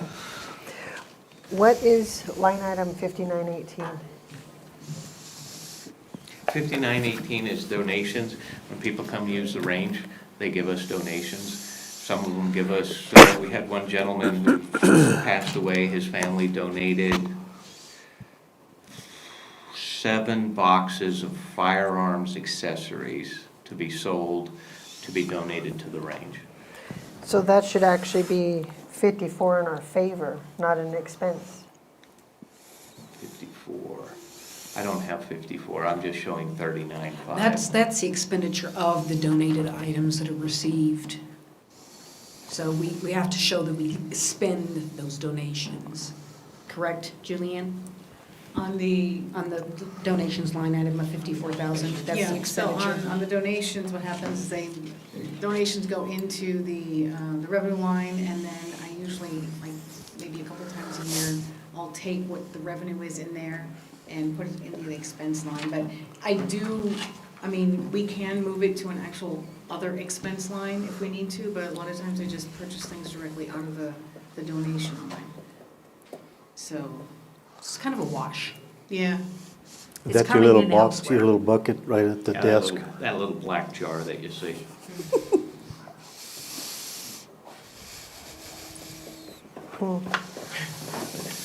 Well, you've got enough money in the donation bucket there, you could have bought you a tractor. Right. What are you Or spending that tractor. money on, pens? No, not pens. Actually, it's so that if I need to do a match, I have that. I would love to spend all of that on the tractor, but then it would, I don't know, I think that would be reckless on my part as the guy running the range. So, That's good to know.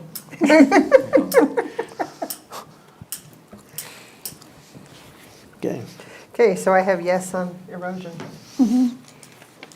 yeah, Anything else? I think that's it on my part. Okay, all right, I think that's it. So on number 3, the vehicle maintenance and repair, that's okay. And then on number 4, the maintenance contract, was that okay? Yes. And then the equipment repair, that was okay? That was number, I don't know what that is, 5. Okay, looks like I have that, very good. Thank you. Thank you.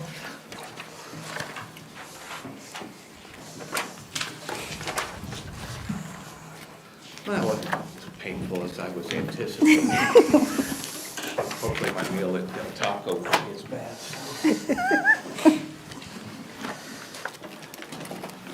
Thank you. Thank you. Now, last year I said if you bring a puppy, you'd get everything you asked for. I would have brought you 17 puppies if I had enough hands to carry all 17 of them. We need an emergency puppy.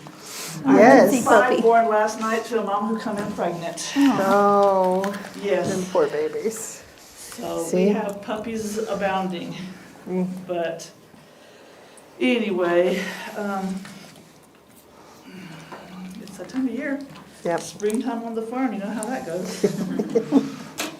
For all those unneutered and unspayed dogs we have running around. And boy, we have tried. We have tried our best to get everything taken care of. Sometimes I feel like I'm just banging myself against a brick wall.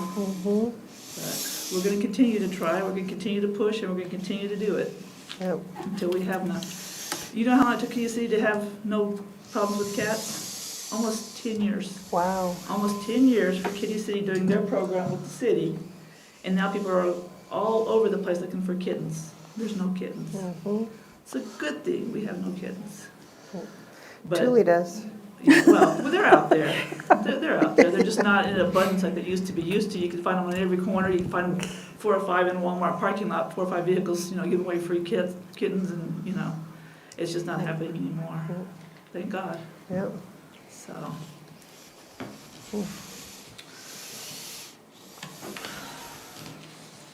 I thought you were going to ask for a whole new facility. I am. We're gonna have that discussion. I'm not gonna ask for it this time, but we are gonna have that discussion because it's getting there, that facility is 20 years old. And we're getting to the point where we're gonna have to do something about it. There was a couple of things I wanted to address, and Julian's probably more the person I need to talk to, but it is part of the budget, so I wanted to say it while we're out here. On my line item for health insurance, they've taken it down.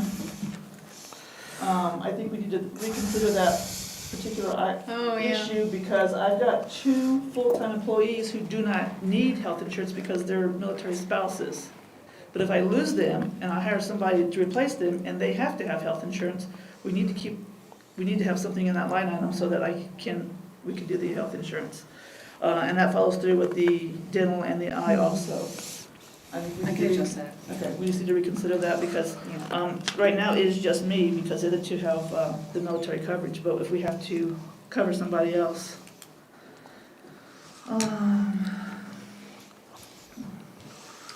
Other than that, I think my things were just, my biggest item is kennel repairs. And that's where it's gonna hurt. It's gonna hurt everybody because I don't know how we're gonna do this. I've talked to Eric. We have not come to a plan on how we're gonna do kennel repairs.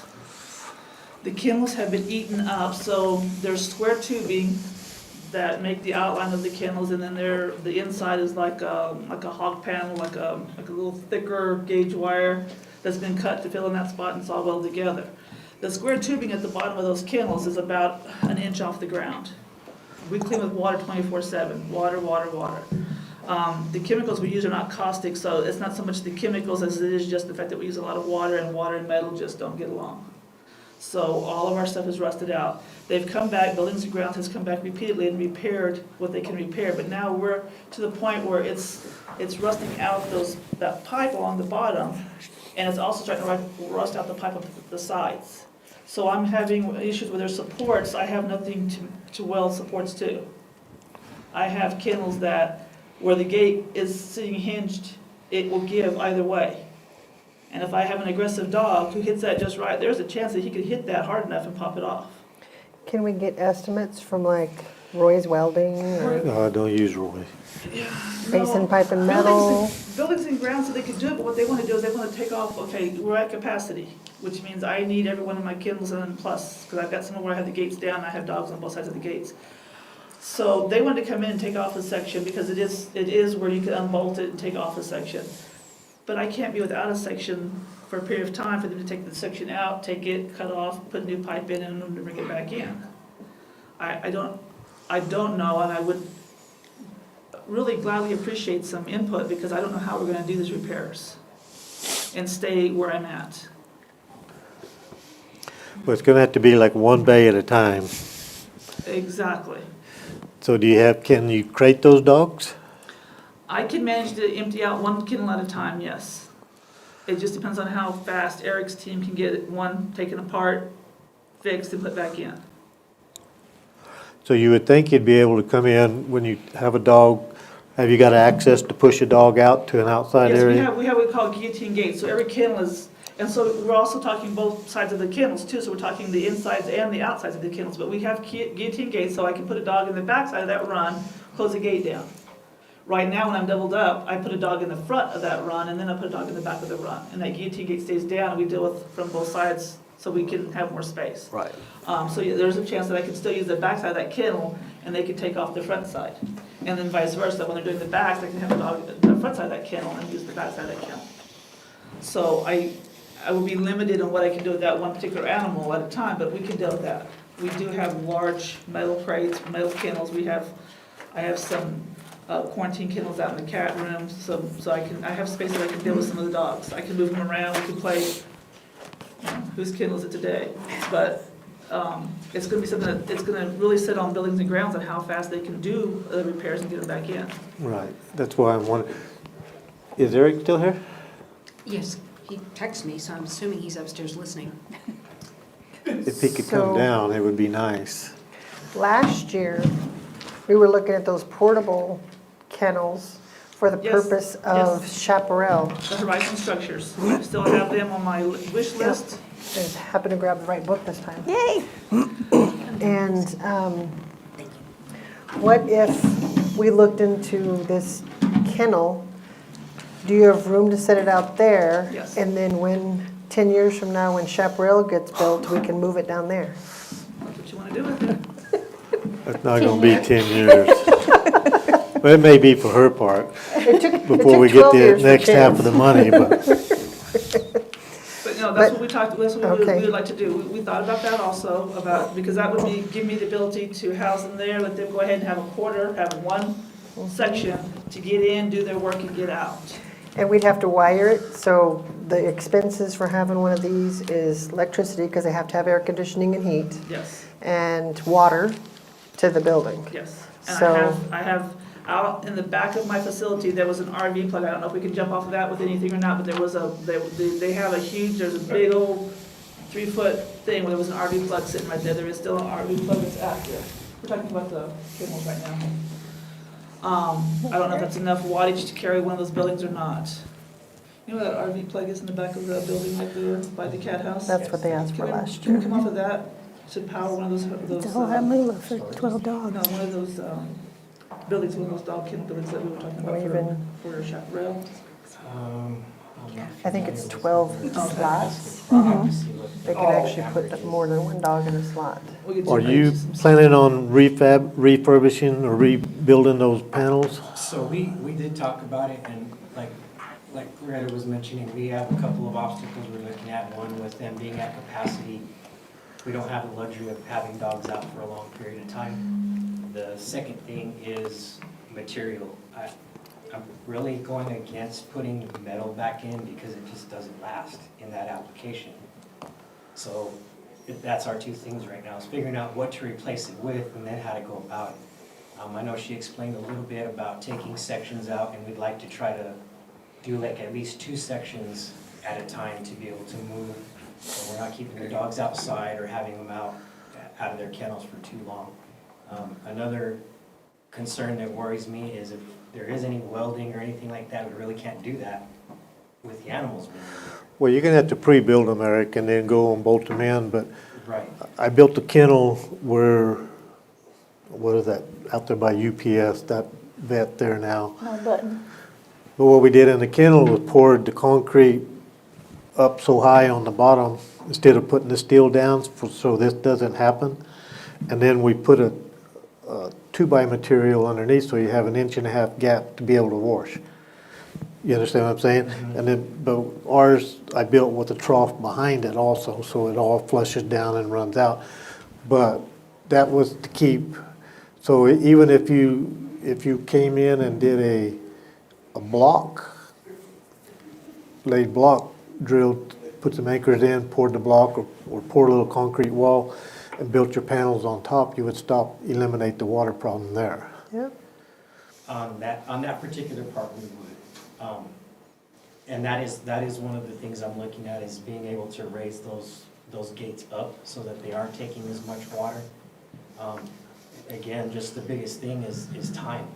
How long is that gonna take us to It's gonna go take a in long time. and lay the block and have, the dogs in there? We don't have the luxury of coming in and setting everything, pouring them. It's gonna take a long time. That's our biggest obstacle. So I think we can maybe utilize a lot of what's there. Another option I was looking at was possibly going back with galvanized fencing. I know that's what the city has, and it doesn't look like it's, obviously you see the wear on it, but it's a little bit longer lasting than just the metal painted over.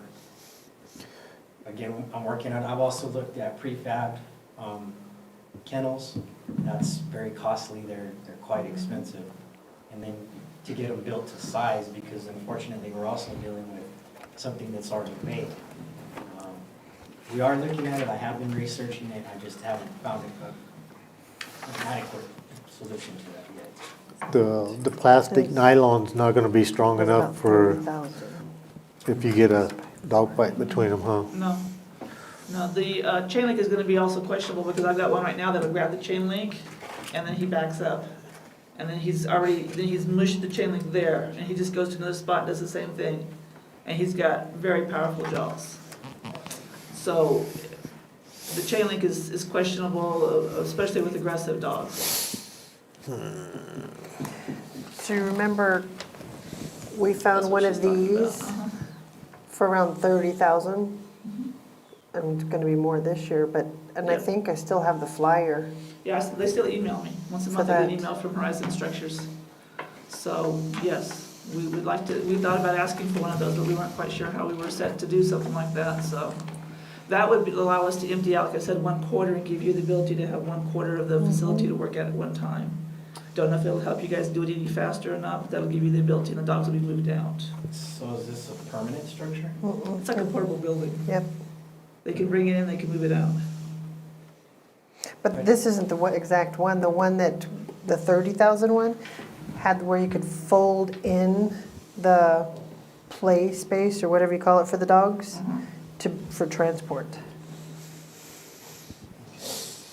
How is the cleaning and all that done? It's pre-done, it's set up with drains inside of it. So it still have to be tied into? They would have to have something outside, yes. Yes. That back corner back over there where we park the vehicles, there's those drains back over there. If we put it against that back wall, we tie into those drains.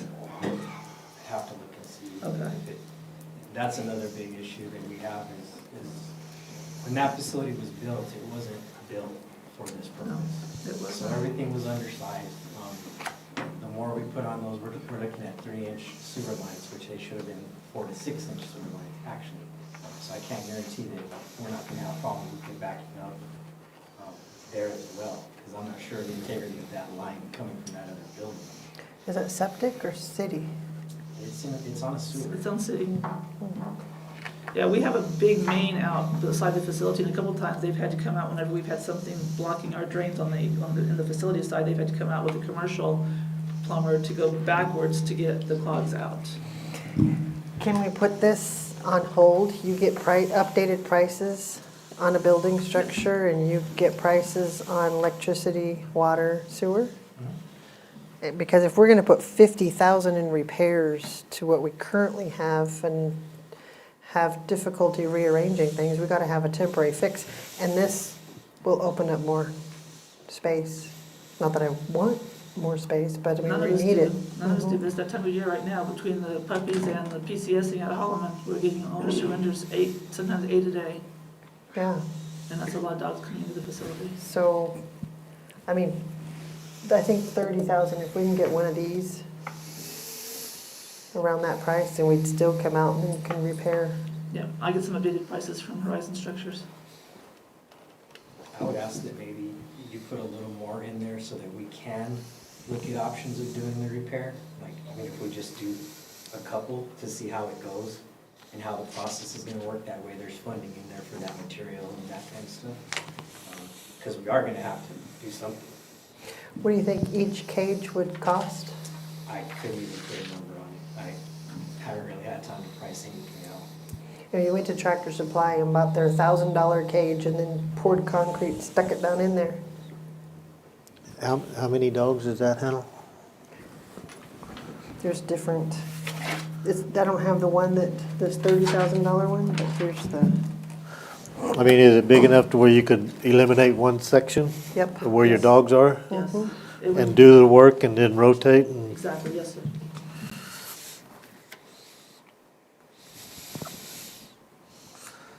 I'm trying to see what.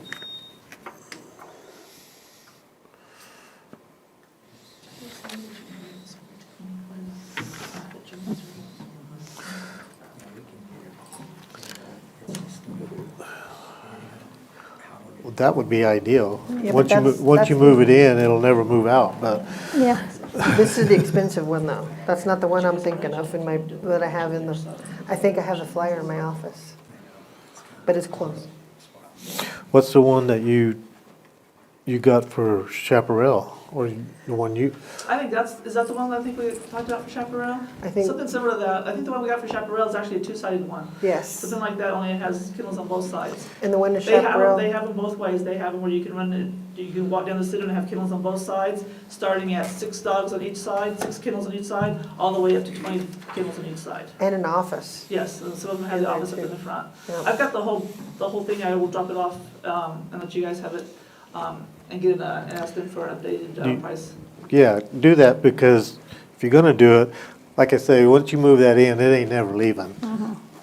So, That's fine with us. This would help as far as not having to build another building anytime soon. This would take care of some I of still that. want a new building, Oh, I do too. We need both. but that's not gonna happen in my lifetime. So we need to do this. I agree with you. That'll help us, that'll relieve a little bit of pressure in our facility. So let's table this part? yeah, 'cause I don't know why 36 is sticking in my head for some reason. I don't know why, but I agree with her. If it's somewhere around where you could do so many and take some out, if you figure in this 50,000, or see what the little thing, once you see what it is, then we'll make a plan from there. And then the canopies? Canopies are, thank you.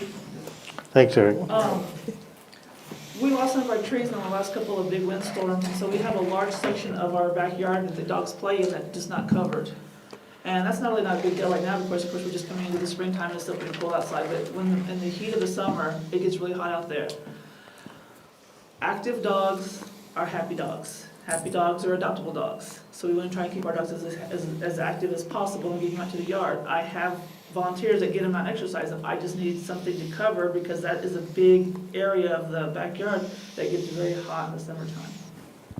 Are you thinking about those big triangle canvas ones? We tried those and those blew down. Yeah. We didn't have a good support out there. We're thinking more like the kind you find at the city's playgrounds. They have ones that are anchored on, they have poles that sit in the ground in concrete and they come up and then they have the canopy out like this. I think they're called cantilevers.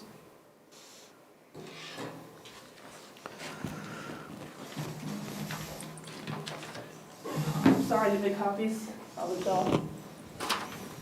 So the company that I talked to there, they have them and they also do installation or they can just get the canopies to us. So the canopies only anchor in the ground on one side, but they come up and they support out, they have support coming out and they're the stretched, they're the heavy duty nylon canopies. Proud of those. Like over the playgrounds and stuff.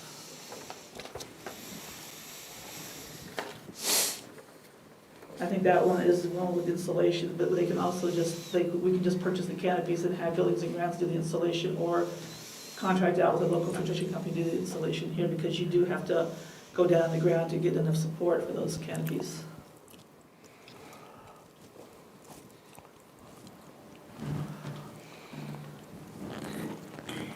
So one canopy is for the backyard and one canopy is from the back of the facility to the cat house.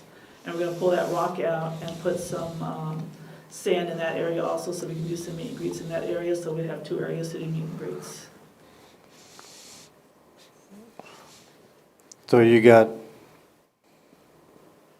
say, 26,000 for canopies and then 19 for installation?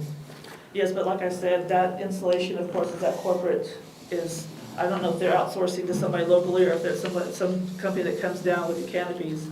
We might could find somebody that can do the installation here cheaper. We have National Construction down the road. There's several construction companies we might could see what they would charge.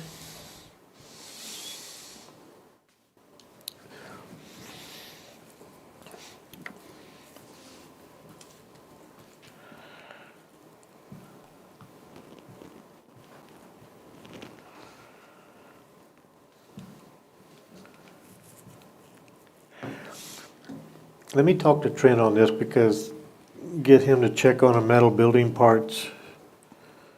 They can do the same thing or they could almost even do a full wraparound because you're looking right here, even with to labor and everything, you're almost looking probably 56 to 60 grand for total. Okay. Where you might be able to get like just a metal building part with just the roof on it. Just the top part, like a pole barn. That's kind of what we were looking for, something like that. We could just put up, just to provide enough shade for the animals.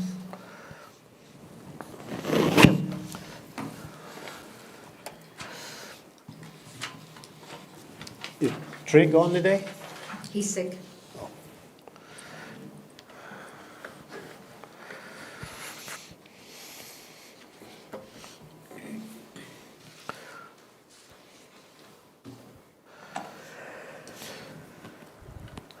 So let's hold off a little bit on the canopies and let me see what, Okay.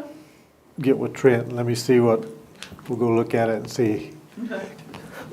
Because that may be, And there's several other companies too. This is the only one that ever got back to me with quotes. There were several companies that I had contacted that might could do it cheaper also, but I'm with you.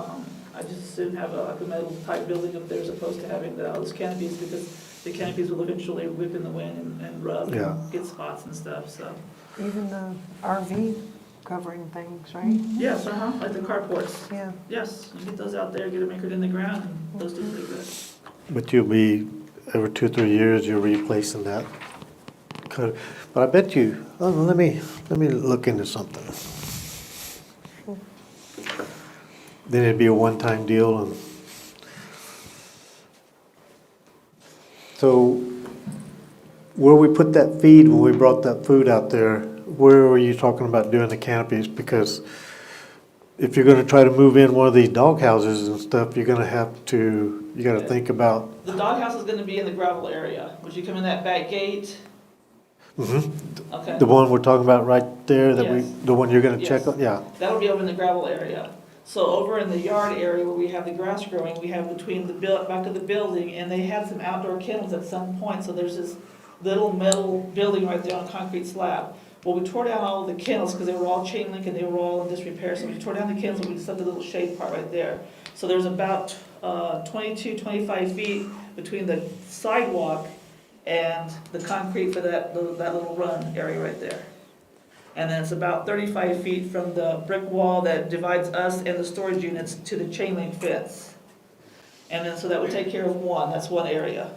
And then between the back door of coming out of the main building, going into the metal building, we were gonna put something over that area to give some shade between those two buildings, because we spend a lot of time up there in the summertime doing meet and greets. Because if we can have a meet and greet going in the yard, we can have a meet and greet going over here in this area too. Okay. And that concrete is just a little bit hot, so if we get some cover over it, it'll keep it cool enough that we can have meet and greets back there without having any problems. And that's a smaller area, that's, I don't know, I think that was a smaller one, so that's probably 20 by 22 it says here, somewhere in that area. Because those canopies you got there are only 8 foot tall, right? Yes. They said we could adjust the height, they only gave me the price for the 8-footers, we could adjust the height on those canopies however we wanted to do it. Yeah, one of them was 22 by 20 or something like that. This should be 22 by 32 and 22 by 20. 20, yeah.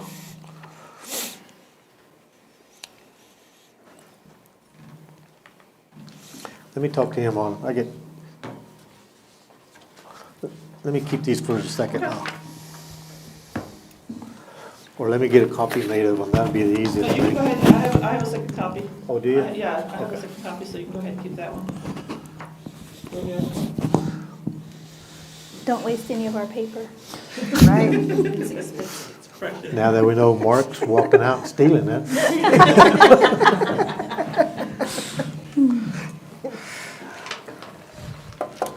Okay, is that Okay. it? Anything else? Do we want to talk about the yard repairs?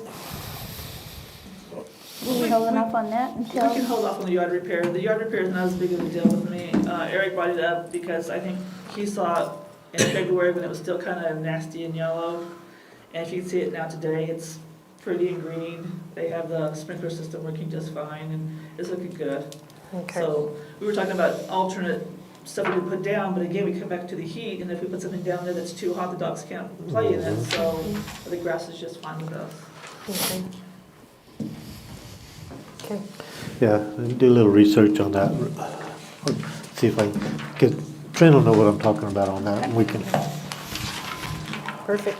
Okay, all right, Thank you. thank Thank you. y'all.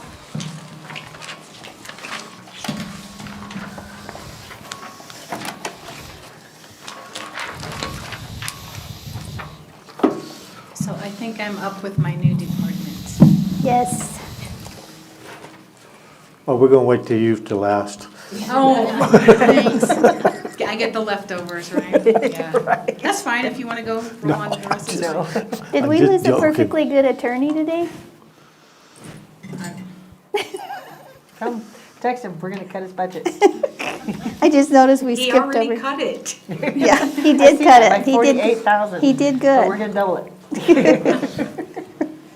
So you see, I have no real prior expenses, but I did, working with Pamela, I just tried to break out the portion that would be for the 5 employees in finance, and then the other 7 employees remain in administration.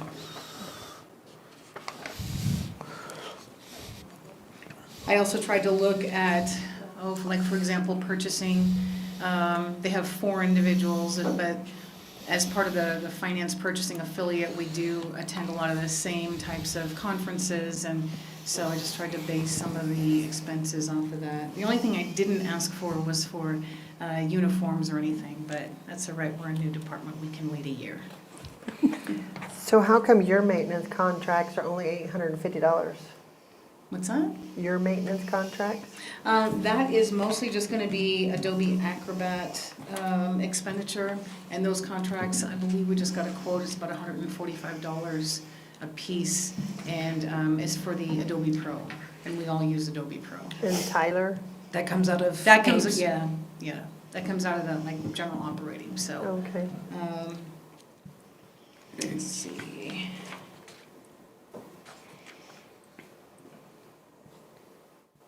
Yeah, because Tyler is used by, HR, purchasing, and of course, finance, general ledger, payroll, accounts payable. So there's multiple departments that use that, so it comes out of the general operating.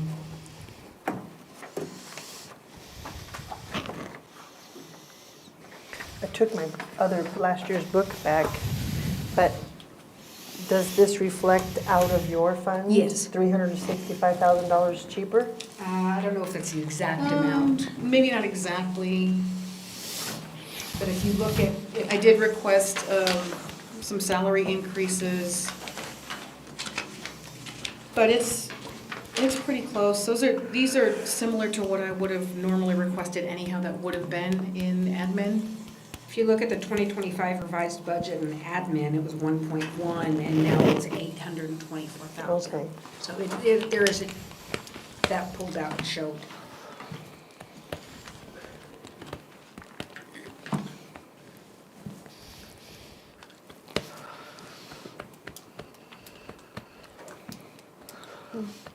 I think it's all right. I know we're not really talking salaries right now, but I did actually just, on Friday, when I came in, I received from another finance director, from the finance purchasing affiliate from Curry County. They just finished and got approved a salary study, and I'll send that to you all so you can see it. I think I don't know if they're exactly similar size, but you can see the other counties that they used for comparison when doing the salary study, and Otero County was one of them. So I'll send that to you all, just so you Yeah, have something I'd to be review interested in for that. salaries. Do they have a $10 million difference from last year to this year? That I don't know.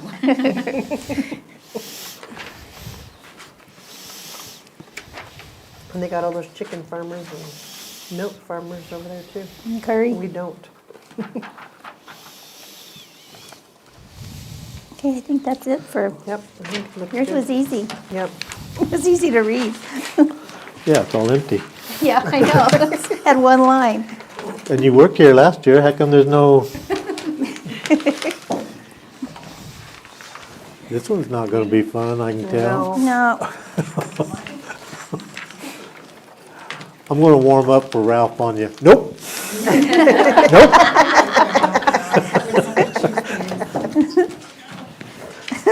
Good afternoon. Good afternoon. It'll be good evening here On your pretty day soon. off. Good day off. So there's a whole packet, I think I mentioned, of additional, like the updated memo and some quotes that Nina received late after the books have been printed. And so that should all be your stuff. And Nina, the information you sent me this morning, I was able to print out for them as well. Thank you so much. I had a hard time getting some.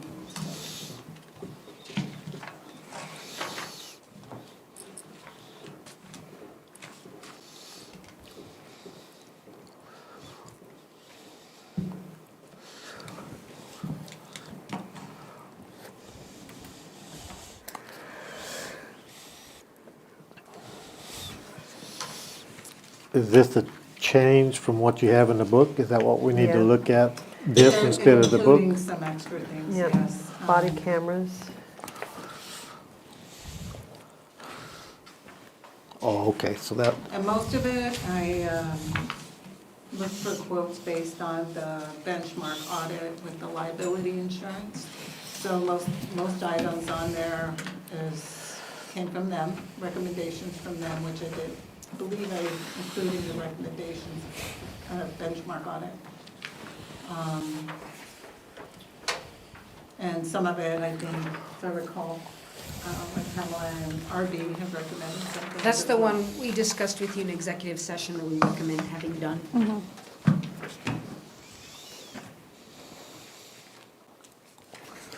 So the portable body scanner, I thought we already bought it. No, that's, the one we have is not portable. It's a lot of weight. It's just an This X-ray. is different. This is for metal. because we are finding a lot of syringes and makeshift weapons in the back of the jail. I mean, I'm just including it for safety and security purpose. We could put it in the lobby for visitors. It's 20-some pounds and it's movable, and they had a demo on it. It'll pick up something as simple as a staple based on the setting that we set it at, where we're, and so it's just to the safety and security. We have a rise on syringes getting in, wherever they're putting them to get in. Just not going there, but. So visitors, do they have contact?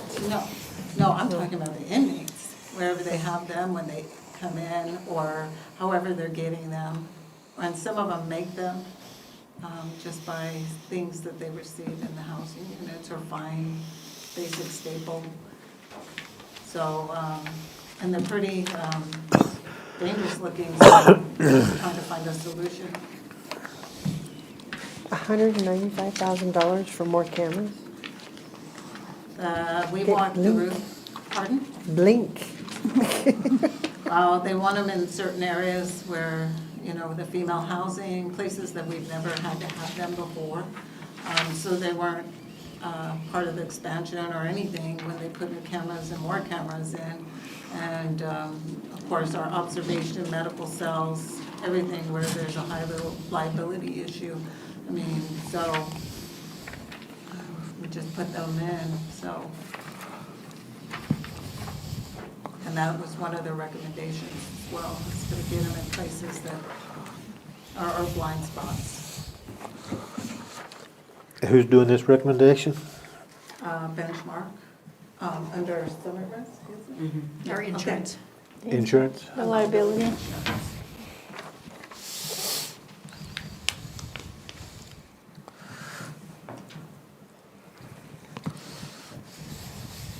On these biosensor bands, can they take them off? Well, we'll have to see. We're waiting for, Emery was helping the guy that's supposed to put the ones from previous budget in, but it all has to do with a lot of technical things and logistics that, but they wanted all restrictive housing on the audit to have them. Anyone with that's chronic or acute mental health or suicide watch to have them. Because if they can take them off, they're kind of pointless. Well, they're supposed to be heavy duty, and I don't think, I mean, they would have to really work at taking them off. It's supposed to have like kind of like an OtterBox for a cell phone type over it. They're supposed to be, and reusable, so it goes over it. So hopefully they're not on it too long. So, you know, the longer they're there, the more they figure out how to manipulate it. So do we get a discount from our liability insurance if we do all of this? That hasn't been offered at this time. Right now, we're just trying to reduce our risks in those lawsuits. Yep. If we reduce those lawsuits, we'll see a drop in premium. So this will help.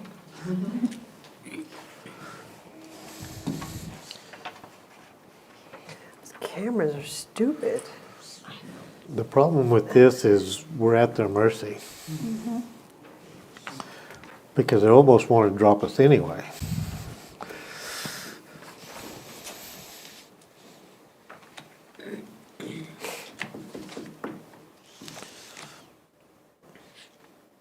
So one of them is saying 15, and then you says there's a note to possibly need 30. I'm sure we could probably reduce it if, then we put the most, I mean, they're all important. I'm not gonna say they're not, but maybe we could try to get it reduced. Well, we got cameras in there, didn't there?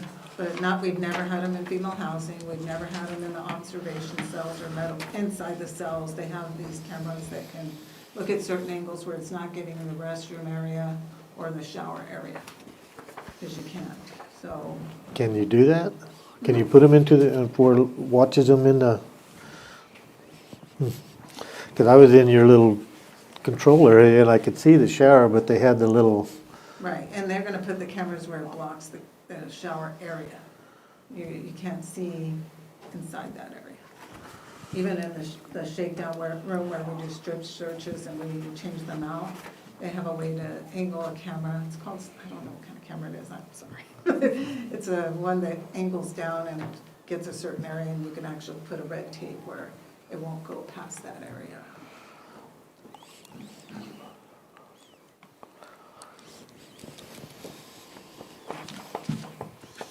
And did we give you vehicles last year? No. I even sent you our inventory on vehicles and the mileage with when I submitted it. Most of our vehicles have 150,000+ miles on it. I thought. Yeah.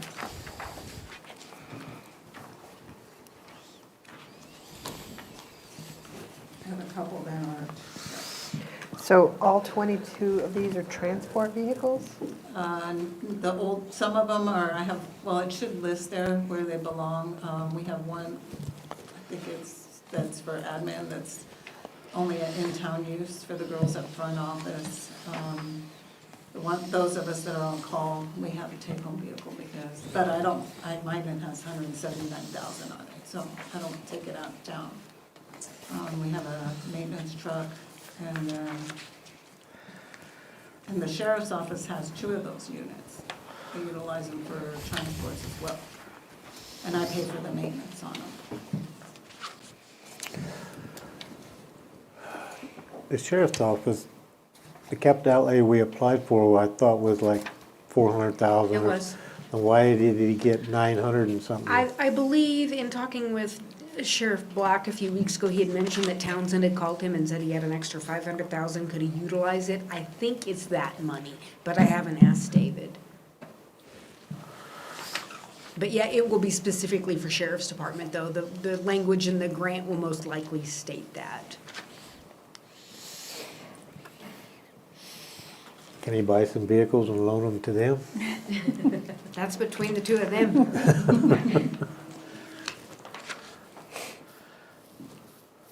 I mean, the only thing, you've got the Equinox says admin next to it? Yeah, the front office, it's an older. I mean, that's the only thing really with unreasonable mileage. Those Crown Vics will run for life. Well, I have one down, the number 2 is no longer in service. I think number 1 or 2, one of those Crown from 2004. And it's not a transport vehicle, it doesn't have a cage or anything in it. It was previous administration director's vehicle. They could transport 28,000 miles. Oh, those are the newer ones. We have 4 that are reasonable. One that's waiting to go in the shop, I don't know what's wrong with that one. And one I'm waiting for body work quotes, so we're kind of down 2 on that as far.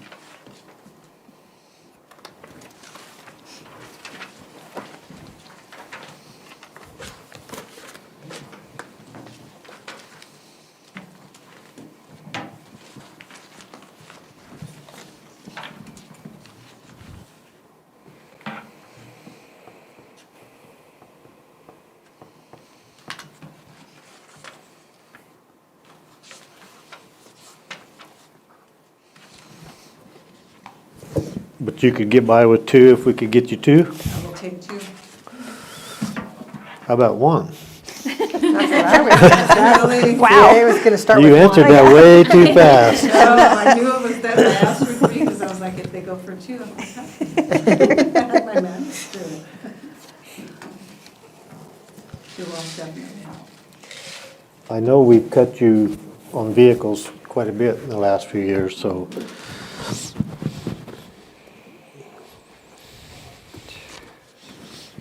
Yeah, because last year I think I had to choose the body scanner over vehicles. I remember that, and it was like body scanners, safety and security. Got it. So 2 vehicles and body cameras for 34. That kills me, $197,000 for cameras. There's gotta be something else Or out we can try there. to reduce them or look for different, I mean, It's- find other surveillance cameras. Yeah, that's just absolutely out of this world. The important thing is that we stay on the same system that we currently have. It would be cheaper to replace it all than just $200,000 for 15 cameras. No, those are actually for 30. 30, yeah, I mean, we could Well, still, replace I the know, whole I know. entire camera system for $200,000. There's a lot of areas that never had cameras in my 25-plus years, so, and they're requiring. This is 15 for the But it's 97. times 2, because when we did our walkthrough, I think I did an edit to my memo. So I put times 2 because. It's probably on this, when we yeah. went- We did our walkthrough, it's on my memo, Yeah. edit. It's on this one here, Yeah. Amy. Right. I already messed up on my page order. It wasn't stapled and I threw it up in the air. It's on the back of this one. Times 2. Turn Okay. that page over.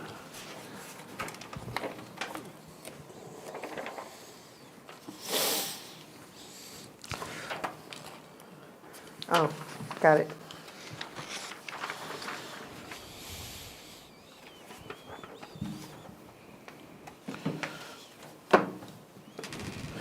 I say, So what the insurances are recommending, the body cams and the 15 or 30 cameras? Which one? Oh, they didn't recommend the amount, but when they did the walkthrough, they were telling us the areas that required, we should really put cameras in. It would reduce liability.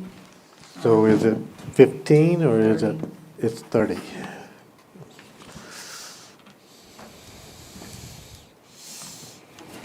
on your 5 desktop computers for 9,000, that's 1,800 a computer.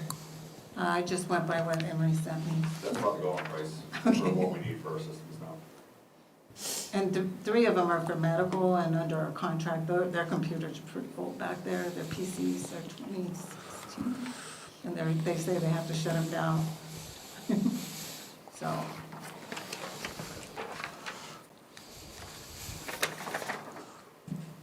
And didn't we buy medical bands last year too? Yes, per this audit, they said that all of my restricted housing, so anyone that's not in general population, that's in medical, suicide watch, wellness observation, they're recommending that even if, whether they're chronic or acute, that they should be wearing them. It will reduce in litigation.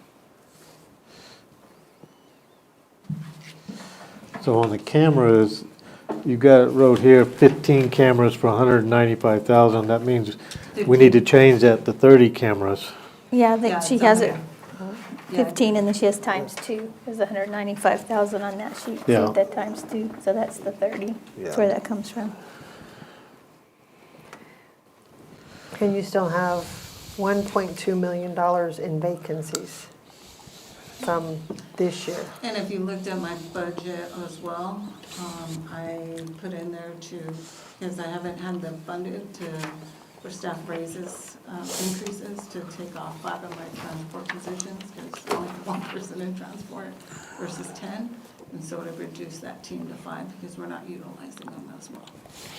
So, which would also probably give 4 or 5 cell phones back as far as our Verizon bill, which would reduce that as well. So on this sheet is the current vacancies or we are eliminating? Or all these that are in red Those are the recommended by actual the vacancies insurance? based So, upon, yeah. those positions that we've spoken about. Yeah, 'cause it's got so like the liability on that sergeants and one for the corporals, body it's just an cams. increase of $1.25 or $2 an hour, so that's not like a full vacancy, but The only one I was transport looking at officers, was she had cut this down one. 5 Yeah, of it those. doesn't say it on that Originally it one, was so I don't 10 know. to save money so that she could use that for the capital outlay and actually for other salary increases. But yeah, that's what I have, and it turns out to be about 1.2 million total.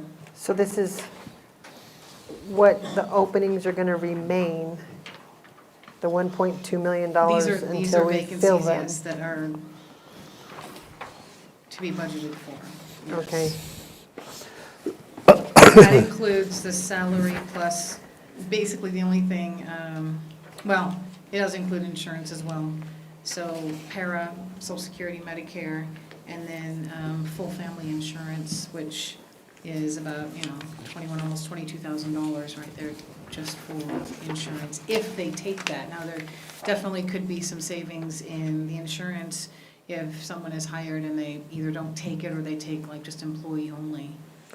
How many years you been running at this number where you're that many short? Actually, it's way better than COVID, so, I mean, we're getting applications presently. I have 3 coming on. And we have 2 more applications. So they're coming on, you know, I get 2 leave and then I get for better or better hours. I think with us, it's mostly they don't like the shift work or, you know, things like that. Or we're a stepping stone for other law enforcement agencies. So they'll get a year or 2 experience and then they'll go SO, APD, Border Patrol, wherever. And so we're like stepping stone to those agencies sometimes, especially depending on the age of someone starts at our facility. So, all these items that are listed in red, is that what the insurance is recommending? Or Yes. why, that, Yeah, well, I yes? put it in red because I had submitted, because I had surgery before I had to send my budget, and I didn't get the quotes until I came back 2.5 weeks later.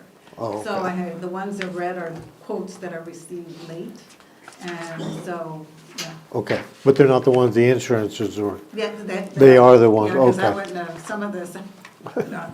Okay. It's just, when we went through the tour and sat with them afterwards, those were some recommendations, so. Actually, all of them are pretty much.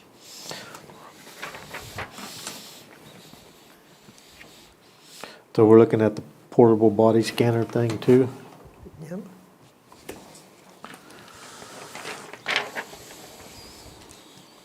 Commissioners, considering our lawsuits, and of course you're aware of one we've discussed, I don't recommend cutting these items. Yep.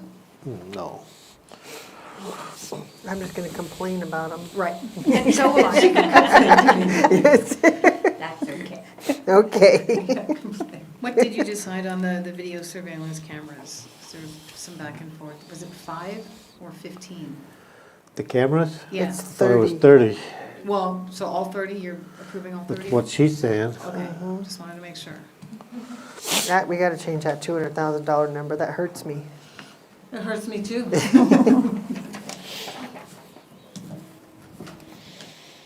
I say yes on the computers. Mm-hmm. And yes on the biosensor bans.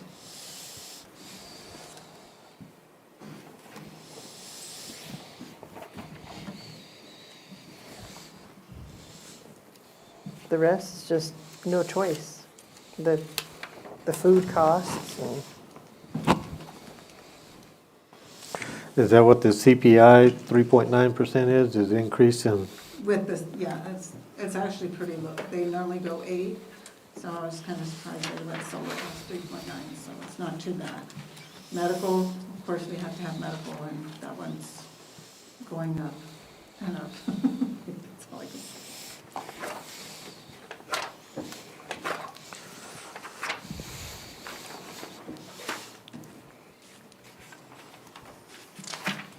how are the tablets holding up?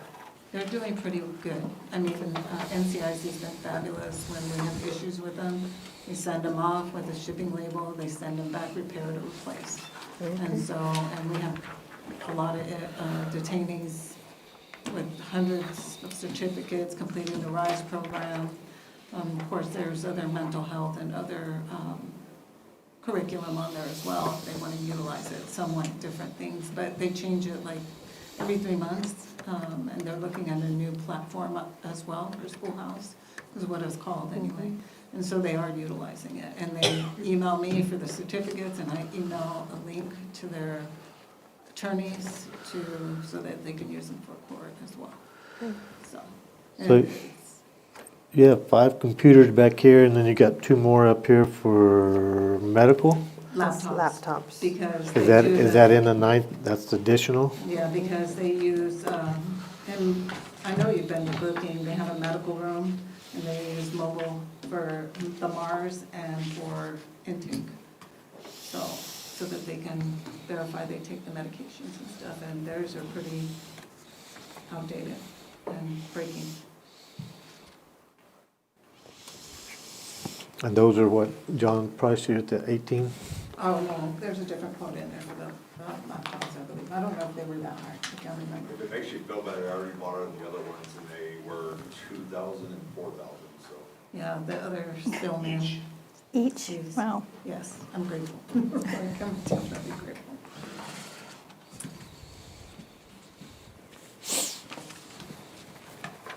Rental of equipment?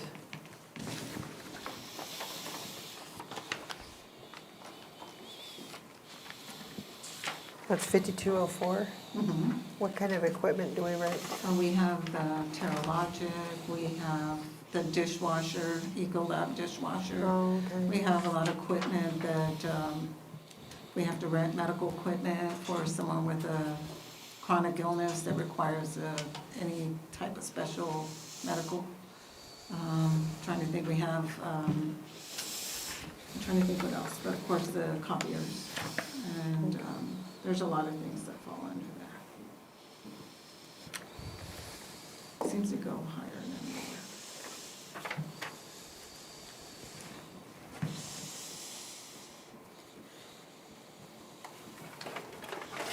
So just so I'm understanding this correctly, on the medical laptops, that's in the capital outlay, the 5,600? Am I right? And you have that at, you got 12,000 or something in there? Or is that something different? Am I reading that wrong? It's the two laptops, yeah, the 2191. Where are you seeing that at? On the, there should be a quote toward the back, but on the capital outlay sheet, the two laptops have total 2,191. I believe there was a quote for that, but it was on a while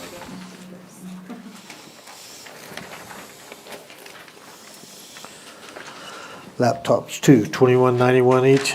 Or for the two of them? For two of them. Okay. Gotcha.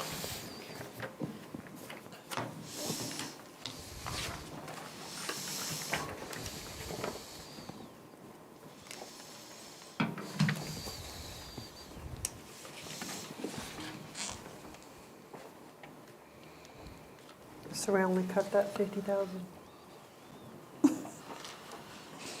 You want me to call our insurance company and give you their number? See if they can complain? About the cost of the cameras? Yeah. I'm sure they would care. Right.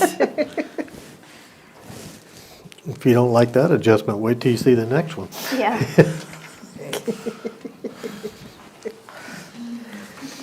That's all I got.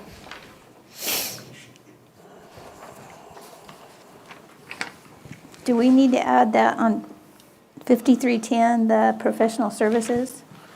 For the 75,000, that's not on the regular. Actually, I finally got a quote for that, and it's more so Yeah, that quote I 65. didn't have when I printed these books, so Yeah, that's correct. 65, I just went high because I had a hard time finding a consulting firm, but I finally found one for policy and procedures, so.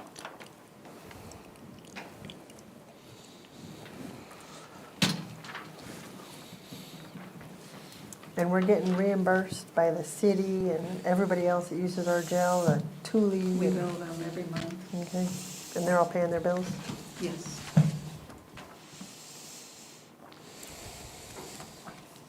Of course, this time of year, some people don't incarcerate, so.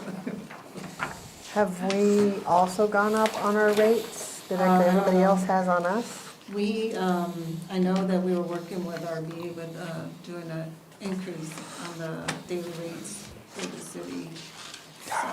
So it's already increased for any counties or anything, and they're just on their charges. However, the city, I don't know if that has been done, the city contract. Since you got one on that for 65. The You city finally and got a Thule and bill Cloudcroft. for 65. We don't get very many from Thule. I think Cloudcroft falls under Otero Sheriff's Office. Oh, does it? Otero, still.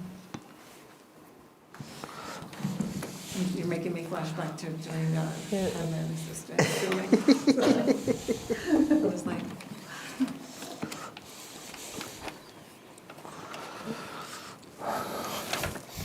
Okay. Is that it?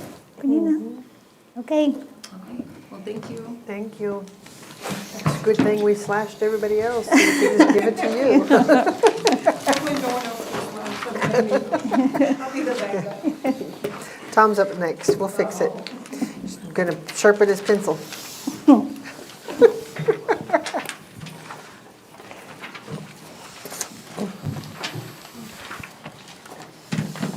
Good afternoon, Commissioners. Good afternoon. What do we say we was gonna have Chris do? Oh, work on Mark's tractor. Yeah. We'll go right back to where my budget's at. Where would you like to start? Nope. Tell me what you can do without. Sure. Start with the basic budget, or do we want to go to capital outlay? 270. What's a forest reserve? Forest reserve?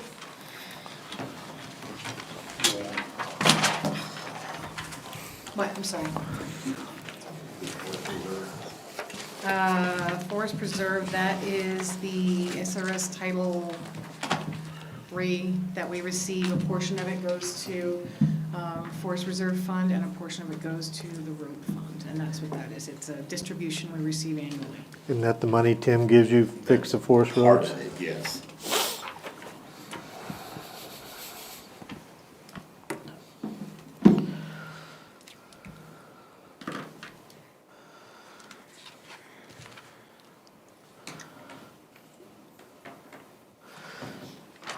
Tom, your equipment repair and maintenance, is that in the shop equipment or is that equipment? That's bulldozers, Oh, okay. loaders, backhoes, and the reason that one and the vehicle repair and maintenance, the reason the numbers have both jumped up significantly is because of the lack of mechanics. I'm actually now having to sub out a lot of the work to the two shops in town that work on that kind of stuff for us. What is motor vehicle fees? That's, you're looking at the revenue. Yeah. So that's all revenue that we, that whole page 39, that's all revenue. So they receive, and that comes from the state, motor vehicle fees, gas tax 1 and 2. And then there's the programs that he submits for each year. Don't usually get the school bus, but the co-op and then the county arterial.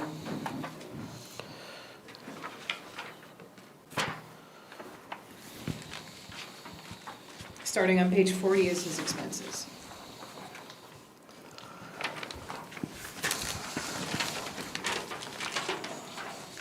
So we received $9 million.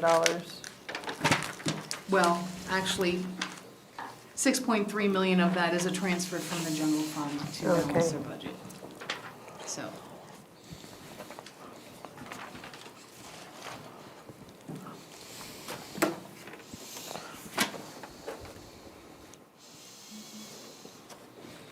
So we actually only receive 3.3. Yeah.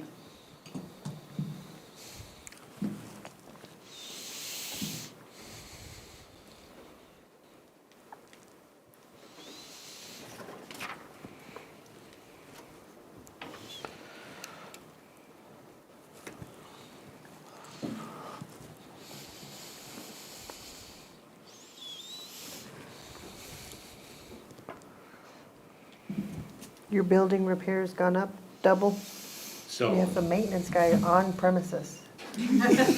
Not yet. And again, part of that is to finish up that new building that'll put in the ventilation system for the welding side of it and the cooling of it. We already have the heat hooked up, which Eric did fund, but where the two buildings are separate, I've gotta have a ventilation system to keep the welding fumes out of there so it doesn't get into his side, and I've gotta get it so we can cool that place down.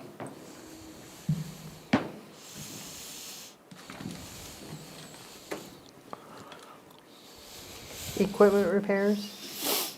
Yep. Doubled?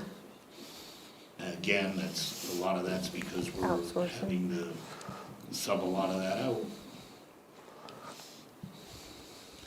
And both shops in town, their labor rates are $185 an hour Holy cow. Who are you using? to their own contract. I think I need to be a mechanic. Good, job well hired.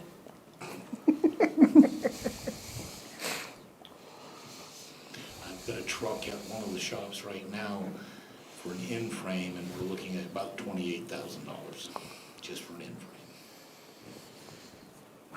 No. I did one for 35, it lasted a year.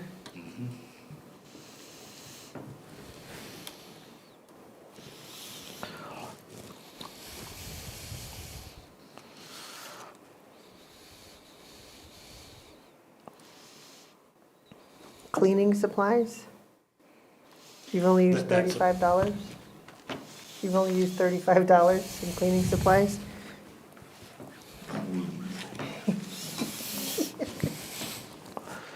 Are you not cleaning your bathroom?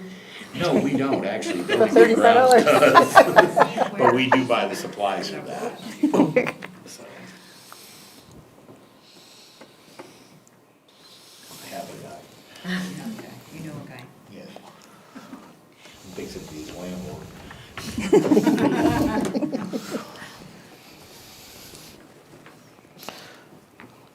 So right now, on the ditch crew, there's one, you spent some, that was for that great all? So we bought the great all and we bought that back trailer. Were the two things we purchased with that money so far. And actually, and don't blame me on this, but what we had budgeted for each year was essentially, was it 750,000, I believe? Or was it a million? I think it was $1 million. Yeah, it was a little over $1 million, No, I I take it back, thought. because the 250,000 was from the first year, because we started it like in the last quarter. So 750,000, and then we had $1 million from last year. So essentially what I was gonna do, and I didn't do it on this, was to reduce the amount from the current year from what had been, because we're accumulating that year over year until we get enough to be able to actually hire some people or continue to buy the equipment to have it available. Basically would reduce it by the amount that's actually been spent out of there, which at this point, we're projecting about 450,000, so we would reduce that amount by what has actually been spent. But then for the next year, we would go ahead and budget for, let me just make sure. So, Yeah, so why do we have money to spend for 1,750,000? yeah, so it's 750,000 a year, because what we're doing is we're transferring 62,500 per month from that 3/16 gross receipts tax that we received. That's how you wanted to fund this.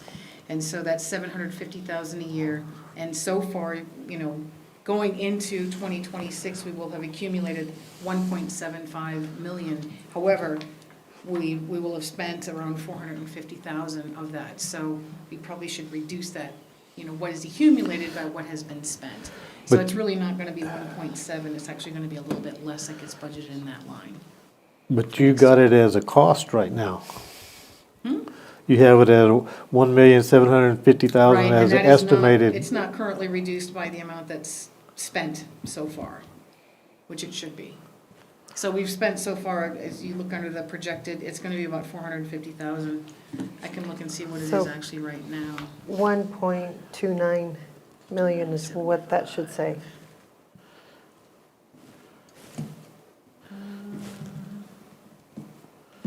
Yeah, so we've actually spent 468,000. And last year, we hadn't spent anything, so that 1.75 needs to be reduced by what has been spent, because each year, yes, we're adding 750, but you have to reduce that amount by what has been spent out of it. So 130 is what or 128 is what it should say. Yeah, so it's gonna be like 1.28. 1.3 essentially. Yep.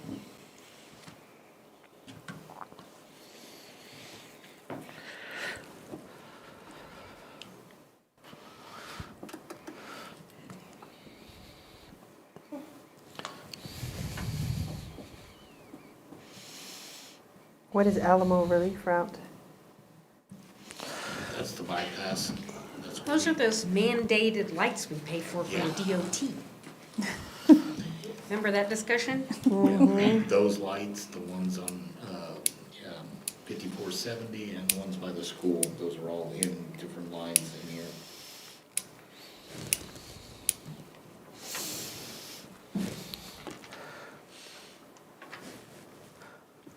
Okay, Julianne, it's toward the end of the day and my brain is fried, but I'm reading this 1.75, which is not the right number, it's 1 point whatever it is, but that is telling me that's an expense for next year. How That can is that what be an the budget expense is if we for next haven't? year.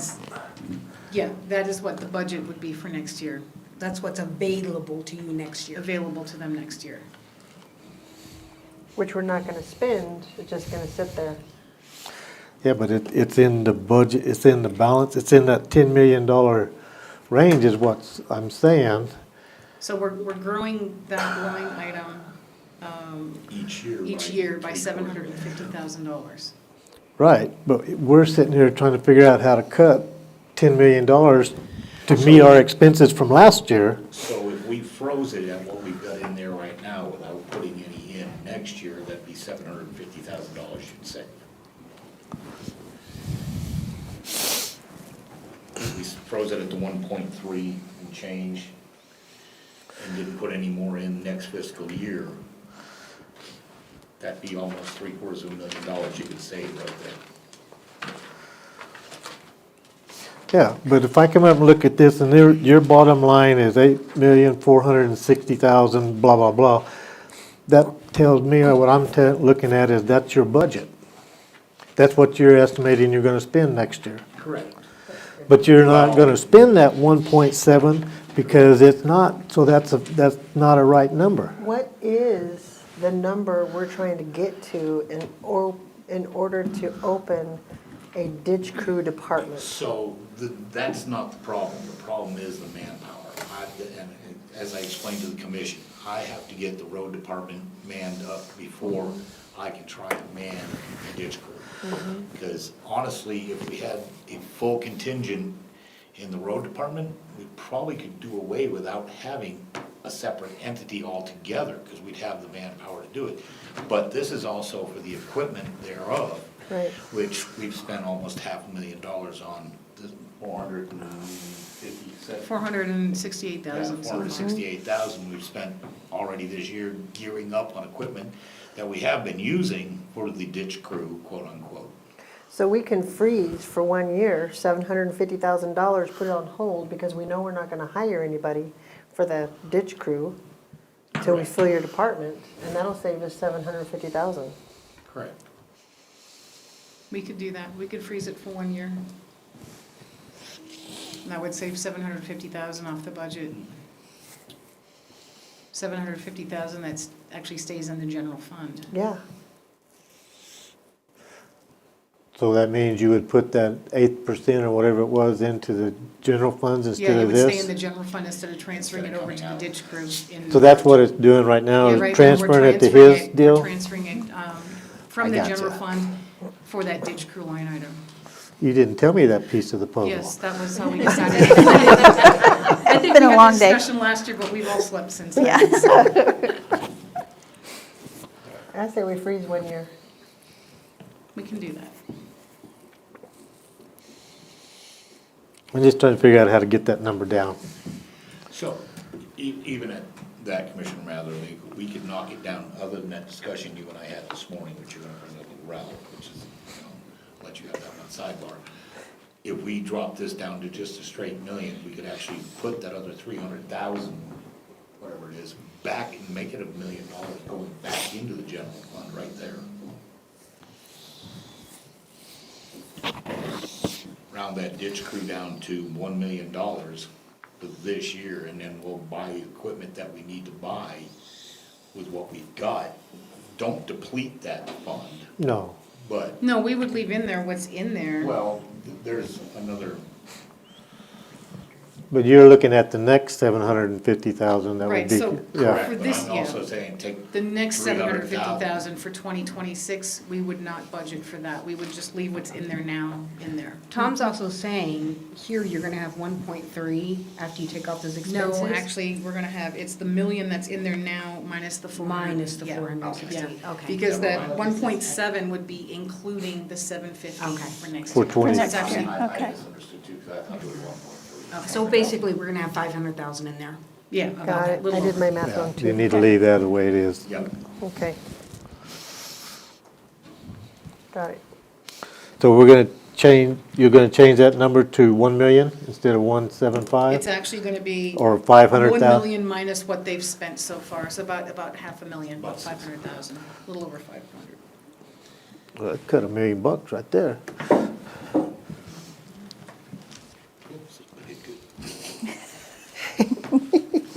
Keep on sharpening. Yeah, that's it. That's all I'm giving you.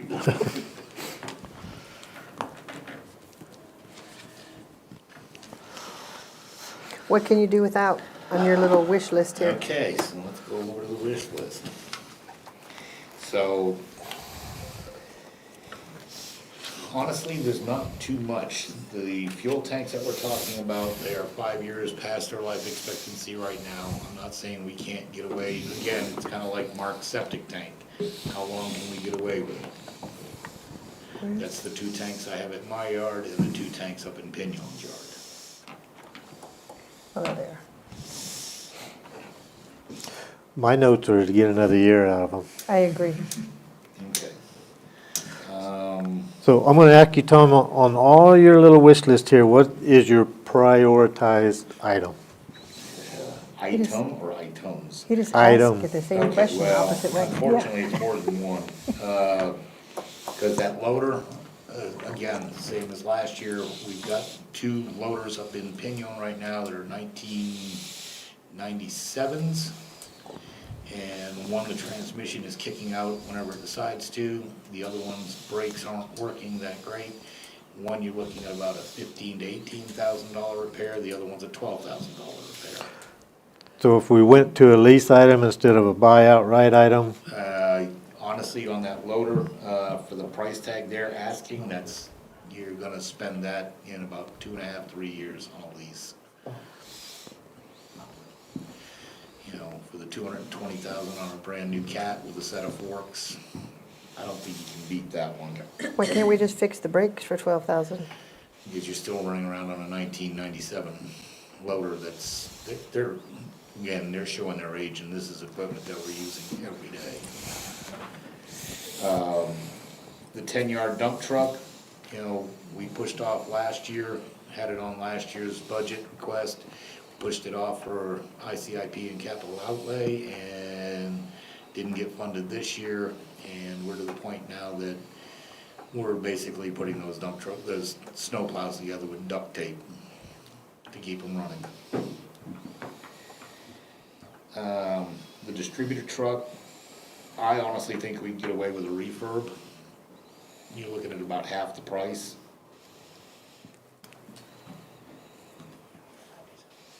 Yeah. But the pickup, the mechanic's truck, we could probably do without. The crew truck, we could probably do without. The 4-post lift, yeah, the one that's there again next year. If we don't do it this year, we're gonna have to probably do it next. The dash cams, those are just, cheaper versions of basically the same thing I've got in my pickup right now that I bought, just to cover ourselves with everything that's going on lately. They're not high dollar, they're basically just a forward-looking camera with a SD card in it that do a 24-hour rotate on what they're filming, so it's not a big high dollar item. The 2 heavy haul trucks, or 1 heavy haul truck, right now, we're actually borrowing one of Matt's right now to make sure we've got enough things covered with fire danger and everything else. So, Which line is that? New mechanic truck? I don't see. no, okay, so the Heavy haul truck Oh, I see. is the one, With a wet kit? yeah, Okay. yeah. Got that, the dump truck, the cat loader, and in all honesty, those three and the cameras, which the cameras are minor. The refurb, I can probably hold off on it, but if we have a catastrophe right now with the distributor truck we've got, we are done. We're gonna have to lease a oil truck to chip seal. So I just marked yes on the Western Star, yes on the refurbished truck, yes on the cameras. Okay, yes on which Western Star, the dump truck or the heavy haul? Plow and salt box. Okay. The heavy haul I haven't made a decision on. You said you're borrowing one from Matt right now? Yeah, right now, again, because of the mileage and the miles on our trucks, and we're chip sealing right now, I've got Matt's Freightliner under one of our low boys right now with a dozer sitting on it, Why can't we just transfer it to you? because he needs his truck. Not all the time, but when he needs it, he needs it. And there again, that truck's got over 500,000 miles on it too, so. They're supposed to. Yes, they are. So you're looking at the Western Star heavy haul, right? Yes. 206 one? Right, that's the one we're borrowing from Matt right now. Well, and trying to replace one of my older units right now.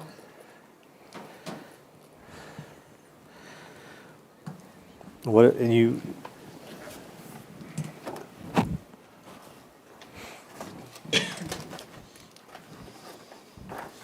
are you talking about the cameras too? Yeah. That's needed. The cameras, we're looking at about $1,250. And the price makes me happy. What's that? The price makes me happy. Yes. And then no on the lift? I put no on the lift. And then what about the crew cab?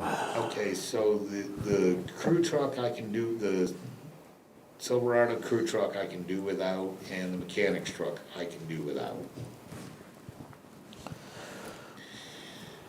The new distributor truck, like I said, the refurb would be fine for what we're doing.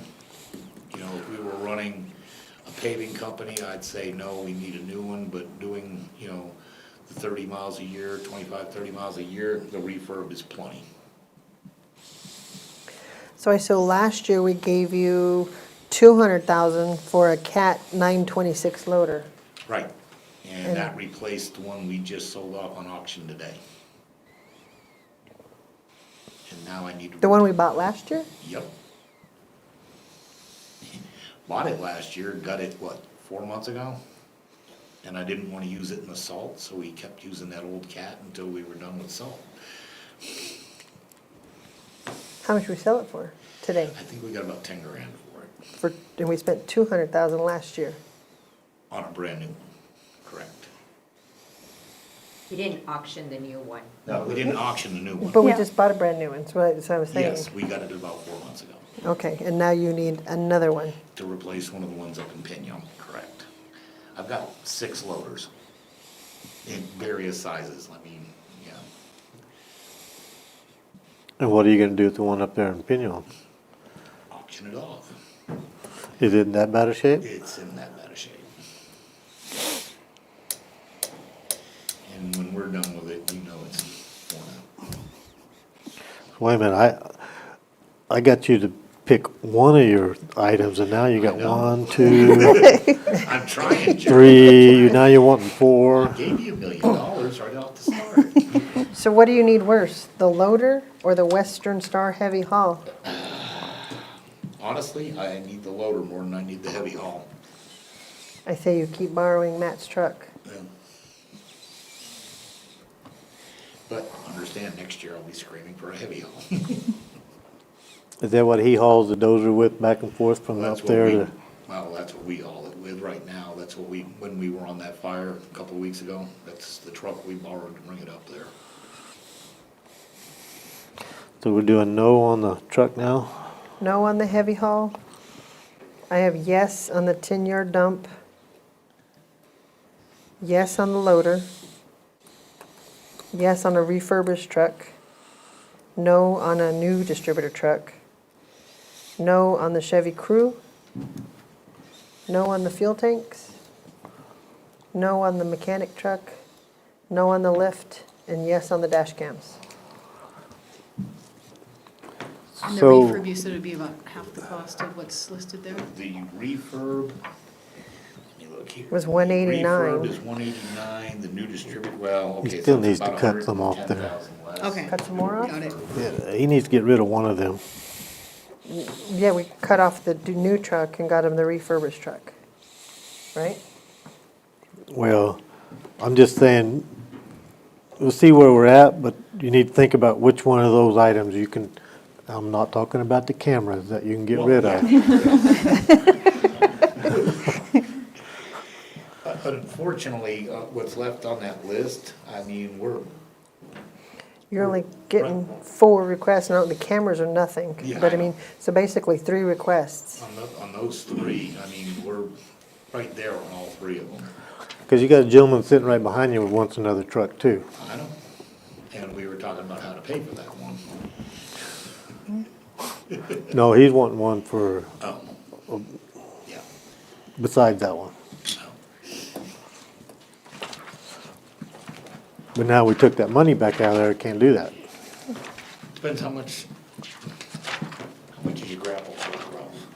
It's too- 325, somewhere in there? Yeah, doesn't leave us with much in that line item. Do what? Doesn't leave us with much in that line item. Okay?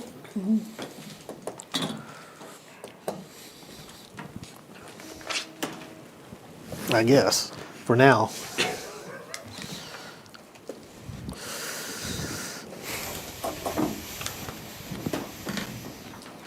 Like I said, about the only other one we could cut, and it's gonna be close, would be that refurb on the distributor truck. But that's gonna put us in hurt if we have a problem. We'll be leasing one from somebody. What would, because you're only gonna do that through the summer, right? Yes, What would the lease be on that for? I don't know, and the problem is, I'd have to get with Sierra on that, and that's if they have one available. Why don't you check on that? Because, I mean, even if it costs 30, 40 grand to lease it for this year, Yeah. you see what I'm going at? I have the distributor truck for this year, but having all your eggs in one basket like that. Well, I understand, but that's what I'm saying, if you have, find out what it would cost Yeah, to lease I one. can get a hold of Sierra on that one, so. Appreciate it. Thank you. Thank you. You didn't make Chris talk at all. No, I know. I don't think he wanted to. Chris, it's usually worse than that, so you got, Well, I thought about bringing my Stella. So Amber would be next. Dispatch and NEU, dispatch is already basically Dispatch is approved by here. their board. And NEU is essentially just grant funded, so.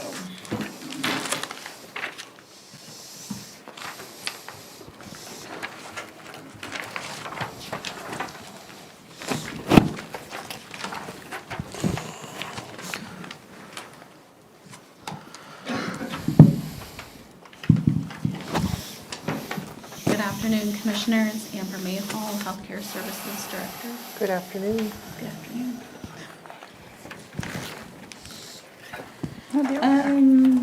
So to start out with, just some background, I know I say it every year, but I'll say it this year too, is my budget is based on the previous year's actual revenues that this department has received.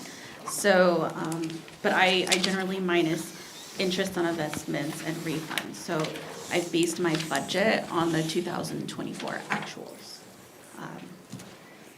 which is less than the 25 projected actuals. But just to kind of simply go through it real quick, I know we're not talking salaries, but I'm just going to mention it, that I am asking for an increase in salaries for both myself and my staff. $2.82 for me and $1.80 for my staff. Moving on, the only other changes would be in my travel per diem and also my mileage, and that is for the CIT international conferences. This one is going to be in California, so I'm hoping to keep on attending those conferences for that professional development, because we do have the agreement with the city for CIT and mobile crisis. I am also still the chair of the New Mexico County's Health Services affiliate, so I will incur some expenses related to travel with that. We are also, I'm trying to also plan a fall conference for our affiliate, because there are some changes that have occurred in the statute that governs us. Well, it needs to be signed by the governor. That's Senate Bill 45, so that'll be a significant change to what our departments can do, and it's going to require the knowledge and skill sets that are available at the Office of the Superintendent of Insurance and the Healthcare Authority, because I've talked to previous counties or other counties, and there's only one county that I know of that currently incorporates certain processes, but that county even admits that they wouldn't recommend using it. So, but that's side note. And then registration fees would also just be, is a little bit,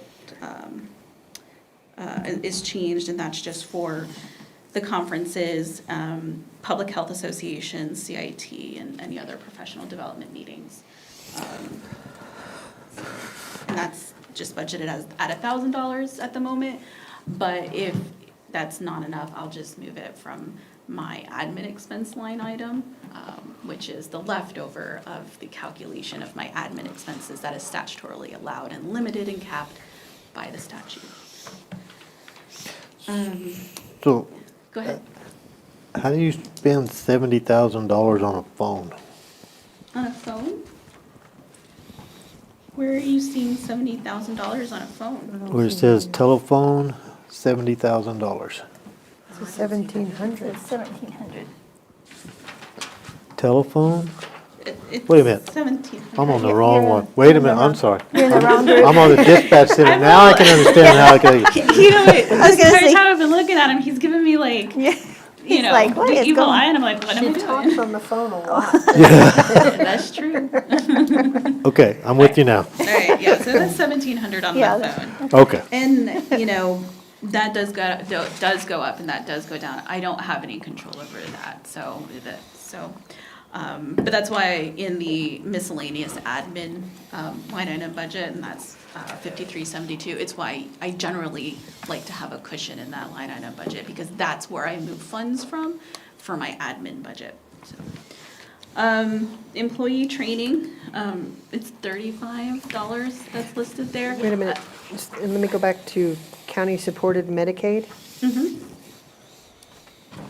Tell me, remind me what that is. It's literally a wash, it's a pass-through, Okay, we don't even that's- touch it. Okay, that's what I thought, okay. Yeah, it's a wash basically between the revenue and the expense. We do receive a distribution from New Mexico TRD, but it's immediately intercepted, so we never actually receive the funding, but it is allocated to us, so we book it. So you'll see an $875,000 in the revenue as well, it's complete wash. Okay.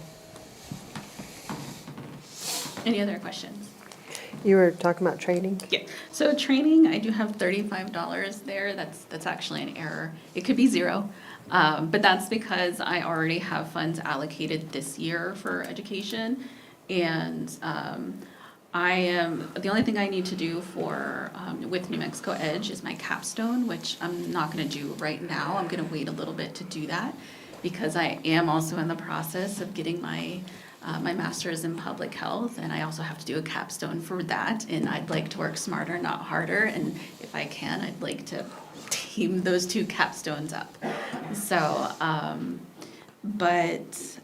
so I'm going to be using money from the previous administrative calculation rather than this current. You said you got in here education, Yeah, Did- so I currently have budgeted about just under $30,000 for education. So 29,580. That's the total that's currently in there in that line under the 25 revised budget. Why am I not finding I that? don't see it either. What line number? item is that? 5266. Five, Oh, okay, got it. 5.2 what? Yeah, that's zero. 266, so it's up There at it the is, top. employee training. Yeah. We're saying education, we were looking for the word education. Yeah. Employee training. Sorry, employee training. I apologize. And then safety net, that's another in and out? Well, no, I do actually process the safety net care pool funds. We get a notification that the payment is due, and I process that, and I make sure it gets mailed out. So, and I request the check. So, but just a little note on the safety net care pool.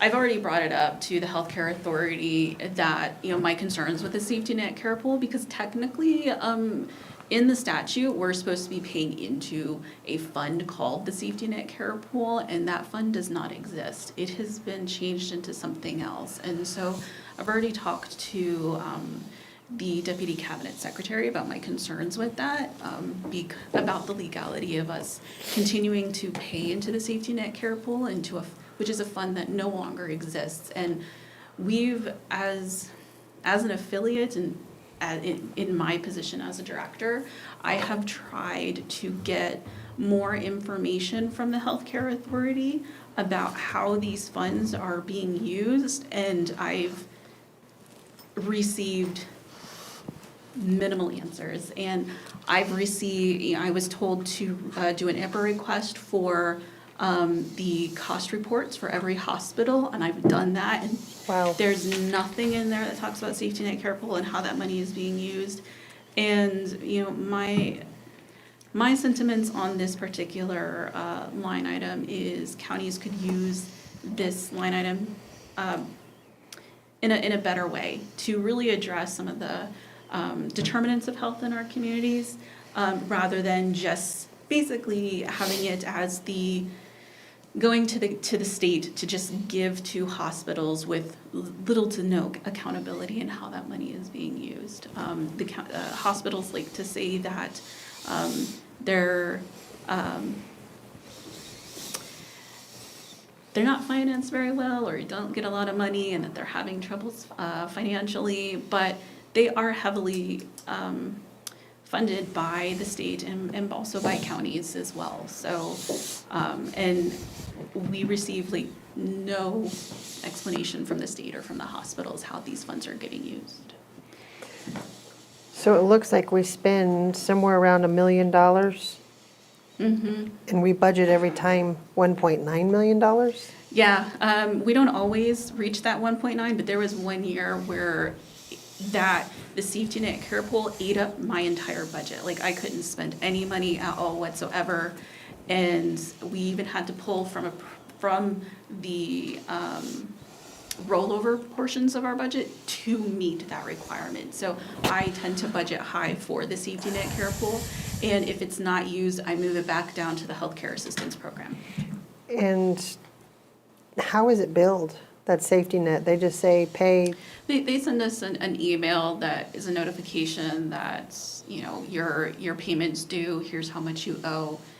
And they have us sign a certificate that, you know, we negotiate with hospitals at an arm's length, and all this other stuff, which you can absolutely read if you want to see those. I have all the historical documents from the start, but it's just an email that the payment is due from the state. How do they decide what they're going to charge us? It's based upon this really crazy formula that a couple years ago Amber and I finally deciphered, and it has to do with clarify. She deciphered and remembered. It has to do with the gross receipts tax that is received, and I'd have to go back and pull the documentation, but they take like I can't remember what the percentage is of the amount of gross receipts tax that is, It's 112. actually not the amount received, it's the amount that was, like from the business activity month. So we receive our gross receipts tax like 2 months in arrears, because there's the business activity month,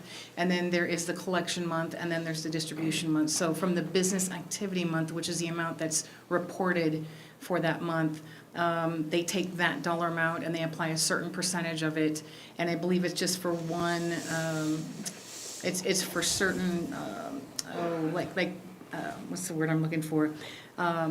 Industry, it's I can't remember what industry it is, but it's a percentage of that industry that healthcare services would fall into. And then they bill us that by the quarter. They just take the amount and they say, this is how much you're gonna owe for the year, and they send us a quarterly invoice for it. I do have all of the information on how it's calculated, but it's kind of convoluted. So does it go to our local hospitals, or it goes statewide? Do we know? It gets distributed to the hospitals statewide, and I do believe it's based on beds, so I'm not entirely sure how much Christus actually receives. So yeah. It's pretty odd, that's a lot of money. To not really know what it's for, you know? My sentiments too would be if, and it did not pass this legislative session, but if there was the implementation of the Medicaid Forward, that would be a very good argument to actually take out the safety net care pool for us paying into the state. Either that, or that funding gets used to help cover the cost of the implementation of the Medicaid Forward plan.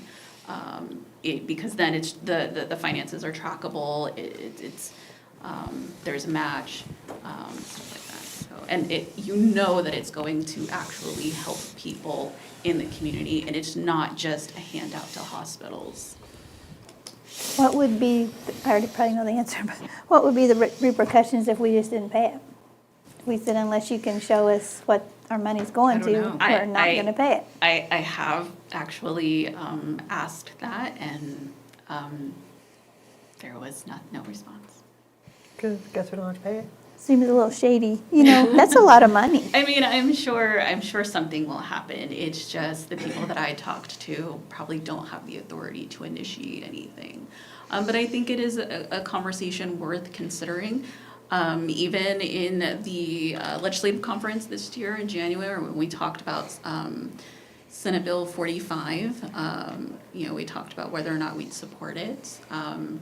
And so under Governor Martinez's administration, she line item vetoed the premium copays and deductibles portion, and she also line item vetoed the sunset clause on the safety net care pool.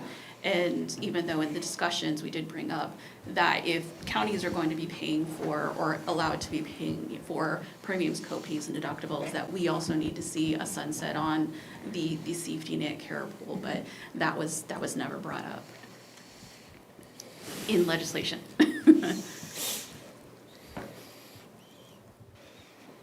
We done with that conversation? I can answer more. Do you want to talk more? I do have one I want to talk about, though. Okay. Back to the employee training. What was that for? You and I every year. $35. Yeah. So, no, seriously, what was that for? I heard you mention something about a master's. Is that what? Yeah. So this commission did approve 2 years in a row for me to obtain my master's in public health, and I didn't tell you that I planned on attending New Mexico State University. That has happened. I am currently taking classes for my MPH. So did this job require you to get your master's? I'm making it a requirement because this job has grown so much, and there's so much that I needed to know that when I was put into this position that I didn't know, and I had zero training. There was nobody that I could rely on for information, and everything that I've learned on my own. And I do have knowledge gaps. And if I can close those knowledge gaps, I can be a better asset to the county. does this job require you to have a master's degree? Because this $29,000, $30,000 should have came somewhere to be approved. Y'all approved Did we it. approve it? Yes, you did. Was I here? Yes, you were. And you were. So do we approve everybody in This is the this? first one that's ever been approved at the county. In our policy, we have a tuition assistance program if the Board of County Commissioners approves it and can budget for it. And also How in did my I miss contract, that? there is a provision for my education and that I can continue it. Now, generally, it's been interpreted for New Mexico Edge, but New Mexico Edge does not serve healthcare. There are no classes in regards to healthcare. There used to be a tract, but there's not enough staffing and personnel among counties to justify keeping that tract. So yes, I have gotten my MPH. Well, congratulations, I'm glad you did, but I would like to see the paperwork whenever that was approved. I do not remember that honestly. And I don't know that I would have went for that. So, I mean, it's done, it's not water under the bridge, but I know that there's several people that go to school that try to educate themselves, and we've never paid for their schooling. This is true. That wasn't a requirement, so. But here's the thing, is Otero County has it in their policy as an employee benefit that if you are going to go to school, that the county will pay for it. It's not about it being a job requirement of your position. It's that it's a benefit of working for Otero County. So Ralph could go get his doctor's degree to run or a heart surgeon's degree and then still It has to operate? be related to your job. Yes, and this is related to my job. I'm not, don't get me wrong, I'm just trying to figure out how I don't want to this be, got I don't by want to be me. the first one to get it and the last one to get it.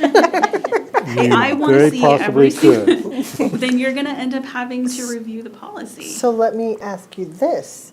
For those that we pay for education, do we have a contract to make you stay here for 25 years? 25 years, no, there is a contract, and we haven't got those changes made, have you? No, From RB? I told Yeah, RB about RB's refining it, but we do have a contract that's been drafted. Yeah. That Okay. depending on how soon she would leave, she'd have to pay back a portion of those costs. Okay. So yes, there is. Yeah, So it's being and written for 25 years? not for 25 years. I'm not an indentured servant. You know, but RB and I, and he's back here, at least I thought I saw him. Yeah, he, Yeah. You know, we did talk about the contract, and one of the issues that I had is for the amount, for the cost of my education, I would have to be here a total of 6 years, and for the cost of what it's going to incur to get my master's, that's not an equitable decision and to enter into an agreement for the education. Am I gonna have to be here each year that I'm obtaining the education? Yes, but not a total of 6 years. Do I wanna leave? Do I have a plan to leave? No, but if I get married, I'd like to leave.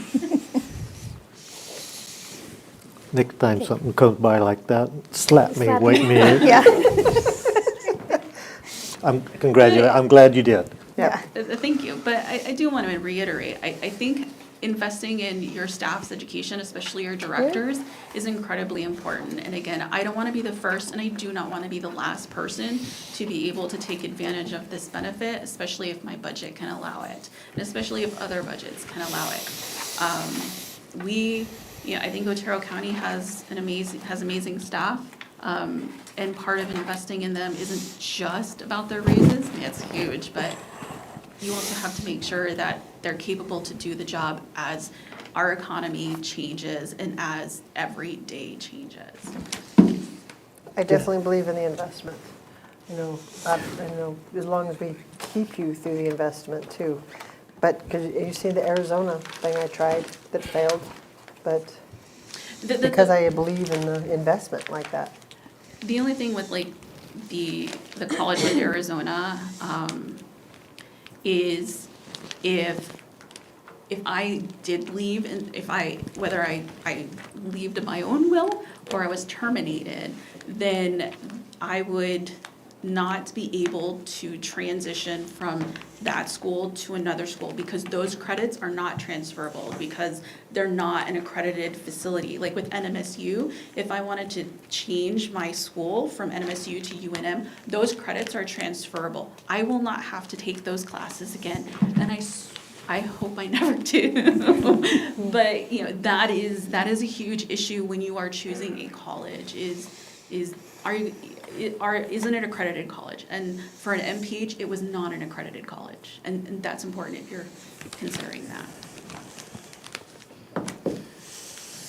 Anything else? No. Nope. You want to talk about training? Just kidding. I'm Switzerland. I'm going to keep you guys apart. Okay, thank you, Amber. Okay, so moving on.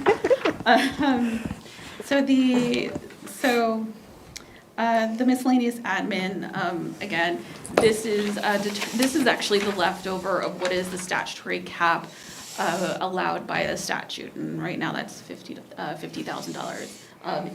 As I have calculated with the 2024 actuals minus the interest on investments and refunds.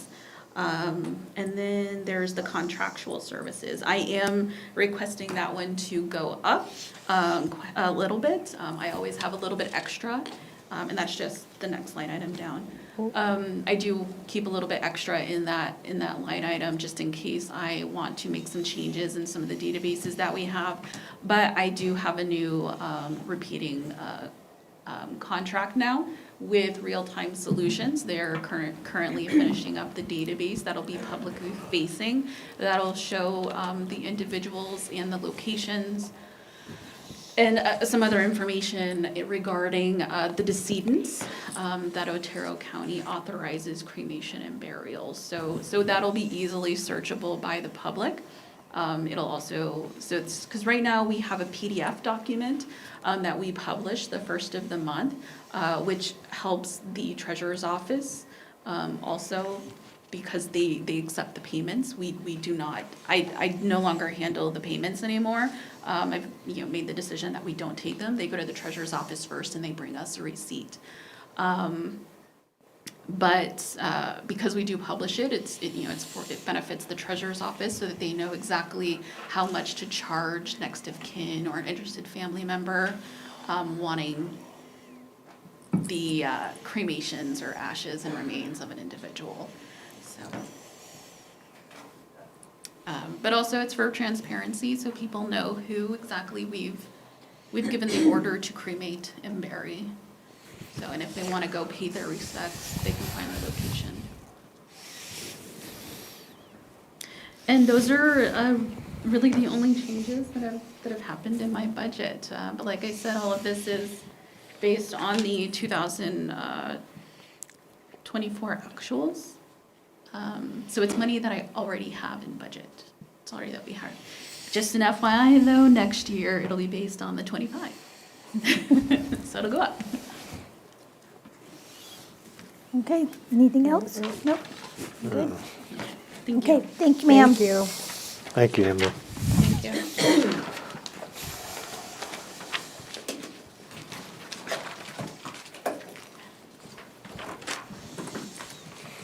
You're finally up, Ro. Oh, poor Ralph.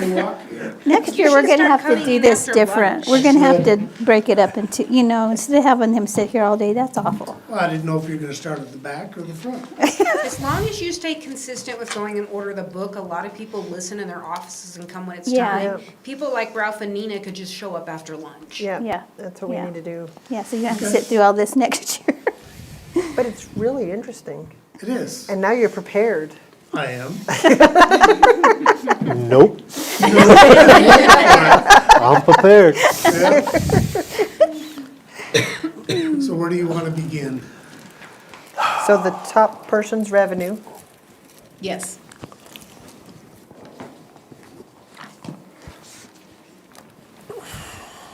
Where you at now? In this one? page Yeah. 48. Okay. Just looking at the revenue.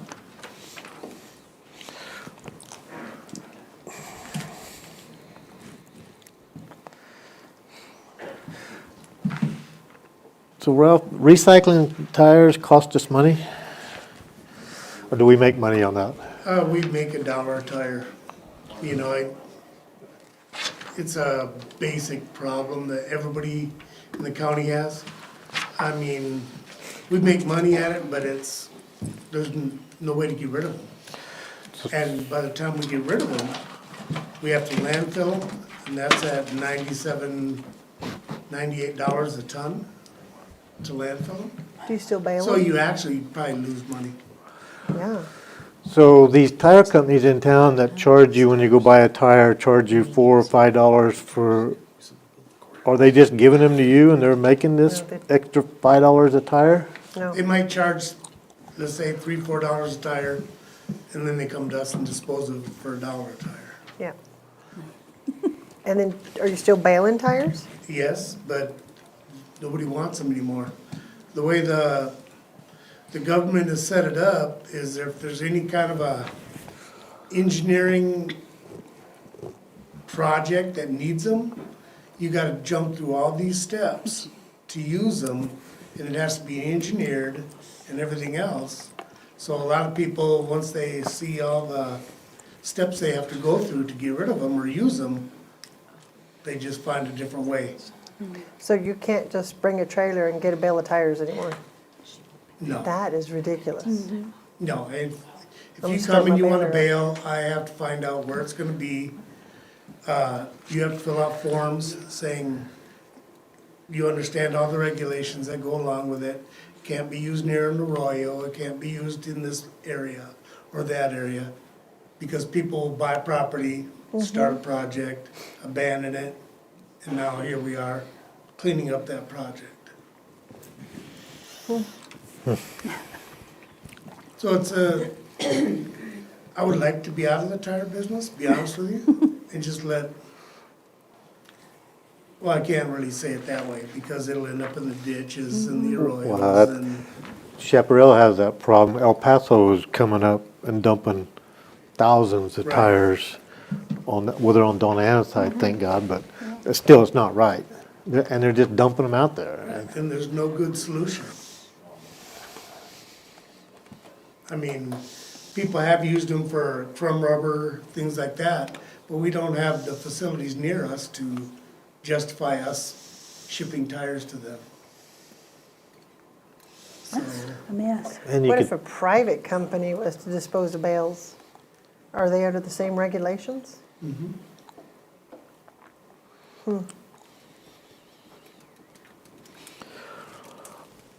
It's got its own little special place in the bureau even.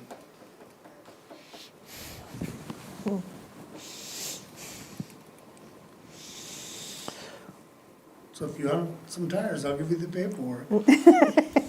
I have tires. I bet you do. Do you quarter tires still too? Yes. And basically what we do is that if I go to the landfill, it costs me $17 a ton. If I quarter the tires, it's no longer a tire, it's solid waste, so I can dispose of them cheaper than if I put the whole tire into the landfill. and that's the one down, Yes, in Oro Grande. That's how we get rid of them, is quarter them. Mhm. who actually owns the landfill? The one out towards the Oro Grande? Yeah, It's a joint operation, but the city runs it. And the actual ownership, It's owned by the board, Right, it's The- supposed to be Otero County. Solid and Waste Green Solid County. Waste Authority. Yeah, they meet once a year and there's a JPA and it's just not executed very well and the city just runs it. that's 620,000, that's a deal that we have to do for environmental? Where's What this? the 1/8% county environmental? Yeah, that, you'd have to ask Julie on that. Yeah, that's the gross receipts tax. That's revenue coming in. Yeah.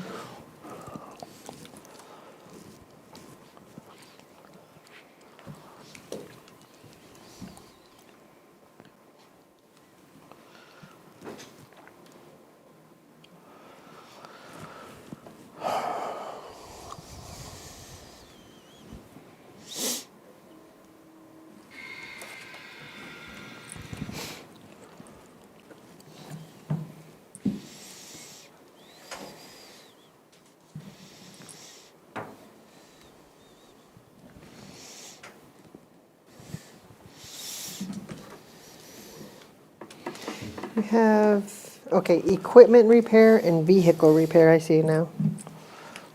Vehicle.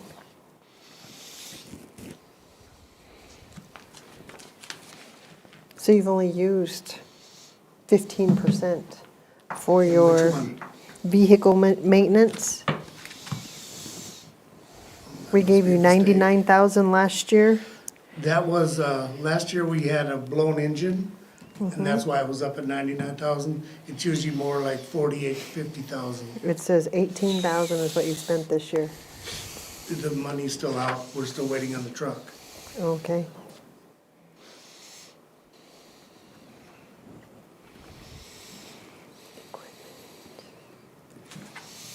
And I have the same problem Tom does, you know, we don't work on them ourselves. We have to send it out, and it's a lot more expensive.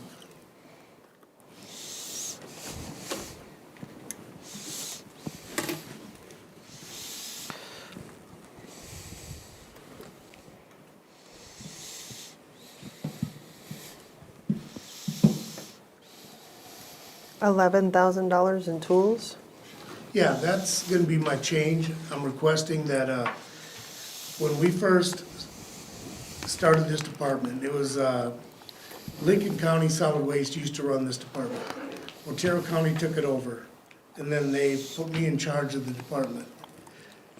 I asked for tools at that time, and they told me, no, you can't. Our mechanic had his own tools. Well, we've been going like that now for 14 years, 15 years, and I don't feel it's fair that my mechanics have to supply their own tools, while other mechanics in the county buys them for them. And it puts me in a bind because I have to buy tools from home to do some repairs.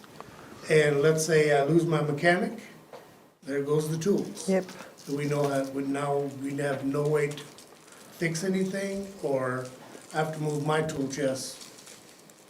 So you're gonna, to get these tools, you're gonna have some type of a check-in, check-out, some type of a, Yeah, we'll have to develop some kind of a system, and it's usually only the mechanics that use them. It's not like anybody can walk in there and grab a tool.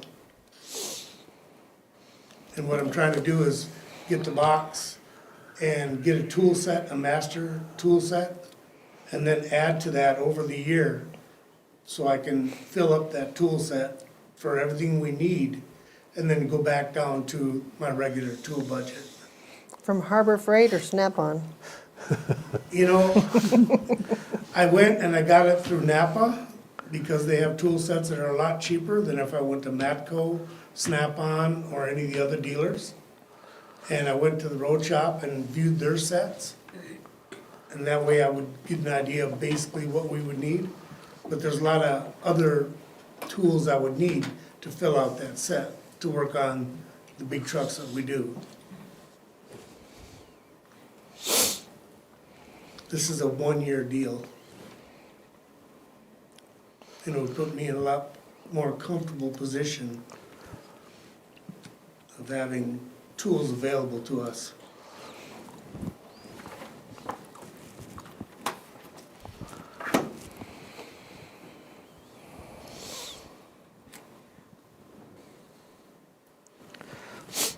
I would recommend your mechanic be responsible for them, because otherwise, Well, I would have to get with Bama and find out if there's some kind of a county policy on lost tools, stolen tools, misplaced. I would have to We check. might have to develop something. I'd have to of that check sort. with the other departments that have tools if they have existing policies in place, but it's something we'll work on for sure. does Tom's mechanics have their own tools? They bring their own in, or does he? No, no. He Horn furnish, supplies all the tools. Every year we buy tools. but he has a tool inventory deal or some kind of, where they check them in and out, don't they? I They don't have think a so. I think box? each mechanic has his own set. And if you've ever worked with tools, you keep track of your tools. You don't let other people in your box. Well, I You know, understand. I mean, I know that's the way I am